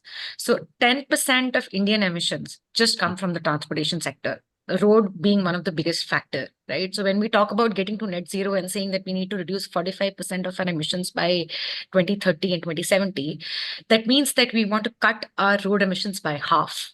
Yes. And how would we do that, right? One 50-kilometer petrol car ride that we take emits about 8 to 10 kg of CO2. And, for the audience, 8 to 10 kg of CO2 is the amount of CO2 what one tree absorbs, half a tree absorbs in a whole year. So it's almost like when you take 100-kilometer petrol ride, you've actually chopped down one tree of its job. Now, if a lot of us are mindful of this and, we do steps on saying, okay, do I need to really travel for this meeting? Or can I use a carpool? Or can I use public transport? That's the first Just say it step. again. Tanya, just say it. I'm so sorry. Just say it again. So basically you're saying how much one tree takes in a year? How many kilometers? So 100 kilometers of a daily ride is what the tree absorbs in a year. So when you start traveling, so say somebody is working in Noida and comes to Gurgaon for work, effectively to do that, he's chopped off one tree. So, and COVID has taught us that there are ways that we can interact. Obviously, we can't ask people to just stop living, not travel completely. But for climate change, you don't have to just completely drastically change your behavior. You need subtle, small changes. Say once a month, if you choose to say, I will not do this meeting physically, but I'll do it virtually, the relationships will not get harmed. Exactly like this conference that we are having, right? The medium is still effective. Yeah. So the limited point I'm trying to say is first is mindfulness. People just don't know the impact of what they're generating. In the world of Blinkit, Swiggy, Zomato, we don't even blink before ordering 4 or 5 times a day. And that person who brings our meal, despite all the effort these guys are doing, is adding to our transportation emissions. Like, I'll come to the solutions, but the reason I wanted to bring this up is people need to understand that the problem is self-created, and the answer of that is also mindfulness. Once we are mindful, can we move to the next step of the solutions? The solutions, I know Dr. Pallavi already alerted a little bit in terms of EVs, but what we are seeing today in EVs, it's a chicken and egg problem. For EVs, you need charging infrastructure. For charging infrastructure to be profitable, you need EVs, which is why the sales are being stuck, because the person who buys says, oh, I don't have charging. The person who puts charging says, I don't have cars. And that's where the policy support is needed. And you have the FAME scheme, which is the faster adoption and manufacturer for EV vehicles. You have the PLI schemes, and that needs to be pushed further. It's almost like what happened to solar. In 2010, solar was at 18 rupees a unit. It was expensive. People thought about it as a CSR solution. Nobody wanted to invest in it. Today, solar is sub 3 rupees. The value prop just lies in it in terms of being an economic solution. The same thing you would see. I want to ask you something connected. It will really help my other panelists also to come. I met somebody in a flight to Ahmedabad and I just couldn't believe it. This person told me that in Gujarat, a lot of them are using their own power. Yes. They are saving a lot of money through that power, and their yearly power bills have come down by 70 to 80%. Now, if he's using that power to charge his electric vehicle for say 3 hours or 2 hours, then it's not part of the circular economy. It's actually a green thing. Is that what you are advocating? Yeah. And which is in the same line. Gujarat has been a pioneer partly because of Mr. Modi's effort. And the new scheme, which is the PM Surya Ghar Yojana, has been launched exactly based on that. That you have a solution, it powers your home. For whatever rest you can't, it actually charges the EV infrastructure. So it's a double benefit. One, you save. Second is whatever you don't save, you actually earn out of it. So, everybody thinks that sustainability sustainability is So we have to expensive. demystify it. That's what Yeah, you're you know, saying, like Tanya, that if I do this, I'll spend. But the reality is that sustainability means using less or yeah, using green, which means saving money. So yeah, it's important for people want to be mindful to understand what their actions mean. Because till you don't know what your actions mean, how would you help reduce it? Right? If I don't know how much I earn, how will I save it? So that's it. I'll pause here. So yeah, DJ, sure. I've set No, a no, it's very context well on. said. So now we'll come to Swantani, and you tell me that you have heard from two of the panelists and me. We just want to say that any story which empowers this journey of transformation in the transport sector, making air cleaner, and it's not about NCR. We have the distinction of having almost 20 cities. World's most polluted cities would be in India, or they'll be in the somewhere in the subcontinent. So, what are your own experiences? Some examples, you have been part of the corporate setup. What do you suggest we demystify it? In my panel, I just want to do that. Okay, let's come to basic solution. Like Tanya very simply said that two things will, it has hit me. Like I work for the forest and wildlife all my life. Now I'll have a new tagline. Tanya, I'll go to the LinkedIn and put it tomorrow. And so the fact is, give us some stories which other corporates also try to incorporate. Yeah, sure. So first of all, I mean, Dr. Pallavi Pant and Tania have really bought into the perspective of the public transport, the mindfulness, and its associated impact in terms of urban air pollutions. I also want to add one more dimensions in terms of transport pollutions, which is causing from the medium duty or heavy duty truck.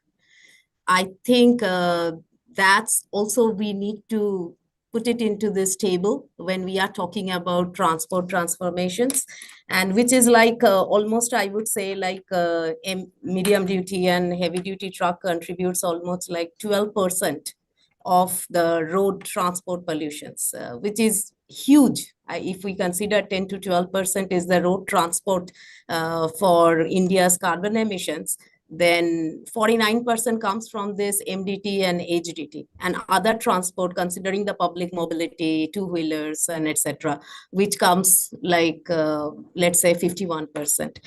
So demystifying on this, I think there are various layers to it, starting from definitely open mind towards the change. But I think there are certain layers also that we need to look at in terms of not just behavioral part, but also we need to put into the context the energy transition factor, because yes, electrification could be a key pillar and so far perhaps proven pillar for decarbonizing transport sector, but it has its own limitations in terms of whether charging infrastructure capacity, in terms of the upfront investment that requires, okay, because the operating cost is less, but there is an upfront investment.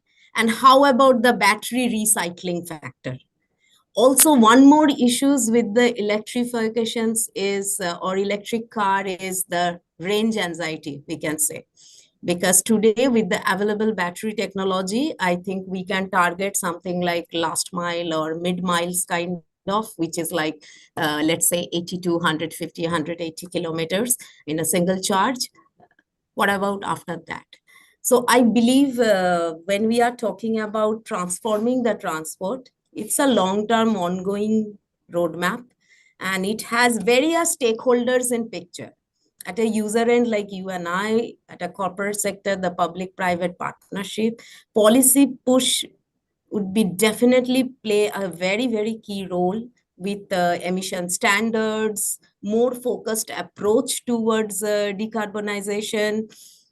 And if I say from the public awareness perspective, what each can do, maybe sharing the transport, of course, using automations, using these virtual meetings. And this needs to be done at a very conscious level, because no matter how much we want for net zero happening tomorrow or affecting our health, our future generation, etc., The technology is not getting matured, becoming accessible, becoming affordable in that speed.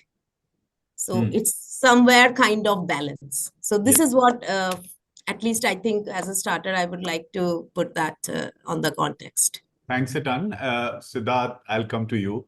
And one reason for coming to you is that you have solutions. You run a company which has pure air solutions. And all of us here are debating about what are the actual giant steps India should be taking. I think other panelists have also highlighted a fact that there's a lot of, in climate change, there's a lot of issue with regard to the feudalism part. We have a Supreme Court in India, and a retired Supreme Court judge, when he goes to London or he goes to International Court of Justice, he cycles to work. He cycles to work. Now in India, you will not even see a Tahsildar going to his office in a cycle because it's a feudal thing. And even if you want to take a cycle, you don't have cycle tracks. I do try sometime, and I know Sunita Narayan had taken a cycle. What happened to her? She was crushed very badly and she was injured, the Center for Science and Environment. So, you know, we have to work at many levels. Also, it was said that how do we get rid of this habit of using cars like, chalo ek tafri karke aate hain, ghum ke aate hain.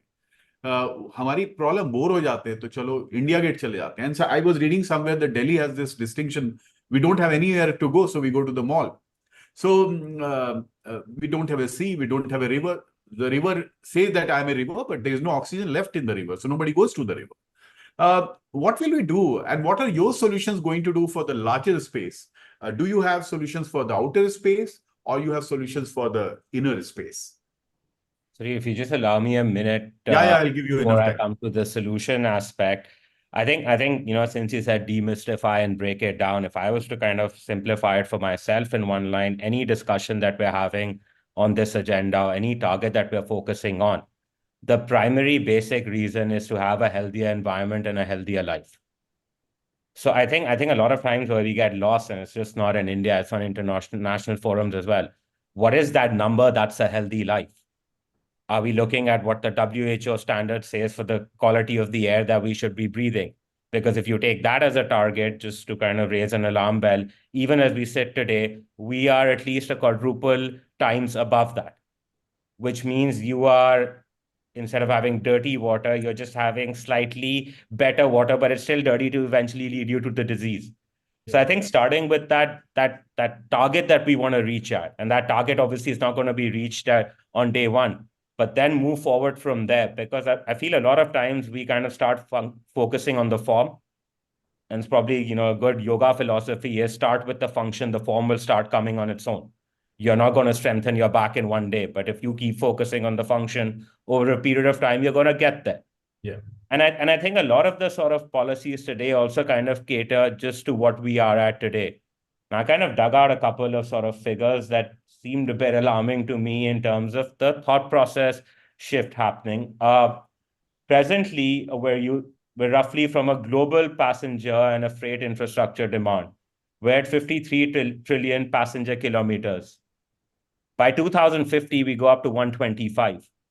So any solution that we're working on today exponentially needs to go ahead as well, where it becomes a sustainable solution 5-10 years down the line.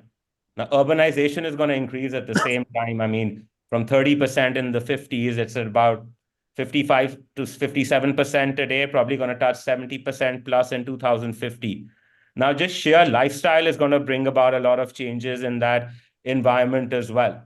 So I feel one of the things that we kind of need to look at is, you know, the total sort of life cycle cost of sustainability, where it has to have a function of what's the environmental cost, what's the sort of climate cost, shifts and trends that are happening, how are we sort of, you know, altercating that in the long run, so we save money over there as well, because sustainability seems like a cost at the moment. And it's actually more so in the more polluted countries, where we look at it as saying, you know, we're developing, we don't have money for that kind of infrastructure, but we're also then working on reactive healthcare, not preventive healthcare. The cost to which any country is always going to be higher.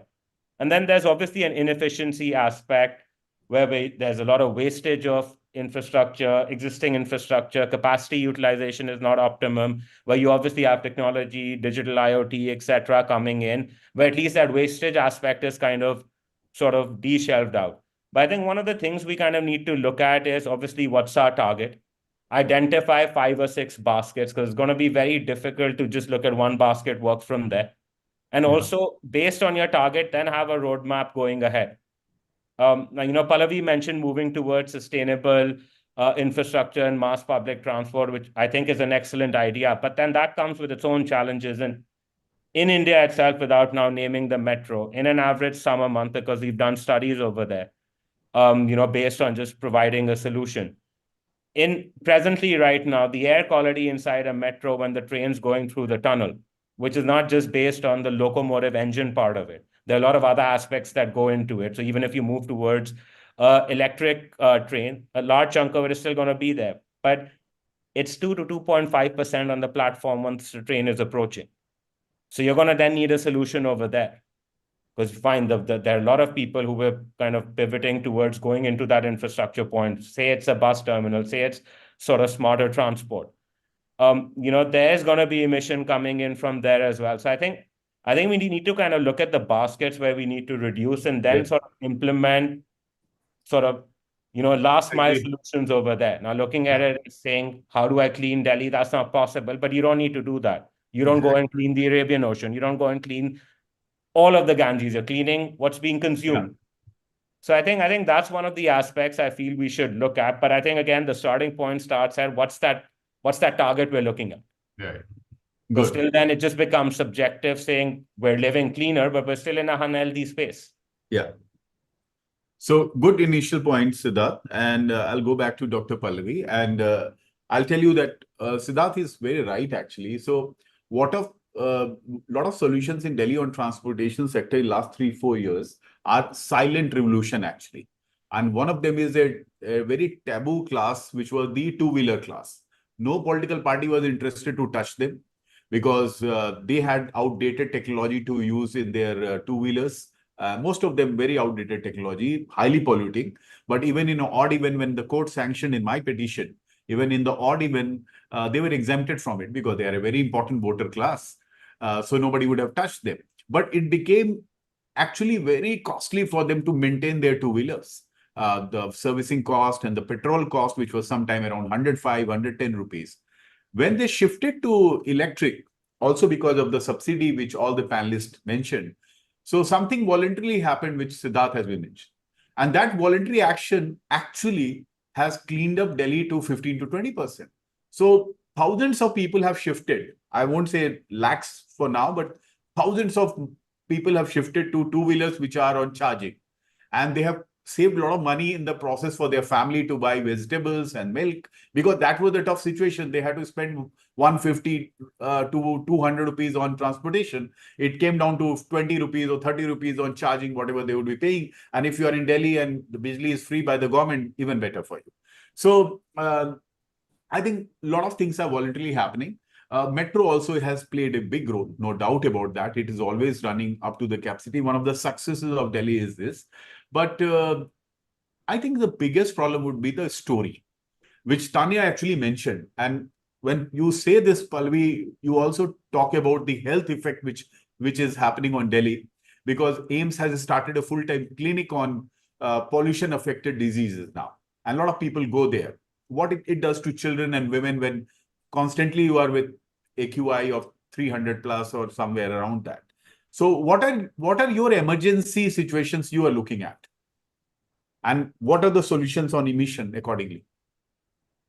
Yeah, thank you. And I think a lot of the points that the other panelists have made are valid, especially this idea that Siddharth shared about, what is the ultimate target that we are looking at? Because, for better or for worse, the air pollution problem has never been solved in any country in, 1 year, 2 year, 5 year time frame. It's been a long-term process. It's taken multiple steps over, decades. So even in our case, I think we're going to be working on this for a long time. And two things that are worth sort of thinking about from the health point of view. One is when people are spending time in any kind of transport environment, yes, they're getting exposed to, different pollutants, and that can lead to different health effects. So in the short term, I'm sure most of you have probably experienced if you're sitting in the traffic for too long and you're breathing in the outside air in particular, you can experience, itching in the eyes or watering in the eyes, and some people will feel congestion and breathlessness, etc. Those tend to be the symptoms, in more sort of acute exposures if you're just in the moment at a place where pollution levels are really high. But I think the bigger, more important health impact and also by extension economic impact comes from consistently getting exposed to these pollution levels over long, long periods of time, which predisposes us to chronic diseases. And it also means that, it's not just affecting my health, it's also affecting my family because, now we probably are spending money on medical care. I may not be able to work, so I'm less productive, and that impacts our economy. And in certain instances, I think thinking about how can we minimize people's exposure to air pollution can be another good way to frame how we make decisions and how we prioritize decisions. So during the winter months, especially, we tend to see extremely high levels of PM 2.5. And we see a lot of chatter about, these pollution levels are really high. What do people need to do? And in that moment, in that, episode that may last anywhere between 3 to 7 days, it wouldn't be prudent to say, well, you should walk to work because you're going to expose people to those higher levels. Similarly, if it's, 50 degrees outside, I wouldn't want people to be walking to work or jogging or any of that. So I think in just thinking about the solutions, keeping the central goal as what will we do that will minimize people's exposure to air pollution? And how does that work in the larger setting? What are the other environmental variables?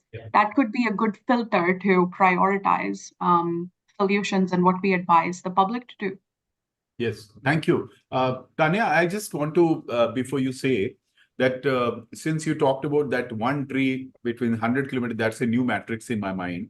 I have realized that after the pandemic, most of our courts have actually partially been hybrid. So we have options for Delhi High Court. You want to work from here and in my office, and you can appear in the court. Even National Consumer Forum, which is a very important forum, they get appeals from the entire country. They are now trying to make it completely online.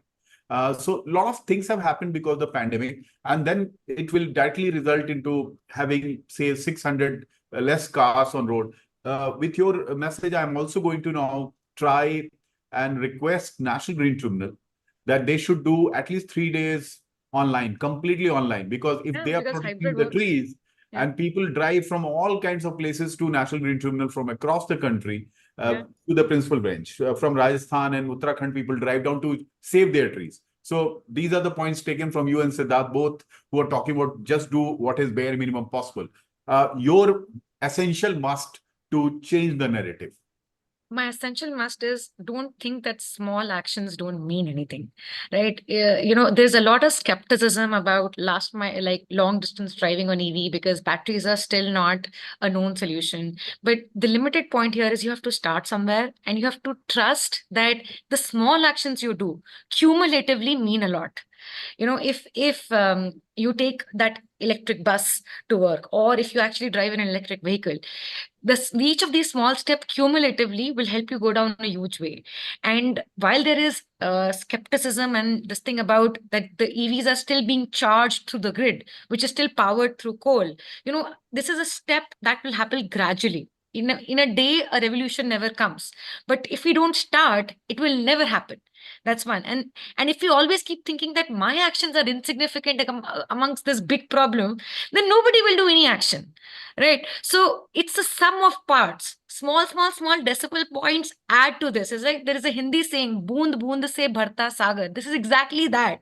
You have to take your small steps and not say that, oh, why am I critical in this? And that togetherness will create a change, whether it is using EVs, batteries, renewable energy, or it is looking at a more holistic approach using hybrid public transport and stuff like that. But you have to start. You can't just sit tight to say, oh, the problem is too huge. Thank you. So Anthony, what do you think? What are your essentials which you want us to take those steps for the transformation? I completely agree with what she has just now mentioned. I think if I just simply put 3 points, first acknowledge there is issue and how is it impacting. First step is acknowledging, recognizing that we need to change. Second is definitely the collaborations, because one is what I can do at a personal level in my bit through my behavior and lifestyle changes and choices. But at the same time, it's also important to collaborate and participate in this change. Third would be pilot before scale up. It's okay to fail because we are experimenting with new technologies, changes, instead of resisting to changes or business as usual scenario. I think my third, what I believe would drive the innovations is try the new ones, try new technologies available, try new way, and not necessarily that every time we have to look at it through the cost lens or the profit lens, though it is fundamental for business sustainability. But looking at the long-term return, I think it would be important first to invest. Yes, wonderful. Siddharth, we have just last 1 minute left. I'm so sorry. I'm getting constant text from Priyanshi, but I'm avoiding them. With the four of you should be in the political landscape for sure. We need more voices like this. I think just to kind of second, what we've been discussing, I think once we do have a roadmap in place, we really need to look at solutions that kind of bring in, that sort of those incremental changes which combined create that sort of effect.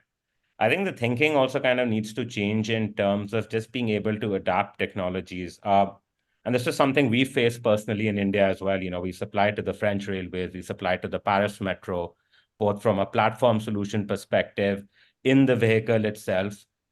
We're still at a loss in terms of being able to break through into, or at a decent scale, into the metros or the railways here. Now, it's unique that India is the sort of largest, our pollution problem is probably the biggest in the world, but it's unique that an Indian company goes out, sells in France, Spain, is in the US, but it finds it difficult to sell to the infrastructure space in India. Pick any country that's leading on a growth tangent, I don't think you'd find this over there. You won't find Israeli technology coming first to India and not being implemented in Israel. So I think one of the sort of premises with which we started our R&D process, when we sort of looked at the problem from an air quality perspective holistically, we kind of identified two sort of trigger points, which till today sort of form the basis of any product development, engineering, application engineering that we do. What are the sort of big sort of pollution choke points in an urban environment, and where is it impacting the maximum number of people?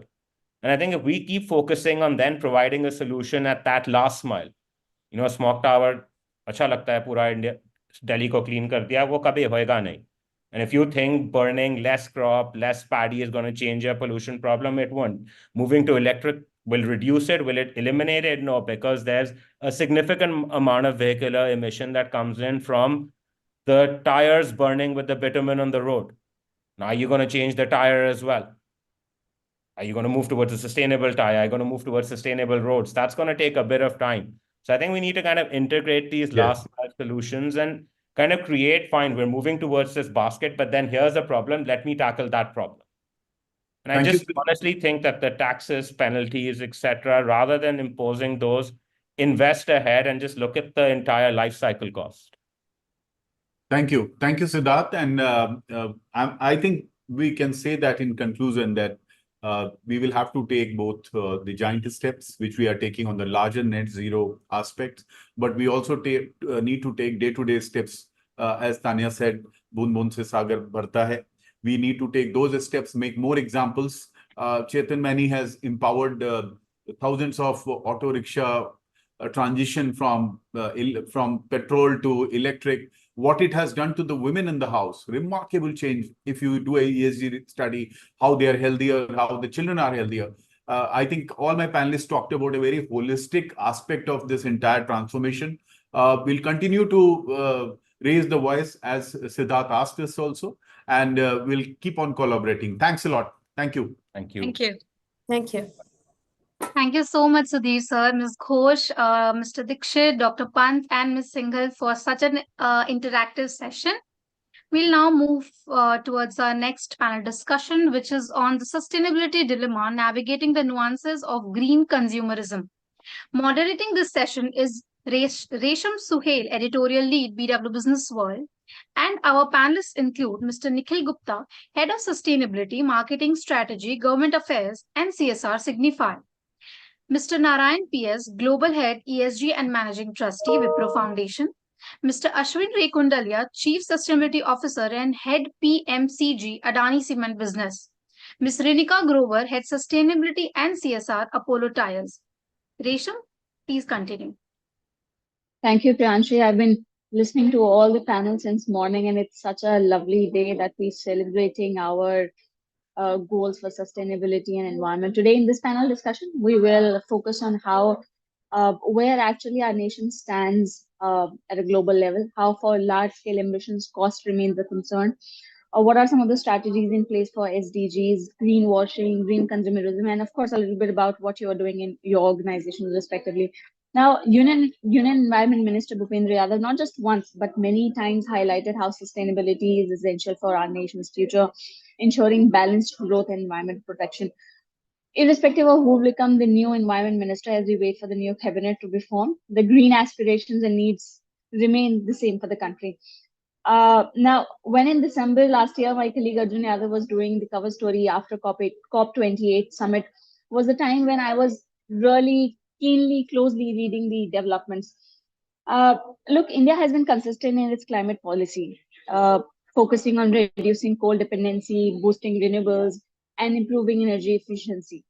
The strategy has been clear and very, very steadfast. However, despite these efforts and relatively low per capita carbon emissions, India, similarly China, chose not to sign the pledge to triple renewable energies by 2030.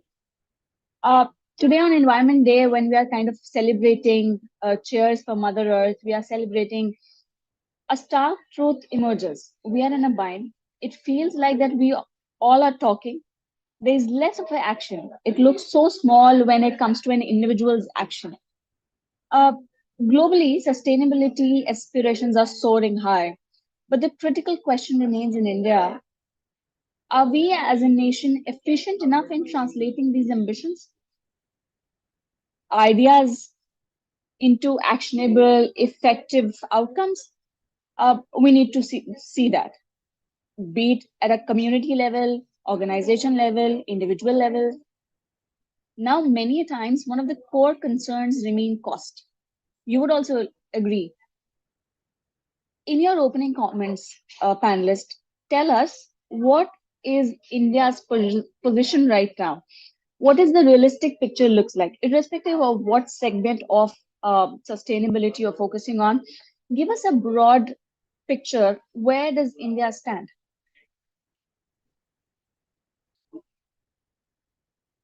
Anybody can start. Rinika, you want to? Sure. Thanks. Thank you to Business World for organizing and inviting Apollo Tyres.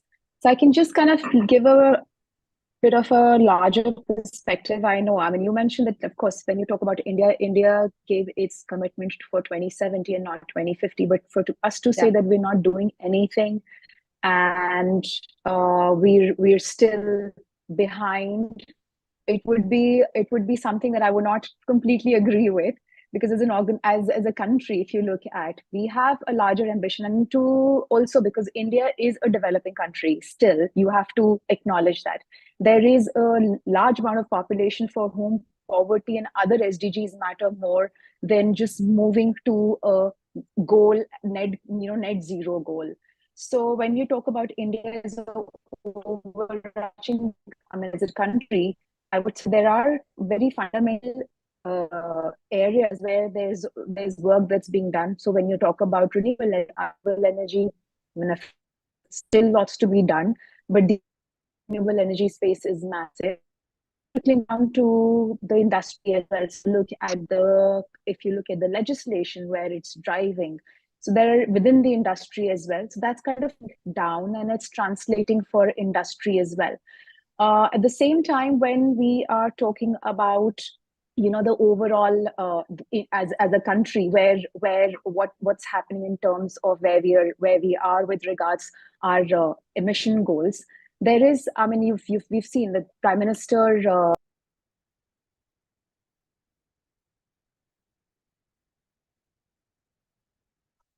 We lost Renika for a minute, I guess. Nikhil, if I can come to you and we can talk how do you look at India in a big picture?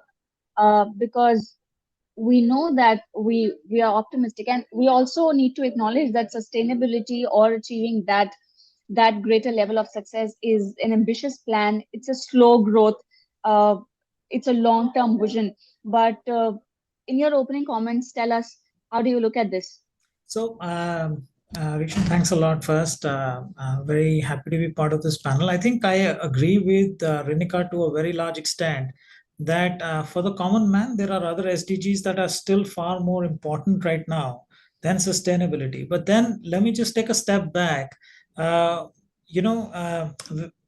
the lighting leader in India, we cater to both the consumer as well as the B2B segment, right? All the industry, all the infrastructure that we have in India. And if I look at the consumer side, I think going back to what Renika just mentioned, that we still are fairly a value for money kind of an economy when it comes to consumers. For them, if green is available, and today the awareness about green products, about sustainability, at least in a certain segment of people who have the affordability quotient there, for them, this is becoming more and more important. But they are still not at a place today where they're ready to pay excessively, where that value of green exceeds what they're willing to pay. So when it comes to the consumer segment, we still believe that value for money really mixes the sustainability piece. But when we look at the B2B segment or the corporate segment or even the government segment, there we see that sustainability is no longer a choice. I think everybody realizes, and all the corporates, and the government per se, almost everybody is chasing that sustainability target for the future, and they want to be a sustainable organization today. So there we see that suddenly in the last couple of years, there's been a huge transition. Sustainable options, and especially in lighting from our perspective, is something that corporates are now considering. They're willing to spend more to be green. And it's no longer just about hogwash that, I want to just state that I'm sustainable, but I don't want to really do anything about it. With more metric oriented outcomes that are being tracked for corporates and for the government, now people are willing to invest in technology that will help them achieve their sustainability goals. So we are seeing a huge transition in the commercial B2B side of India. But in the consumer side, I think people, if you give them an option between green and non-green, and with marginal movement in prices or marginal impact in prices, people are willing to now go towards more sustainable solutions. But if that comes at a cost that is substantially high, then we still see that the Indian consumer still goes back to the value for money piece that we've seen forever. So I think that's the change. Yeah, thanks, Nikhil. Very, very practical. And I have a feeling that every panelist on this panel would agree to what you have said. Before I come to Narayanji, you mentioned about SDG, and I was going through the index where there were many different blocks. Clean water and sanitation and affordable and clean energy are two blocks where they're seeing very tough challenges. And we're seeing green shoots in responsible consumption and production, and also climate action. So there is kind of a balance, we still are struggling to find solutions in many blocks. I'm coming to you, Narayanji, for your opening comments before we dive deep into green consumerism. Thank you. Thank you. So I'm going to restrict my opening comments to sort of conjoining some of the remarks made by the previous panelists with the essential theme of green consumerism and its nuances. And what we are saying is, on one hand, India as a developing country, for its economy to grow, will depend on consumption as a key element of that GDP growth. Right. It's an essential element of that whole equation of lifting the country out of poverty. So, you will have more and more people consuming more.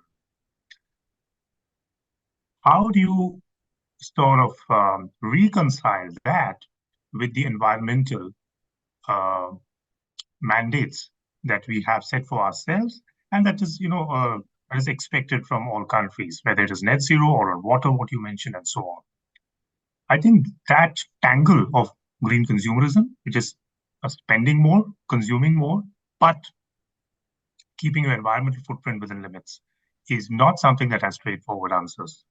Just one simple example, if you take e-commerce apps, the big baskets and the Blinkits of the world, there's been a 3 to 4-fold increase in the last 5 years in volumes, in value, and concomitantly in packaging waste, in carbon footprint, and all of that. Okay, and that's going to continue. Now we have to be aware of that. Now, if you say that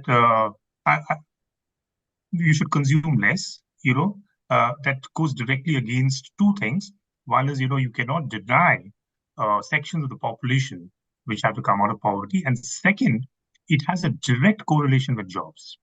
If you lower consumption, it'll lead to, a cascaded impact on jobs, right? So that is a conundrum which economists and ecologists have to jointly think about. And I don't think there's a straightforward solution here. I'm just tabling that because that's probably at the heart of this whole debate. SDG, since you spoke about SDGs, SDG 12 speaks about sustainable production and consumption. But if you go to the SDG website and you drill down to the goals and targets, it's all about sustainable production. That's the easier thing to do. Convert my energy to renewable energy, improve energy efficiency, lower the carbon footprint of, the steel that I produce or the computers that I make. Much easier. Sustainable consumption, that's the elephant in the room, which nobody wants to talk about. Thank you so much, Narayan, and that is something we are here to discuss. And I must appreciate the way you brought that in. Before I give a chance to Renika to complete what she was saying, I want to come to Ashwin for his opening remarks. Yeah, thank you, Sohail, and thank you, panelists. Good afternoon, everyone. I am representing a very different industry, which is cement, correct? And cement has, as far as sustainability is concerned, we have a lot of concerns, but at the same time, because we have CO2, which is critical for the climate change. And cement itself, where basically 1 ton of cement we produce roughly around 500 to 550 or 600 kg per ton of CO2 also we are producing, right? Because that is inherent to the processes, and we can't basically avoid that fully. So but at the same time, because cement, we know, okay, we are what we are doing it, and at the same time we have a very clear vision, okay. Sustainability and the competitiveness, I'm talking only on the product side. We are they are the two sides of the same coin. So we are very clear, if you want to become basically competitive, you have to be sustainable also, correct? So I think that is where we are coming from, and we have very clear vision as far as Adani Cement business is concerned. We have very clear vision. So, and we have very clearly published goals for 2030, And our the entire framework on the sustainability, where we are basically say talking on climate and energy. We have a clear goals on the recircular economy. We have clear goals also on basically the people and the community, and we have clear goals on the water and nature, right? So we are talking basically say we have very comprehensive framework, and that framework basically say is addressing all the sustainability areas, and they are basically like say good corporate governance compliances. They are also basically the fundamental of addressing all these issues, right? So there we have a lot of clarity. So the point is wherever as far as the our industry is concerned, no, and we are investing a lot actually to address the sustainability issues, right? So in between, basically say we have very clearly communicated as part of our investors code, where we said say 60% of whatever the energy we require today, that will be by in next say 2 to 3 years, that will be basically say coming from the green energy.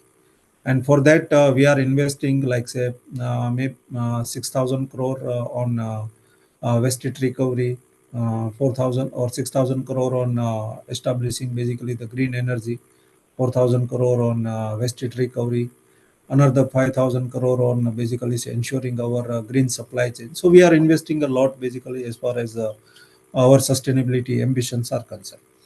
So but at the same time, no, we don't have basically say so on the product side, whatever we can do, right, that we are doing it, including basically say addressing the say social issues, the nature, the safety, environment, whatever we can do, right?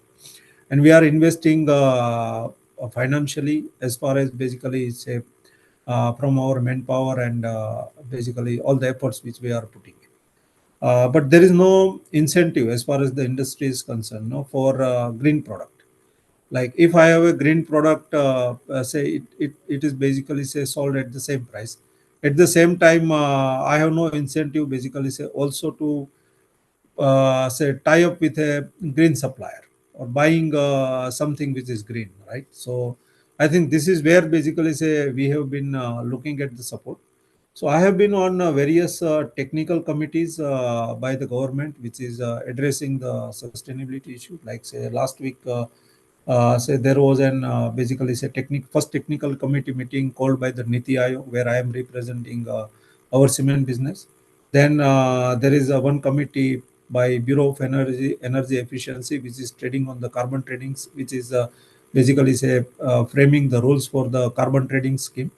So there basically say we are dealing at the different levels now, but the two issues still remain: how we will basically uh, say how will have incentive to for the consumer to buy the green cement, and how we'll have incentive for the industry to basically say buy the green product from our suppliers, right? So that remains still a challenge, and we have to work at the different levels to find the ways for that.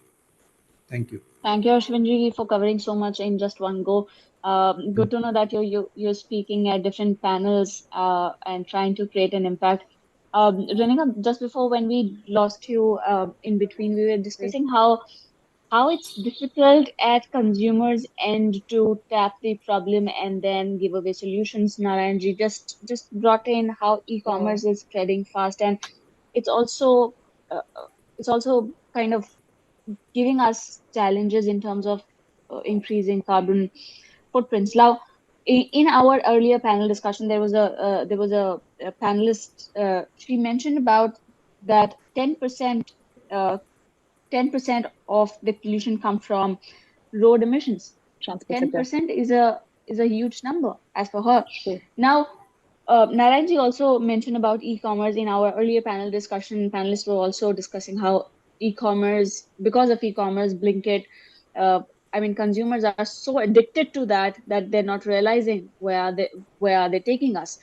Nikhil, we will also come to you about greenwashing as well. But now, do you really think that it is a self-created problem? At many levels, we can kind of be conscious of what we are doing and can contribute hugely.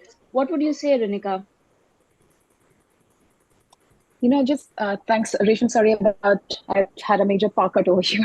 Anyway, so I think I was just kind of talking about in terms of the overarching where India is, and I think you've already covered that, so I can move to the next point in terms of consumerism. I think Nikhil mentioned something when I just joined briefly, was in terms of the cost, which is still an indicator. And there was a very interesting study that was done recently, which said that, and when I was following that study, it just said there was a survey that done on thousands of consumers, and it said that over 85% of the consumers would actually go for products which where companies are investing in ESG. That something is there, but then it becomes less when over 75% of them would actually look at buying products from that company as well. But then further, when you drill down in terms of the price comparisons, it becomes far lower, because at the end of the day, which I think all the other panelists have highlighted, cost is one of the key elements which defines. I mean, yes, there is a green product as well, and you all mentioned, and I'm very well aware of the 10%, because we also look at the automobile industry and we classify, being from the tire industry, we classify ourselves in the automobile sector when we're looking at it. So tire is one of the components which actually looks at, when you're looking at emissions, is a cause as well. So, but the end of the day, when you look at where exactly the consumers are making the choice, that comes when the cost is there. Whilst it's very, as an organization, when we look at overall, yes, we are looking to move to greener products, and that's something we as an organization are doing as well. But one thing that fits very well is when you look at the entire life cycle of a product. And that's something which revealed for us as well in terms of what are the hotspots for a product where the maximum emission is, and how can you actually address those. Now, when you're looking at the consumerism side, there is awareness. There are the consumers who would want greener products. That's individual capacity. There are our OEMs. When you look at our large OEMs, they would want greener products as well. And for them, I mean, this is just something that I'm sharing with you. It's a huge shift from what it was to what it is now. Earlier, and it's just an example, when we were, for our OEMs, when we would look for a request for quotation, we could easily just apply and say that this is what we are looking to sell. That's what just the sales number was enough. But now you have to showcase what your sustainability and ESG journey is, how green is your product, and only then the RFQ, which is the request for quotation, opens. So that's where the whole shift is. So whilst the OEM is a little far ahead, but when individual consumers, it still looks at pricing, because that's where at the end of the day, it counts. So it's a conundrum that one has to experience. So when you look at the entire life cycle of the tire, you look at where exactly are the hotspots and where exactly you can actually identify. So in the use phase, you rightly said, when you look at the tire, the use phase is the maximum emission that the tire causes. So there you basically look at where exactly, which raw materials, which products can you replace so that there is a lower rolling resistance, and basically there is a lesser emission as well. But here, I think a couple of things which one of the co-panelists mentioned, it's the availability.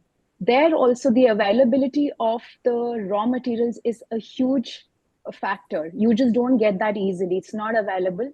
The cost is one very, very big element. And the reverse engineering of that green product, it's costly, it's not there. So the systems are not in place. And that's something we as an organization are experiencing as well, because we are under the remit of extended producer responsibility, where we have to take the tire that we have brought in when it reaches its life cycle back into so that it's actually disposed of in an environmentally friendly manner, and it's back into the circular side. So that these are the things that they're there. And that's a challenge one experiences on an ongoing basis, and with consumers expecting, demanding. Of course, there is a lot of innovation that's being brought in to expedite this, but it's kind of like you're always chasing to fill that gap. it's a complex field, and actually it takes a lot of time for things, because it's just not something, it's not a magic wand that you can just straight away churn out products which are going to be green and which are going to be absolutely, there won't be no emission. So that's something one needs to be mindful of. Yeah, I earlier said it's a long-term ambition. Narayan, before I come to you, I'll come to Nikhil. Narayan, I would want to listen. What would you say in terms of solutions if we look at this sustainability dilemma?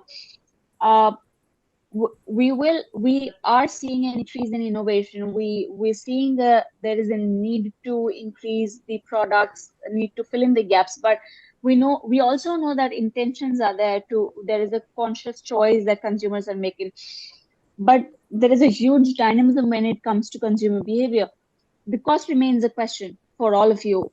In your opening comments, you mentioned, but what can be some of the solutions if we look forward, and how would you also encourage or expect the government bodies to kind of take a step ahead and give us solutions? We will come to this, but Nikhil, now can you talk a little bit more about greenwashing? A lot of people, how many would you think that uh, how many people sitting in somewhere in Meerut or let's say Bijnor in UP would kind of consider an ROHS certified product, and they check that? What is that ratio, and how are you looking at consumers being very, very knowledgeable and informed about a product? And how is greenwashing helping them washed away? So greenwashing is basically when corporates are misleading consumers into believing that they are using sustainable products, sustainable processes, or if the product itself or the service provided is inherently sustainable, but it's not. I think this is something that is been plaguing industries across a lot, because it really puts a dent in the transition that we are trying to actually make towards a more sustainable product, I would say production and process. Now, what we've been seeing is that a lot of companies have been making these claims about sustainability, for which they don't really have a clear plan of action. It's more like a statement of intent that they want to be net zero by 2040. They really don't know how to get there.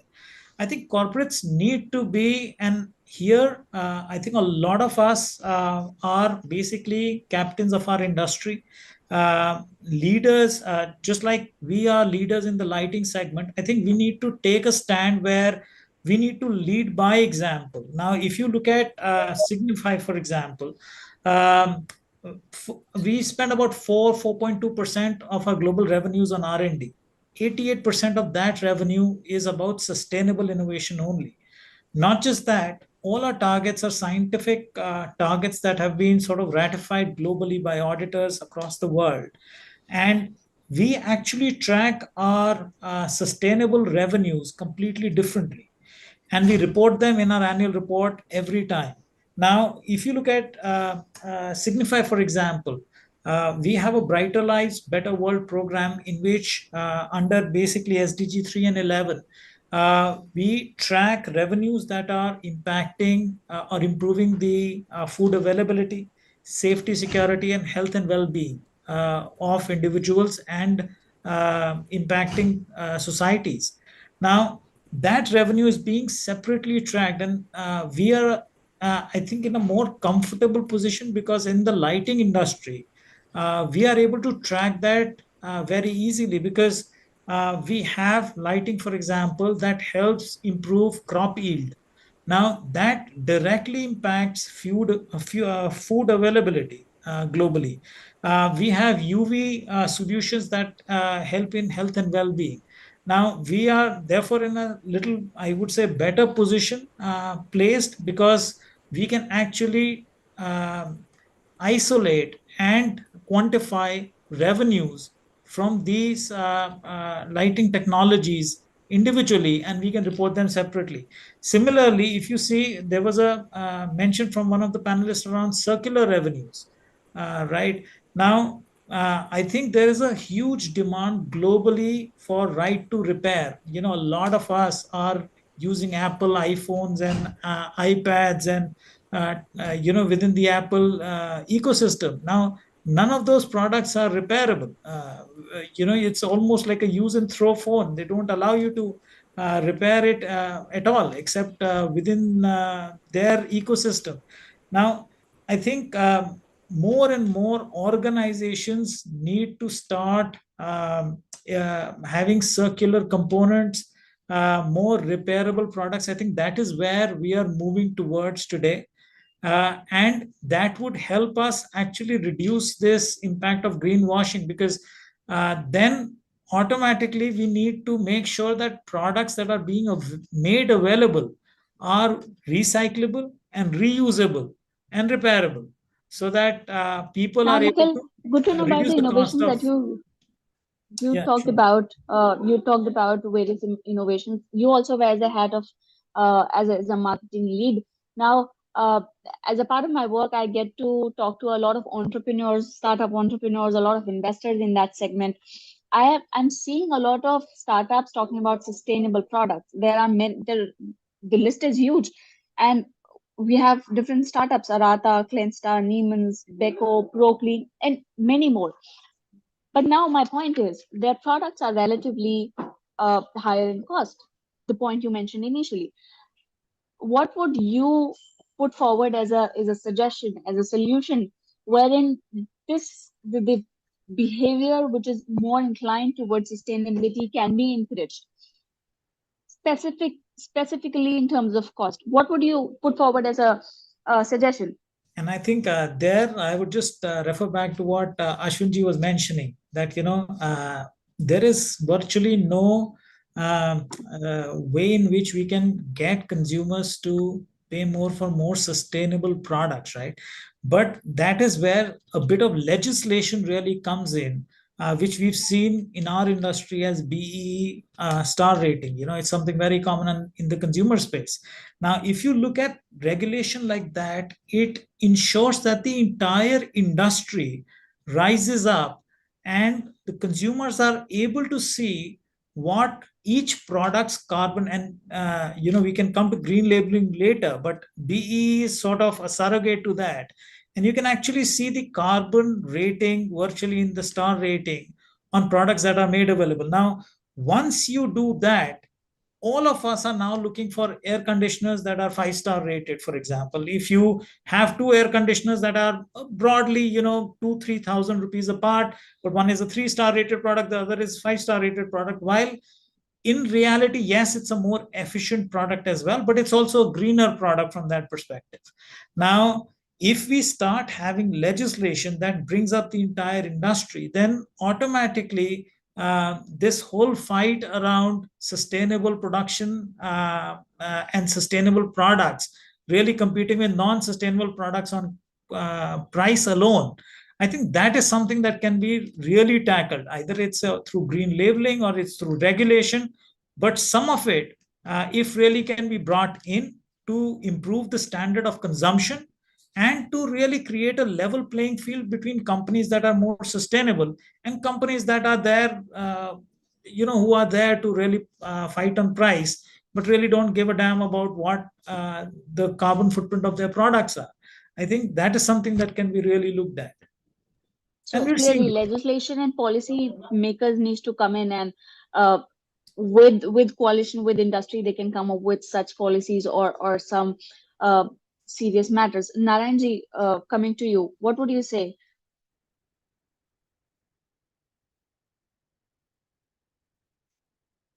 You're on mute.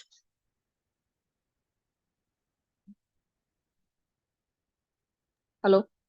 Sorry, I lost you for a minute. Can you just repeat what you were saying? It's just that we were talking about how we can look at solutions. How can we invite policymakers to give us solutions when it comes to green consumerism and encourage that? We know that intentions are there. I also want to make a conscious choice, but my pocket is thin. So what would you suggest?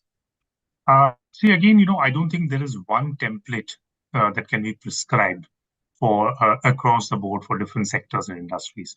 if you look back at the last 10 years, and if you look at the two major advances that have happened, one is in renewable energy, which is specifically in solar power, and the second is in electric mobility, electric vehicles, right? We've seen 3 to 5-fold reductions in cost, bringing them down almost on cost parity, especially renewable energy. I think electric vehicles will come to cost parity within the next, anywhere between the next 2 to 5 years. These have been driven largely by a combination of forces. They've been driven by investments in R&D and in technological innovation, supported by government policies. Okay, I think both of these are case studies where the confluence of government policies and investments in R&D have resulted in a scaling up effect, bringing down prices. However, that's not been the same story across. Okay, there have been sectors which have probably progressed a little slower. Let's look at another category, which is jet aviation fuel, right? If you want to make air transport less carbon intensive, today you have R&D investments being done by the big oil companies like Shell and so on, something called sustainable aviation fuel, which has a much lower carbon footprint than conventional jet aviation fuel. However, it comes at a premium of about 10x in terms of price, right? And the estimate is that it will take at least a decade, or if not more, for price parity to be reached on sustainable aviation fuel. But that's because the nature of that industry and that technology is very different. So I think all these factors will have to come into play, but the trajectory of how long it will take to reach price parity is very difficult to see. But we have good examples, which we can draw from, right?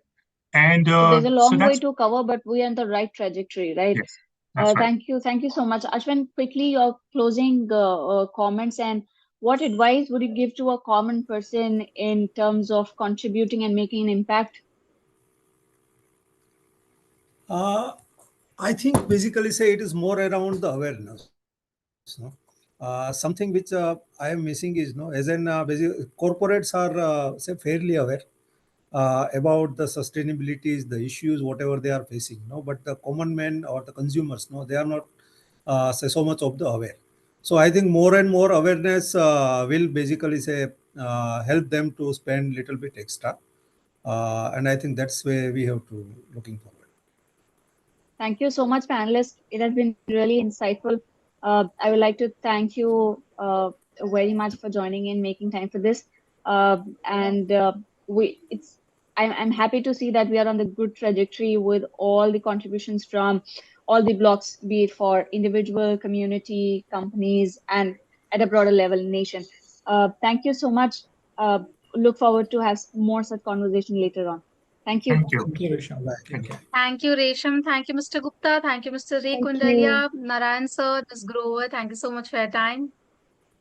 Thank you. So next, the last panel of today's virtual program is on investing in climate solutions, mobilizing finance for a green transition. I would like to invite our moderator, Ms. Chandni Khosla, Board Advisor, Sustainability and Sustainable Finance, and our esteemed panelist, Mr. Sridhar Sarthi, Chief Ethics Officer and Head Sustainability and CSR, Tata Capital, Ms. Neha Kumar, Head South Asia, Climate Bonds Initiative, Mr. Prithviraj Franklin, Director, Sustainability and CSR, Happiest Minds, Mr. Santosh Muzumdar, Director of Government Relations and Sustainability, Johnson Controls. Ms. Khosla, the floor is yours. Thank you, Priyanshi. Always nice to be at Business World Forums. I'm joining the panel from Toronto, Canada. It's around 4:30 in the morning here. But welcome to my panelists. I hope you are doing really well and you're celebrating today.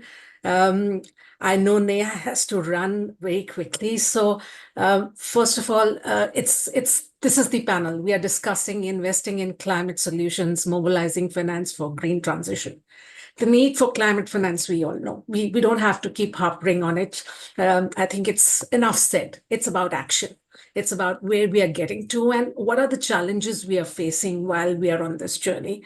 So let's start with a tricky one there. And I know you've done so much with climate bond initiatives. In fact, congratulations to climate bond initiatives. You've kind of done a new paper on navigating corporate transitions, a tool for financial institutions in collaboration with the IIGCC, the GFANGs, and Climate Arc. I think that's fabulous. The way you do advocacy, joint advocacy, collaborating with other think tanks and coming out with very in-depth research pieces. Now, while we are creating this knowledge and capacity for institutions, both financial and non-financial, to embark on their transition journey, we are seeing certain challenges still. Let's take the example of Enel, the Italian utility company, which missed its Scope 1 carbon intensity target. And despite being a major issuer on sustainability-linked bonds, it's widely understood that failing to meet the decarbonization target in instruments like green bonds and SLBs, the sustainability-linked bonds, could impact how investors perceive a company's commitment to energy transition. Now, this could potentially raise climate-related credit risks and lead to wider bond spreads and increased capital costs. I mean, you name it, beside the reputation impact.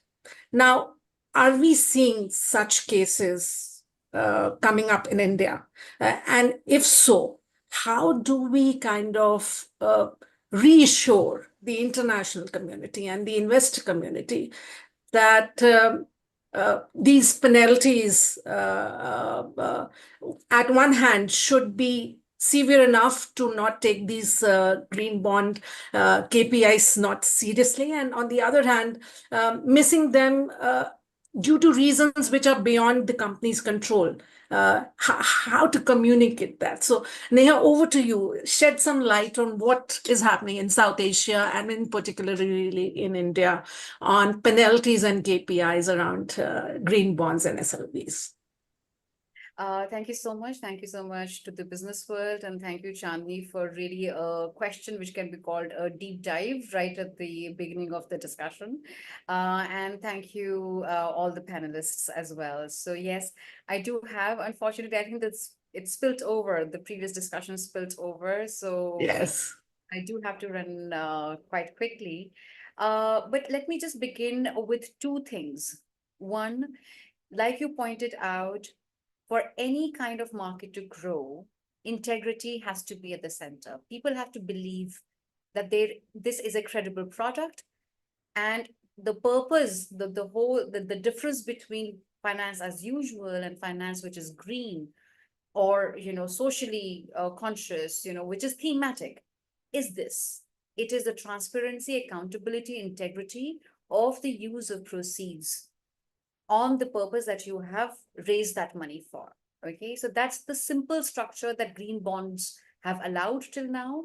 And the particular instrument that you talked of, which is called sustainability linked bonds, they're very new in the market. It's hardly a couple of years. Just for the benefit of the viewers as well, I would say that for a long time, most of the investments were going into renewable energy like solar, like wind, where it's very clear that it is, what we call pure play green. Yeah. But rest of the economic activity in different sectors is transitioning towards green. It is becoming green. It is not everything is a renewable energy asset or an activity, right? Now you take steel becoming green, you take cement becoming green. The previous panel was discussing this. Now, structurally, these instruments are different, like you mentioned. So green would be a use of proceeds. You have an asset, a renewable energy asset or an activity, that the money is going there. In SLBs, which are linked bonds, linked to what? Sustainability. They become general purpose loans or bonds. They become instruments which will give to the company the flexibility to, to invest in different processes depending upon a predetermined target. Now you ask the question, is the penalty, how is this whole space, panning out? Well, generally, what basically it was said that if you achieve your targets, your coupon rate will have a step down measure.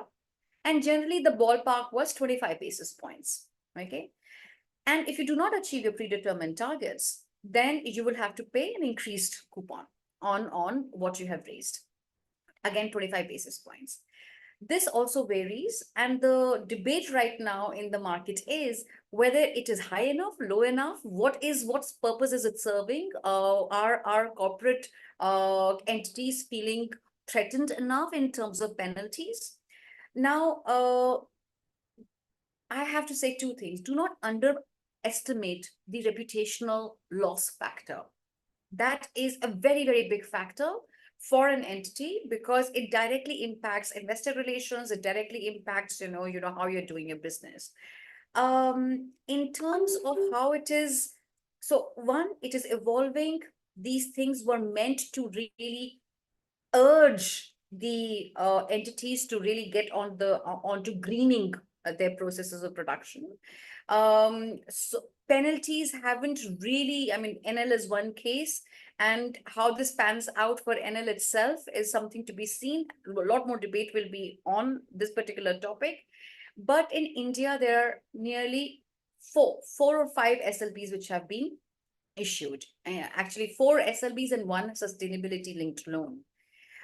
There have not been any penalties till now for the reason because the criteria around it, how to measure it, isn't yet defined, hasn't yet become mainstream. Now, Climate Bonds Initiative has taken some measures to say, let's define it much more granularly so that at least we know what are we punishing against or what are we actually, measuring the performance on. There are 3 factors. How do you set the ambition of that KPI, right? So when you say, I am reducing my emissions by this much, is that ambitious enough? That's the first aspect. Second, what is the action that you're taking to bring those emissions down? So which need to be spelled out in very, very clear manner, explicit manner. And third is, what is the accountability system that you have put in place, which is in terms of your governance, which is in terms of your strategy. So what we are advocating is that for a general corporate purpose loan, you have to have a plan which links back to the entity and its transition pathway. If you do not have a plan, then it is very difficult to ascertain, how ambitious you are. And that ambition, of course, should be aligned to the Paris target. I will stop here. There is a lot to discuss. I mean, it's a really, by the way, just this last tidbit, we also did a research just recently and looked at all SLBs all over the world. Only 16% of them were found to be aligned ambitiously to Paris. Rest, all of them were somewhere not there. So there is a lot of investor scrutiny, and there's a lot of scrutiny by other stakeholders in the market. So things will evolve, but they're still to get more sharpened and much more credible, integrity and criteria oriented in this particular field space. Well, Neha, as you rightly say, scrutiny is very critical. And more than scrutiny, I think accountability and some sort of monitoring and enforcement mechanism around these KPIs and the frameworks that many companies are aligning their financing and capital raising on ESG and sustainability needs to be credible. And the reason I say this, and I'm going to stay with you for a while on this, is because I saw a recent Indian bank list its sustainability bond on an international stock market exchange, and the exchange did the right thing. It said, this is the ESG framework of the company. This is the assurance second opinion provided by XYZ. And these are the principles on which this bond is going to comply with respect to the KPIs. The twain don't meet. Yes. The KPIs, as mentioned in the ESG framework, do not kind of really resonate, or even from I'm not saying it's 1920, 19 20 ka difference. It's a difference of 20 and 50 ka difference. They don't meet, but nobody is questioning that. There is going to be more questioning on that. You do expect that. That is what I'm trying to understand. You do accept. Yeah. I will give you an example. Okay. These are new instruments, as I told you. They also are attractive instruments. Yeah. So for a steel company, for example, which does not have a green technology to suddenly go green into production, it has to follow a certain path, right? Okay. That's why a general purpose loan is attractive, that I can put this into all the things that I'm doing, right? Towards the goal. There was a lot of interest. There still is. I think the instrument itself has a lot of utility. Okay. But in 21 and 22, the issuances dipped. Why? Yes. Because investors are scrutinizing the instrument. Actually, very well. One of the 4 SLBs which were issued by one of our own companies had a coal guarantor in the structuring of that. And there was an NGO which raised an alarm on that this is not how it is supposed to be.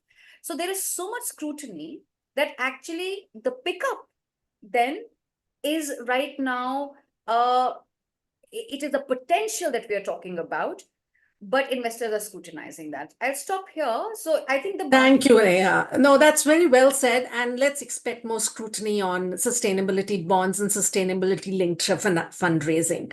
Let me move ahead to some of my other panelists. And Santosh, you are the Director of Government Relations and Sustainability for JCI, Johnson's Controls.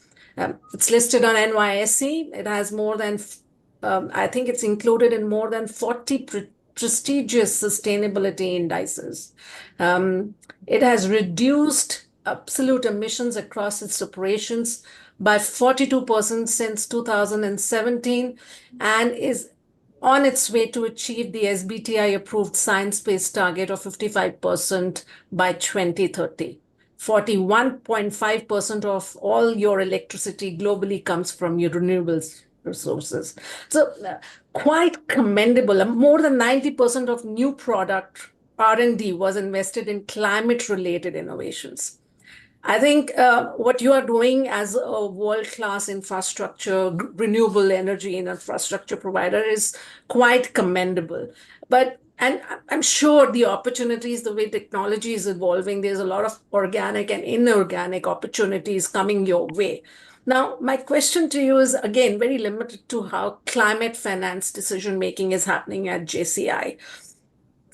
Could you share some insights? What are the key factors that distinguish strong KPI targets from weak ones, especially while selecting companies for any joint venture arrangements or acquisition arrangements or merger arrangements, not from a global context, but even from your local context? If you're planning to partner with somebody, do you consider ESG factors? And what are strong and what are weak ESG factors for you in your kind of perspective? Absolutely, Chandni. Great question, I must say. And thank you so much, Business World and the team. It's indeed an honor to be here. Add to that, Chandni, the credentials that you mentioned about Johnson Controls, $6.5 billion was actually saved by Johnson Controls' capital financing entity. So that's one other entity. What we do essentially there is it's performance based, and alluding to what what Neha was talking about earlier, that is scrutiny and accountability. There is this interesting instrument that I would want to talk about. But before that, the reason why we are so much passionate about climate financing and whatever we are doing, and how is that contributing towards reductions. Let me give you a perspective here. The built environment buildings that we actually cater to, they represent roughly around 40% of the emissions globally.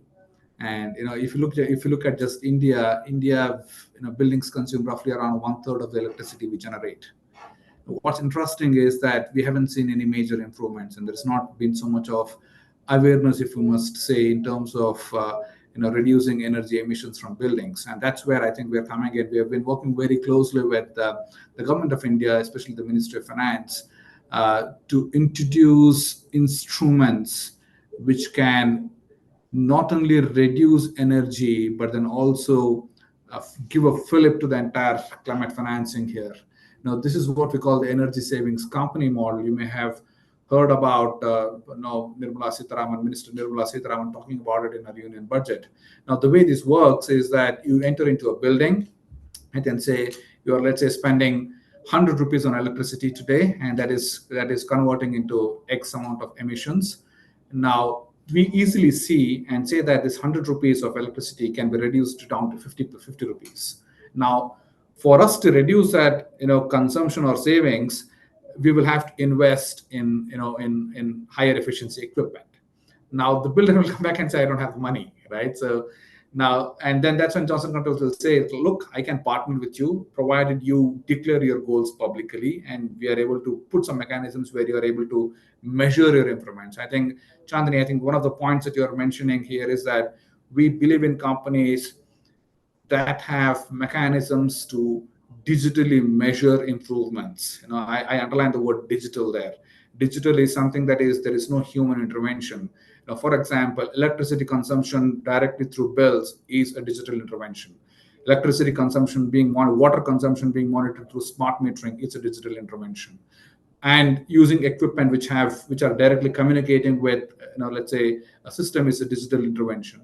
Now, you come back and say that the 50 rupees that you will reduce is actually used for capital funding. That is actually used for Johnson Controls, let's say, to take back the funds that we have invested. So these are the type of models that we're working on.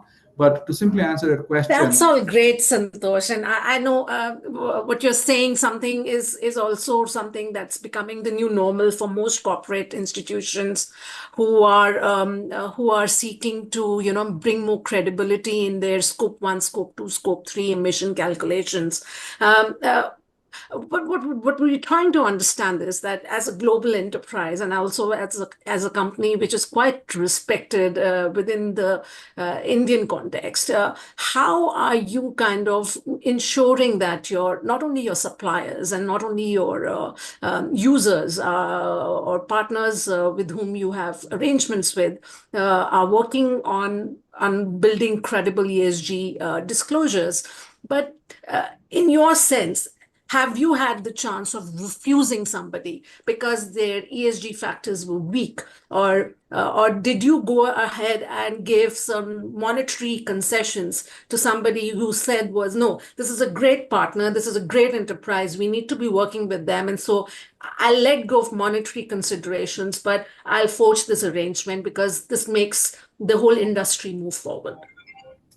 That's a tough question to answer, Chandani. Okay.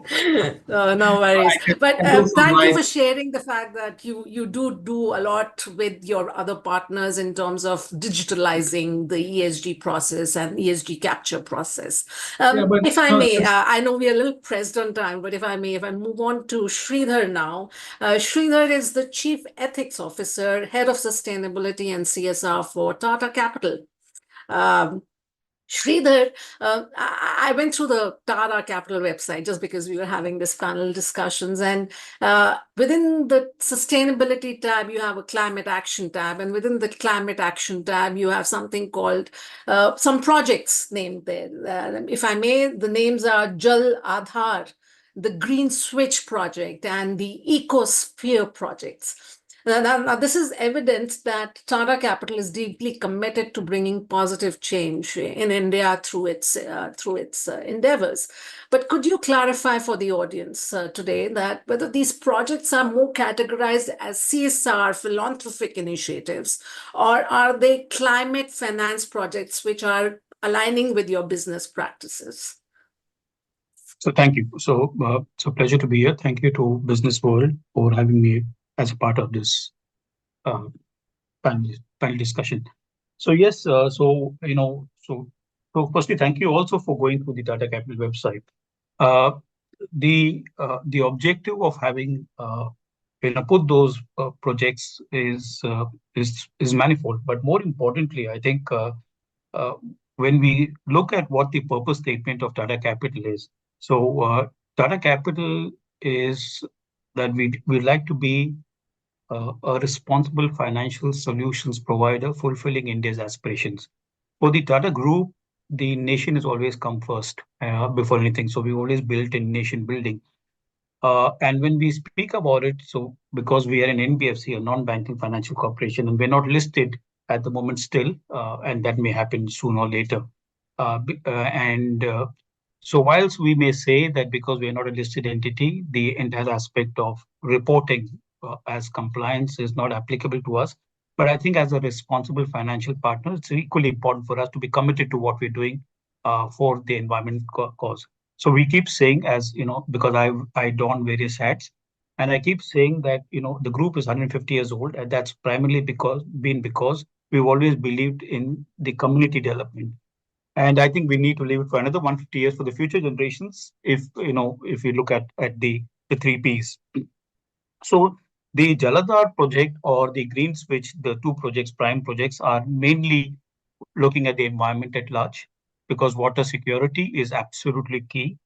And when we look at what the situation is in the major cities across the country or across the globe or the country, look at Mumbai today or Bangalore, we are at danger zones. And God forbid, if we do not have a good rainfall, I think we are all in a situation which is not.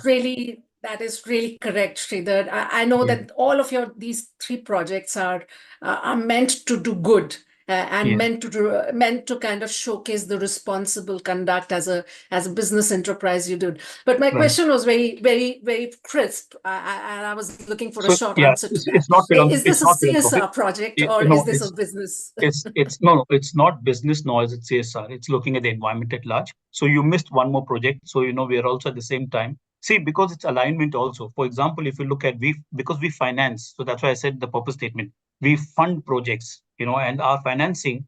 If we stop the financing, then the planet can be a better place. Or if we do responsible financing, the climate again, the world can be a better place.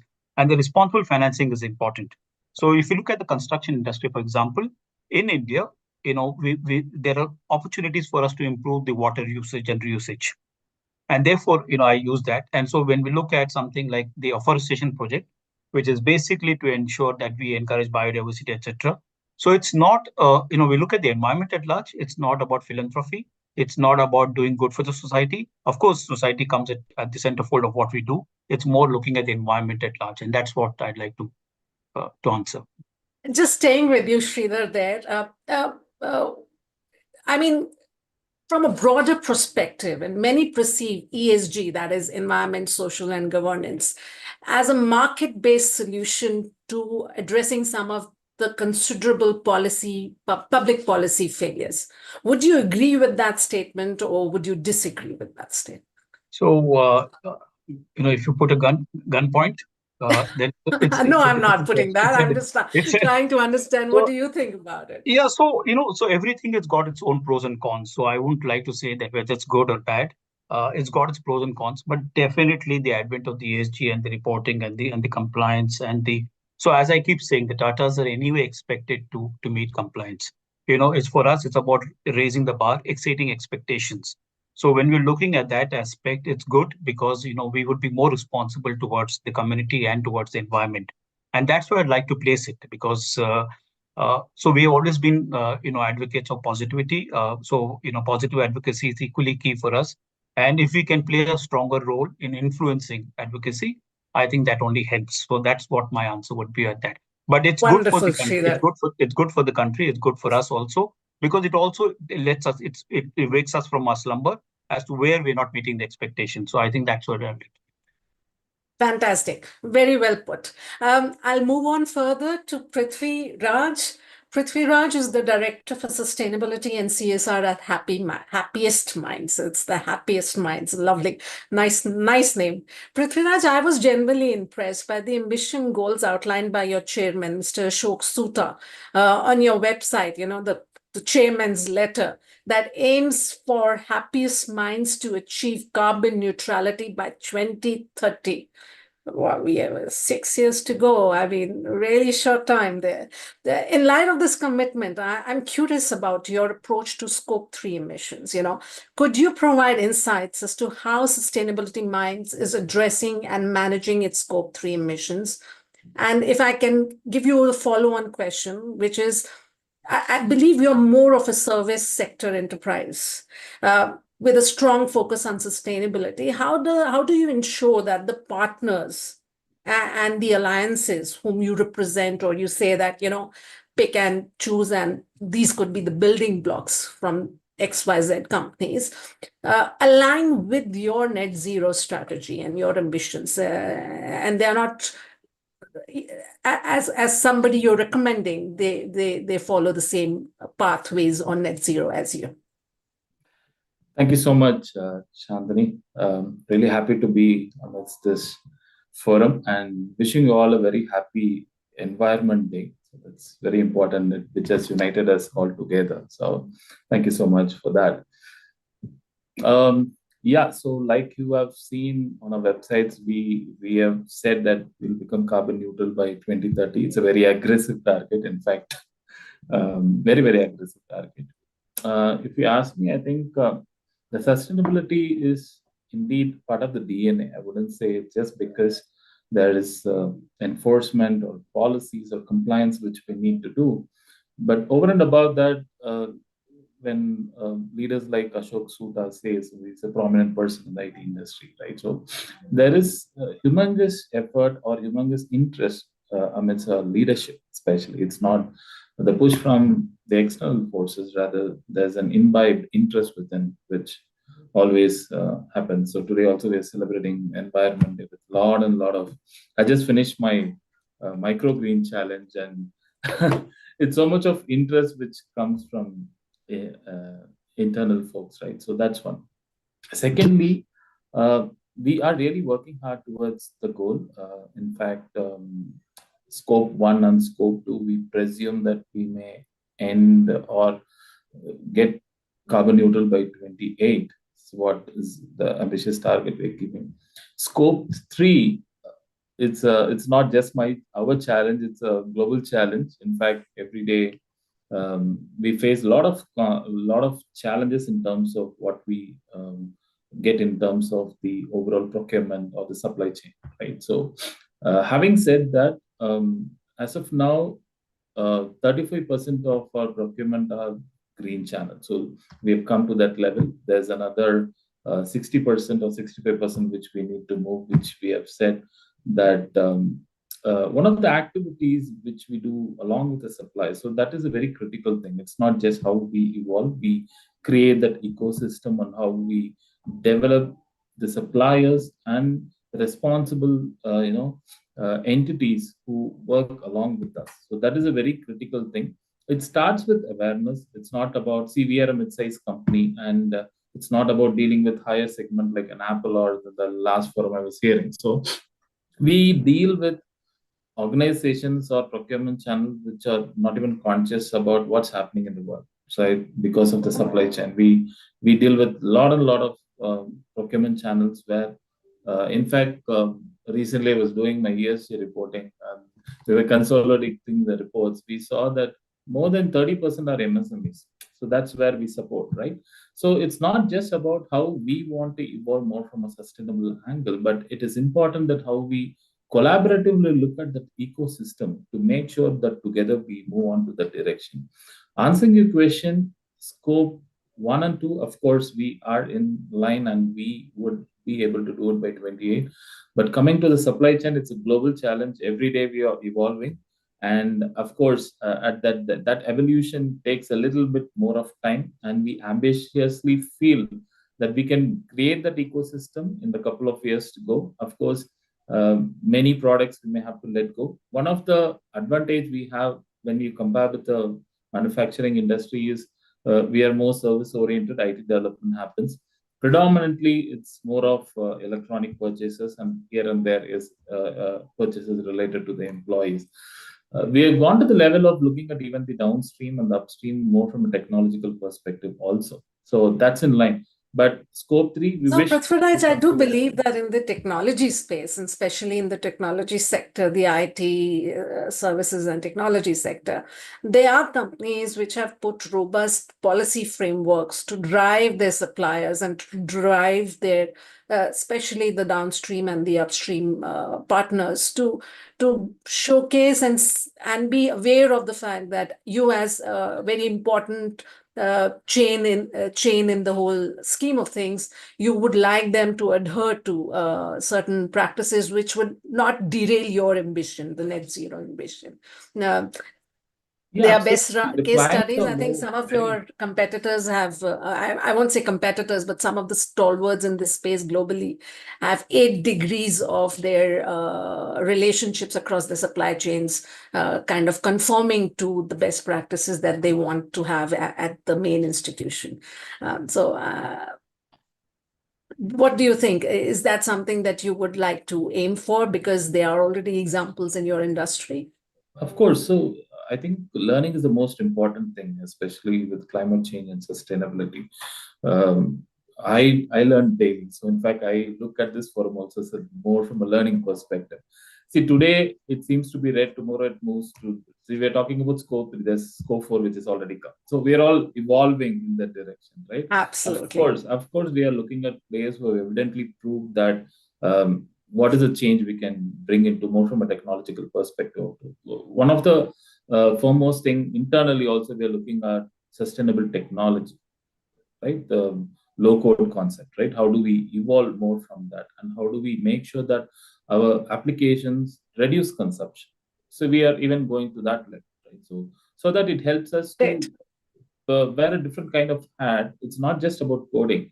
Now it becomes like how much of coding absorb how much of energy. So that level of indicators are coming up. So that is very critical, and it is very difficult to get that concept into the delivery, because when you face a client, it's more of what you deliver more from the acumen standpoint. But these are something which you have to invest, and it is expensive. You understand, right? So it is expensive in investment, although you give the same delivery. When you look at it from an outside, it is just another Amazon page or something like that. But what goes behind this more than what you even anticipate. Thank you, Prithvi. That's quite insightful. And yes, we have to learn to appreciate something which is not marketed in the right fashion in social media, but a lot of work does go by through it. And I know this is the evolution, and I think that would be the new normal for a lot of other things that your competitors would be doing. So Priyanshi, do let us know how much time we have. But what I would like to do now with the panel is do a little rapid fire, 1 sentence answers only, if you could. And just try to think out of the box as to really how do we get the needle moving on mobilizing the capital we need for transitioning towards a greener and more sustainable world.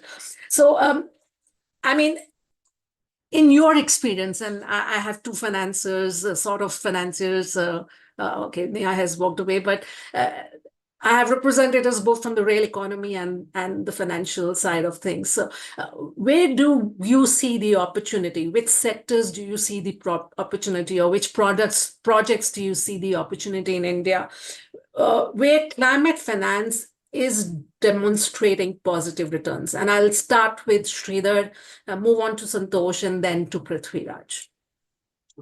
Definitely in my own industry. So the returns would always be in my own industry. So as I said, responsible financing is the key, and the needle can move if you're more, and in all of us together are more responsible in mitigating the risk that can associate ourselves from the financing that we do.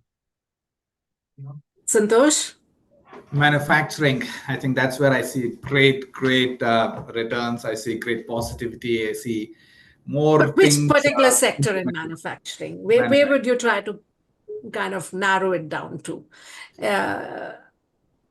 Which sector you say? Is that what Yes. you said? Well, I would say across, across sectors. I mean, if you take even automotive industry for that matter, I think I would lay my bet on that and say I think we've got great credentials, we've got great responsibilities, we've got great accountability, we've got a good market, and I think what is being done is that much more transparent. I would lay my bet on that. I thought you would lay your bet on smart buildings, but automotive is good enough. Thank you so much.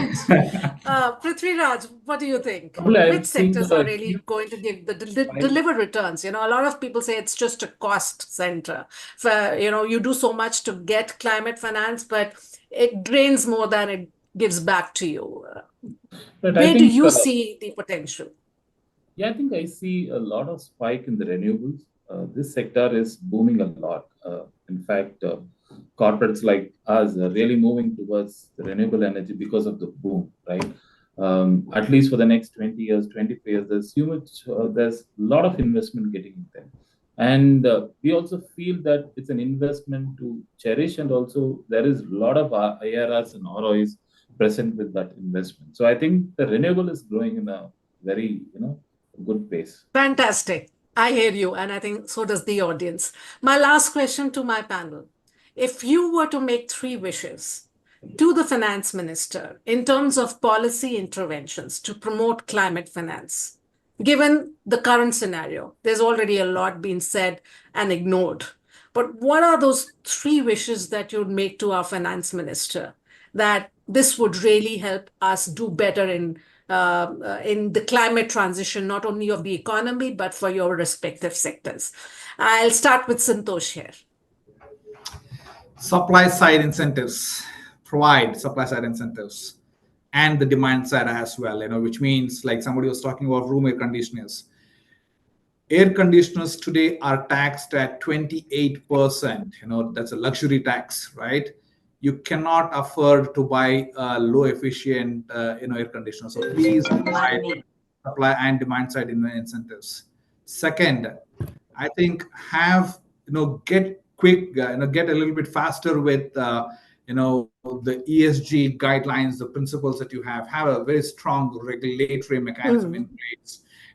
A sustainable taxonomy for that matter of fact. Sustainable taxonomy for that matter. And and the third part I would say is please educate the banking institutions to capacity creation. Prithviraj, what are your 3 wishes to the finance minister? I think a strong policy is inevitable. So because I think policies is what we are directed of. I think when the bureaucrats create the policies, they should consider the ideas of the corporates or any manufacturing industry. It should not be a top-down, rather a collaborative approach. Got it. The PPP is very important. Clear policy guidance. Absolutely. What is your number 2? Number 2 is private-public government partnership. I think that is very critical because it has to be collaborative, especially in a climate initiative. It is evolving. It has to be collaborative because it is not just for one person, it is for everybody, right? The third one is ease access. And like Santosh said, it's about awareness. How do you penetrate into understanding of what's happening around? Yeah. Fantastic. Thank you, Prithvi, for that. Over to you, Sridhar. What are your 3 wishes to the finance minister? Wishes for horses. So I would definitely, speak about more on encouraging and incentivizing on proper reporting and transparency. And therefore, making sure that there is something in it for me. So it's surely one. Number 2 is also ensure, if you're talking about reducing emissions, incentivizing or making sure there's less taxation on certain issues on technology and innovative, investment into new technologies, which is very, very key.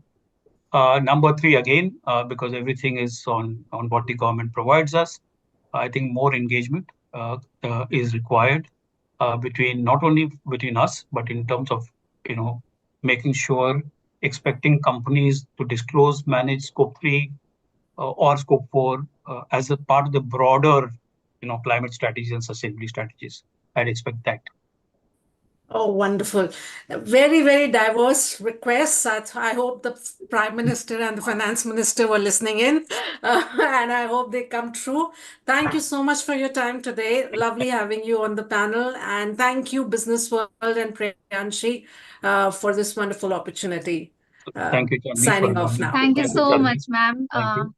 Getting up Thank so you, early also. Mr. Franklin, Mr. Muzumdar, and Mr. Sarthi, and Ms. Neha Kumar. Thank you for your time and valuable insights. So very interactive. You can Log out.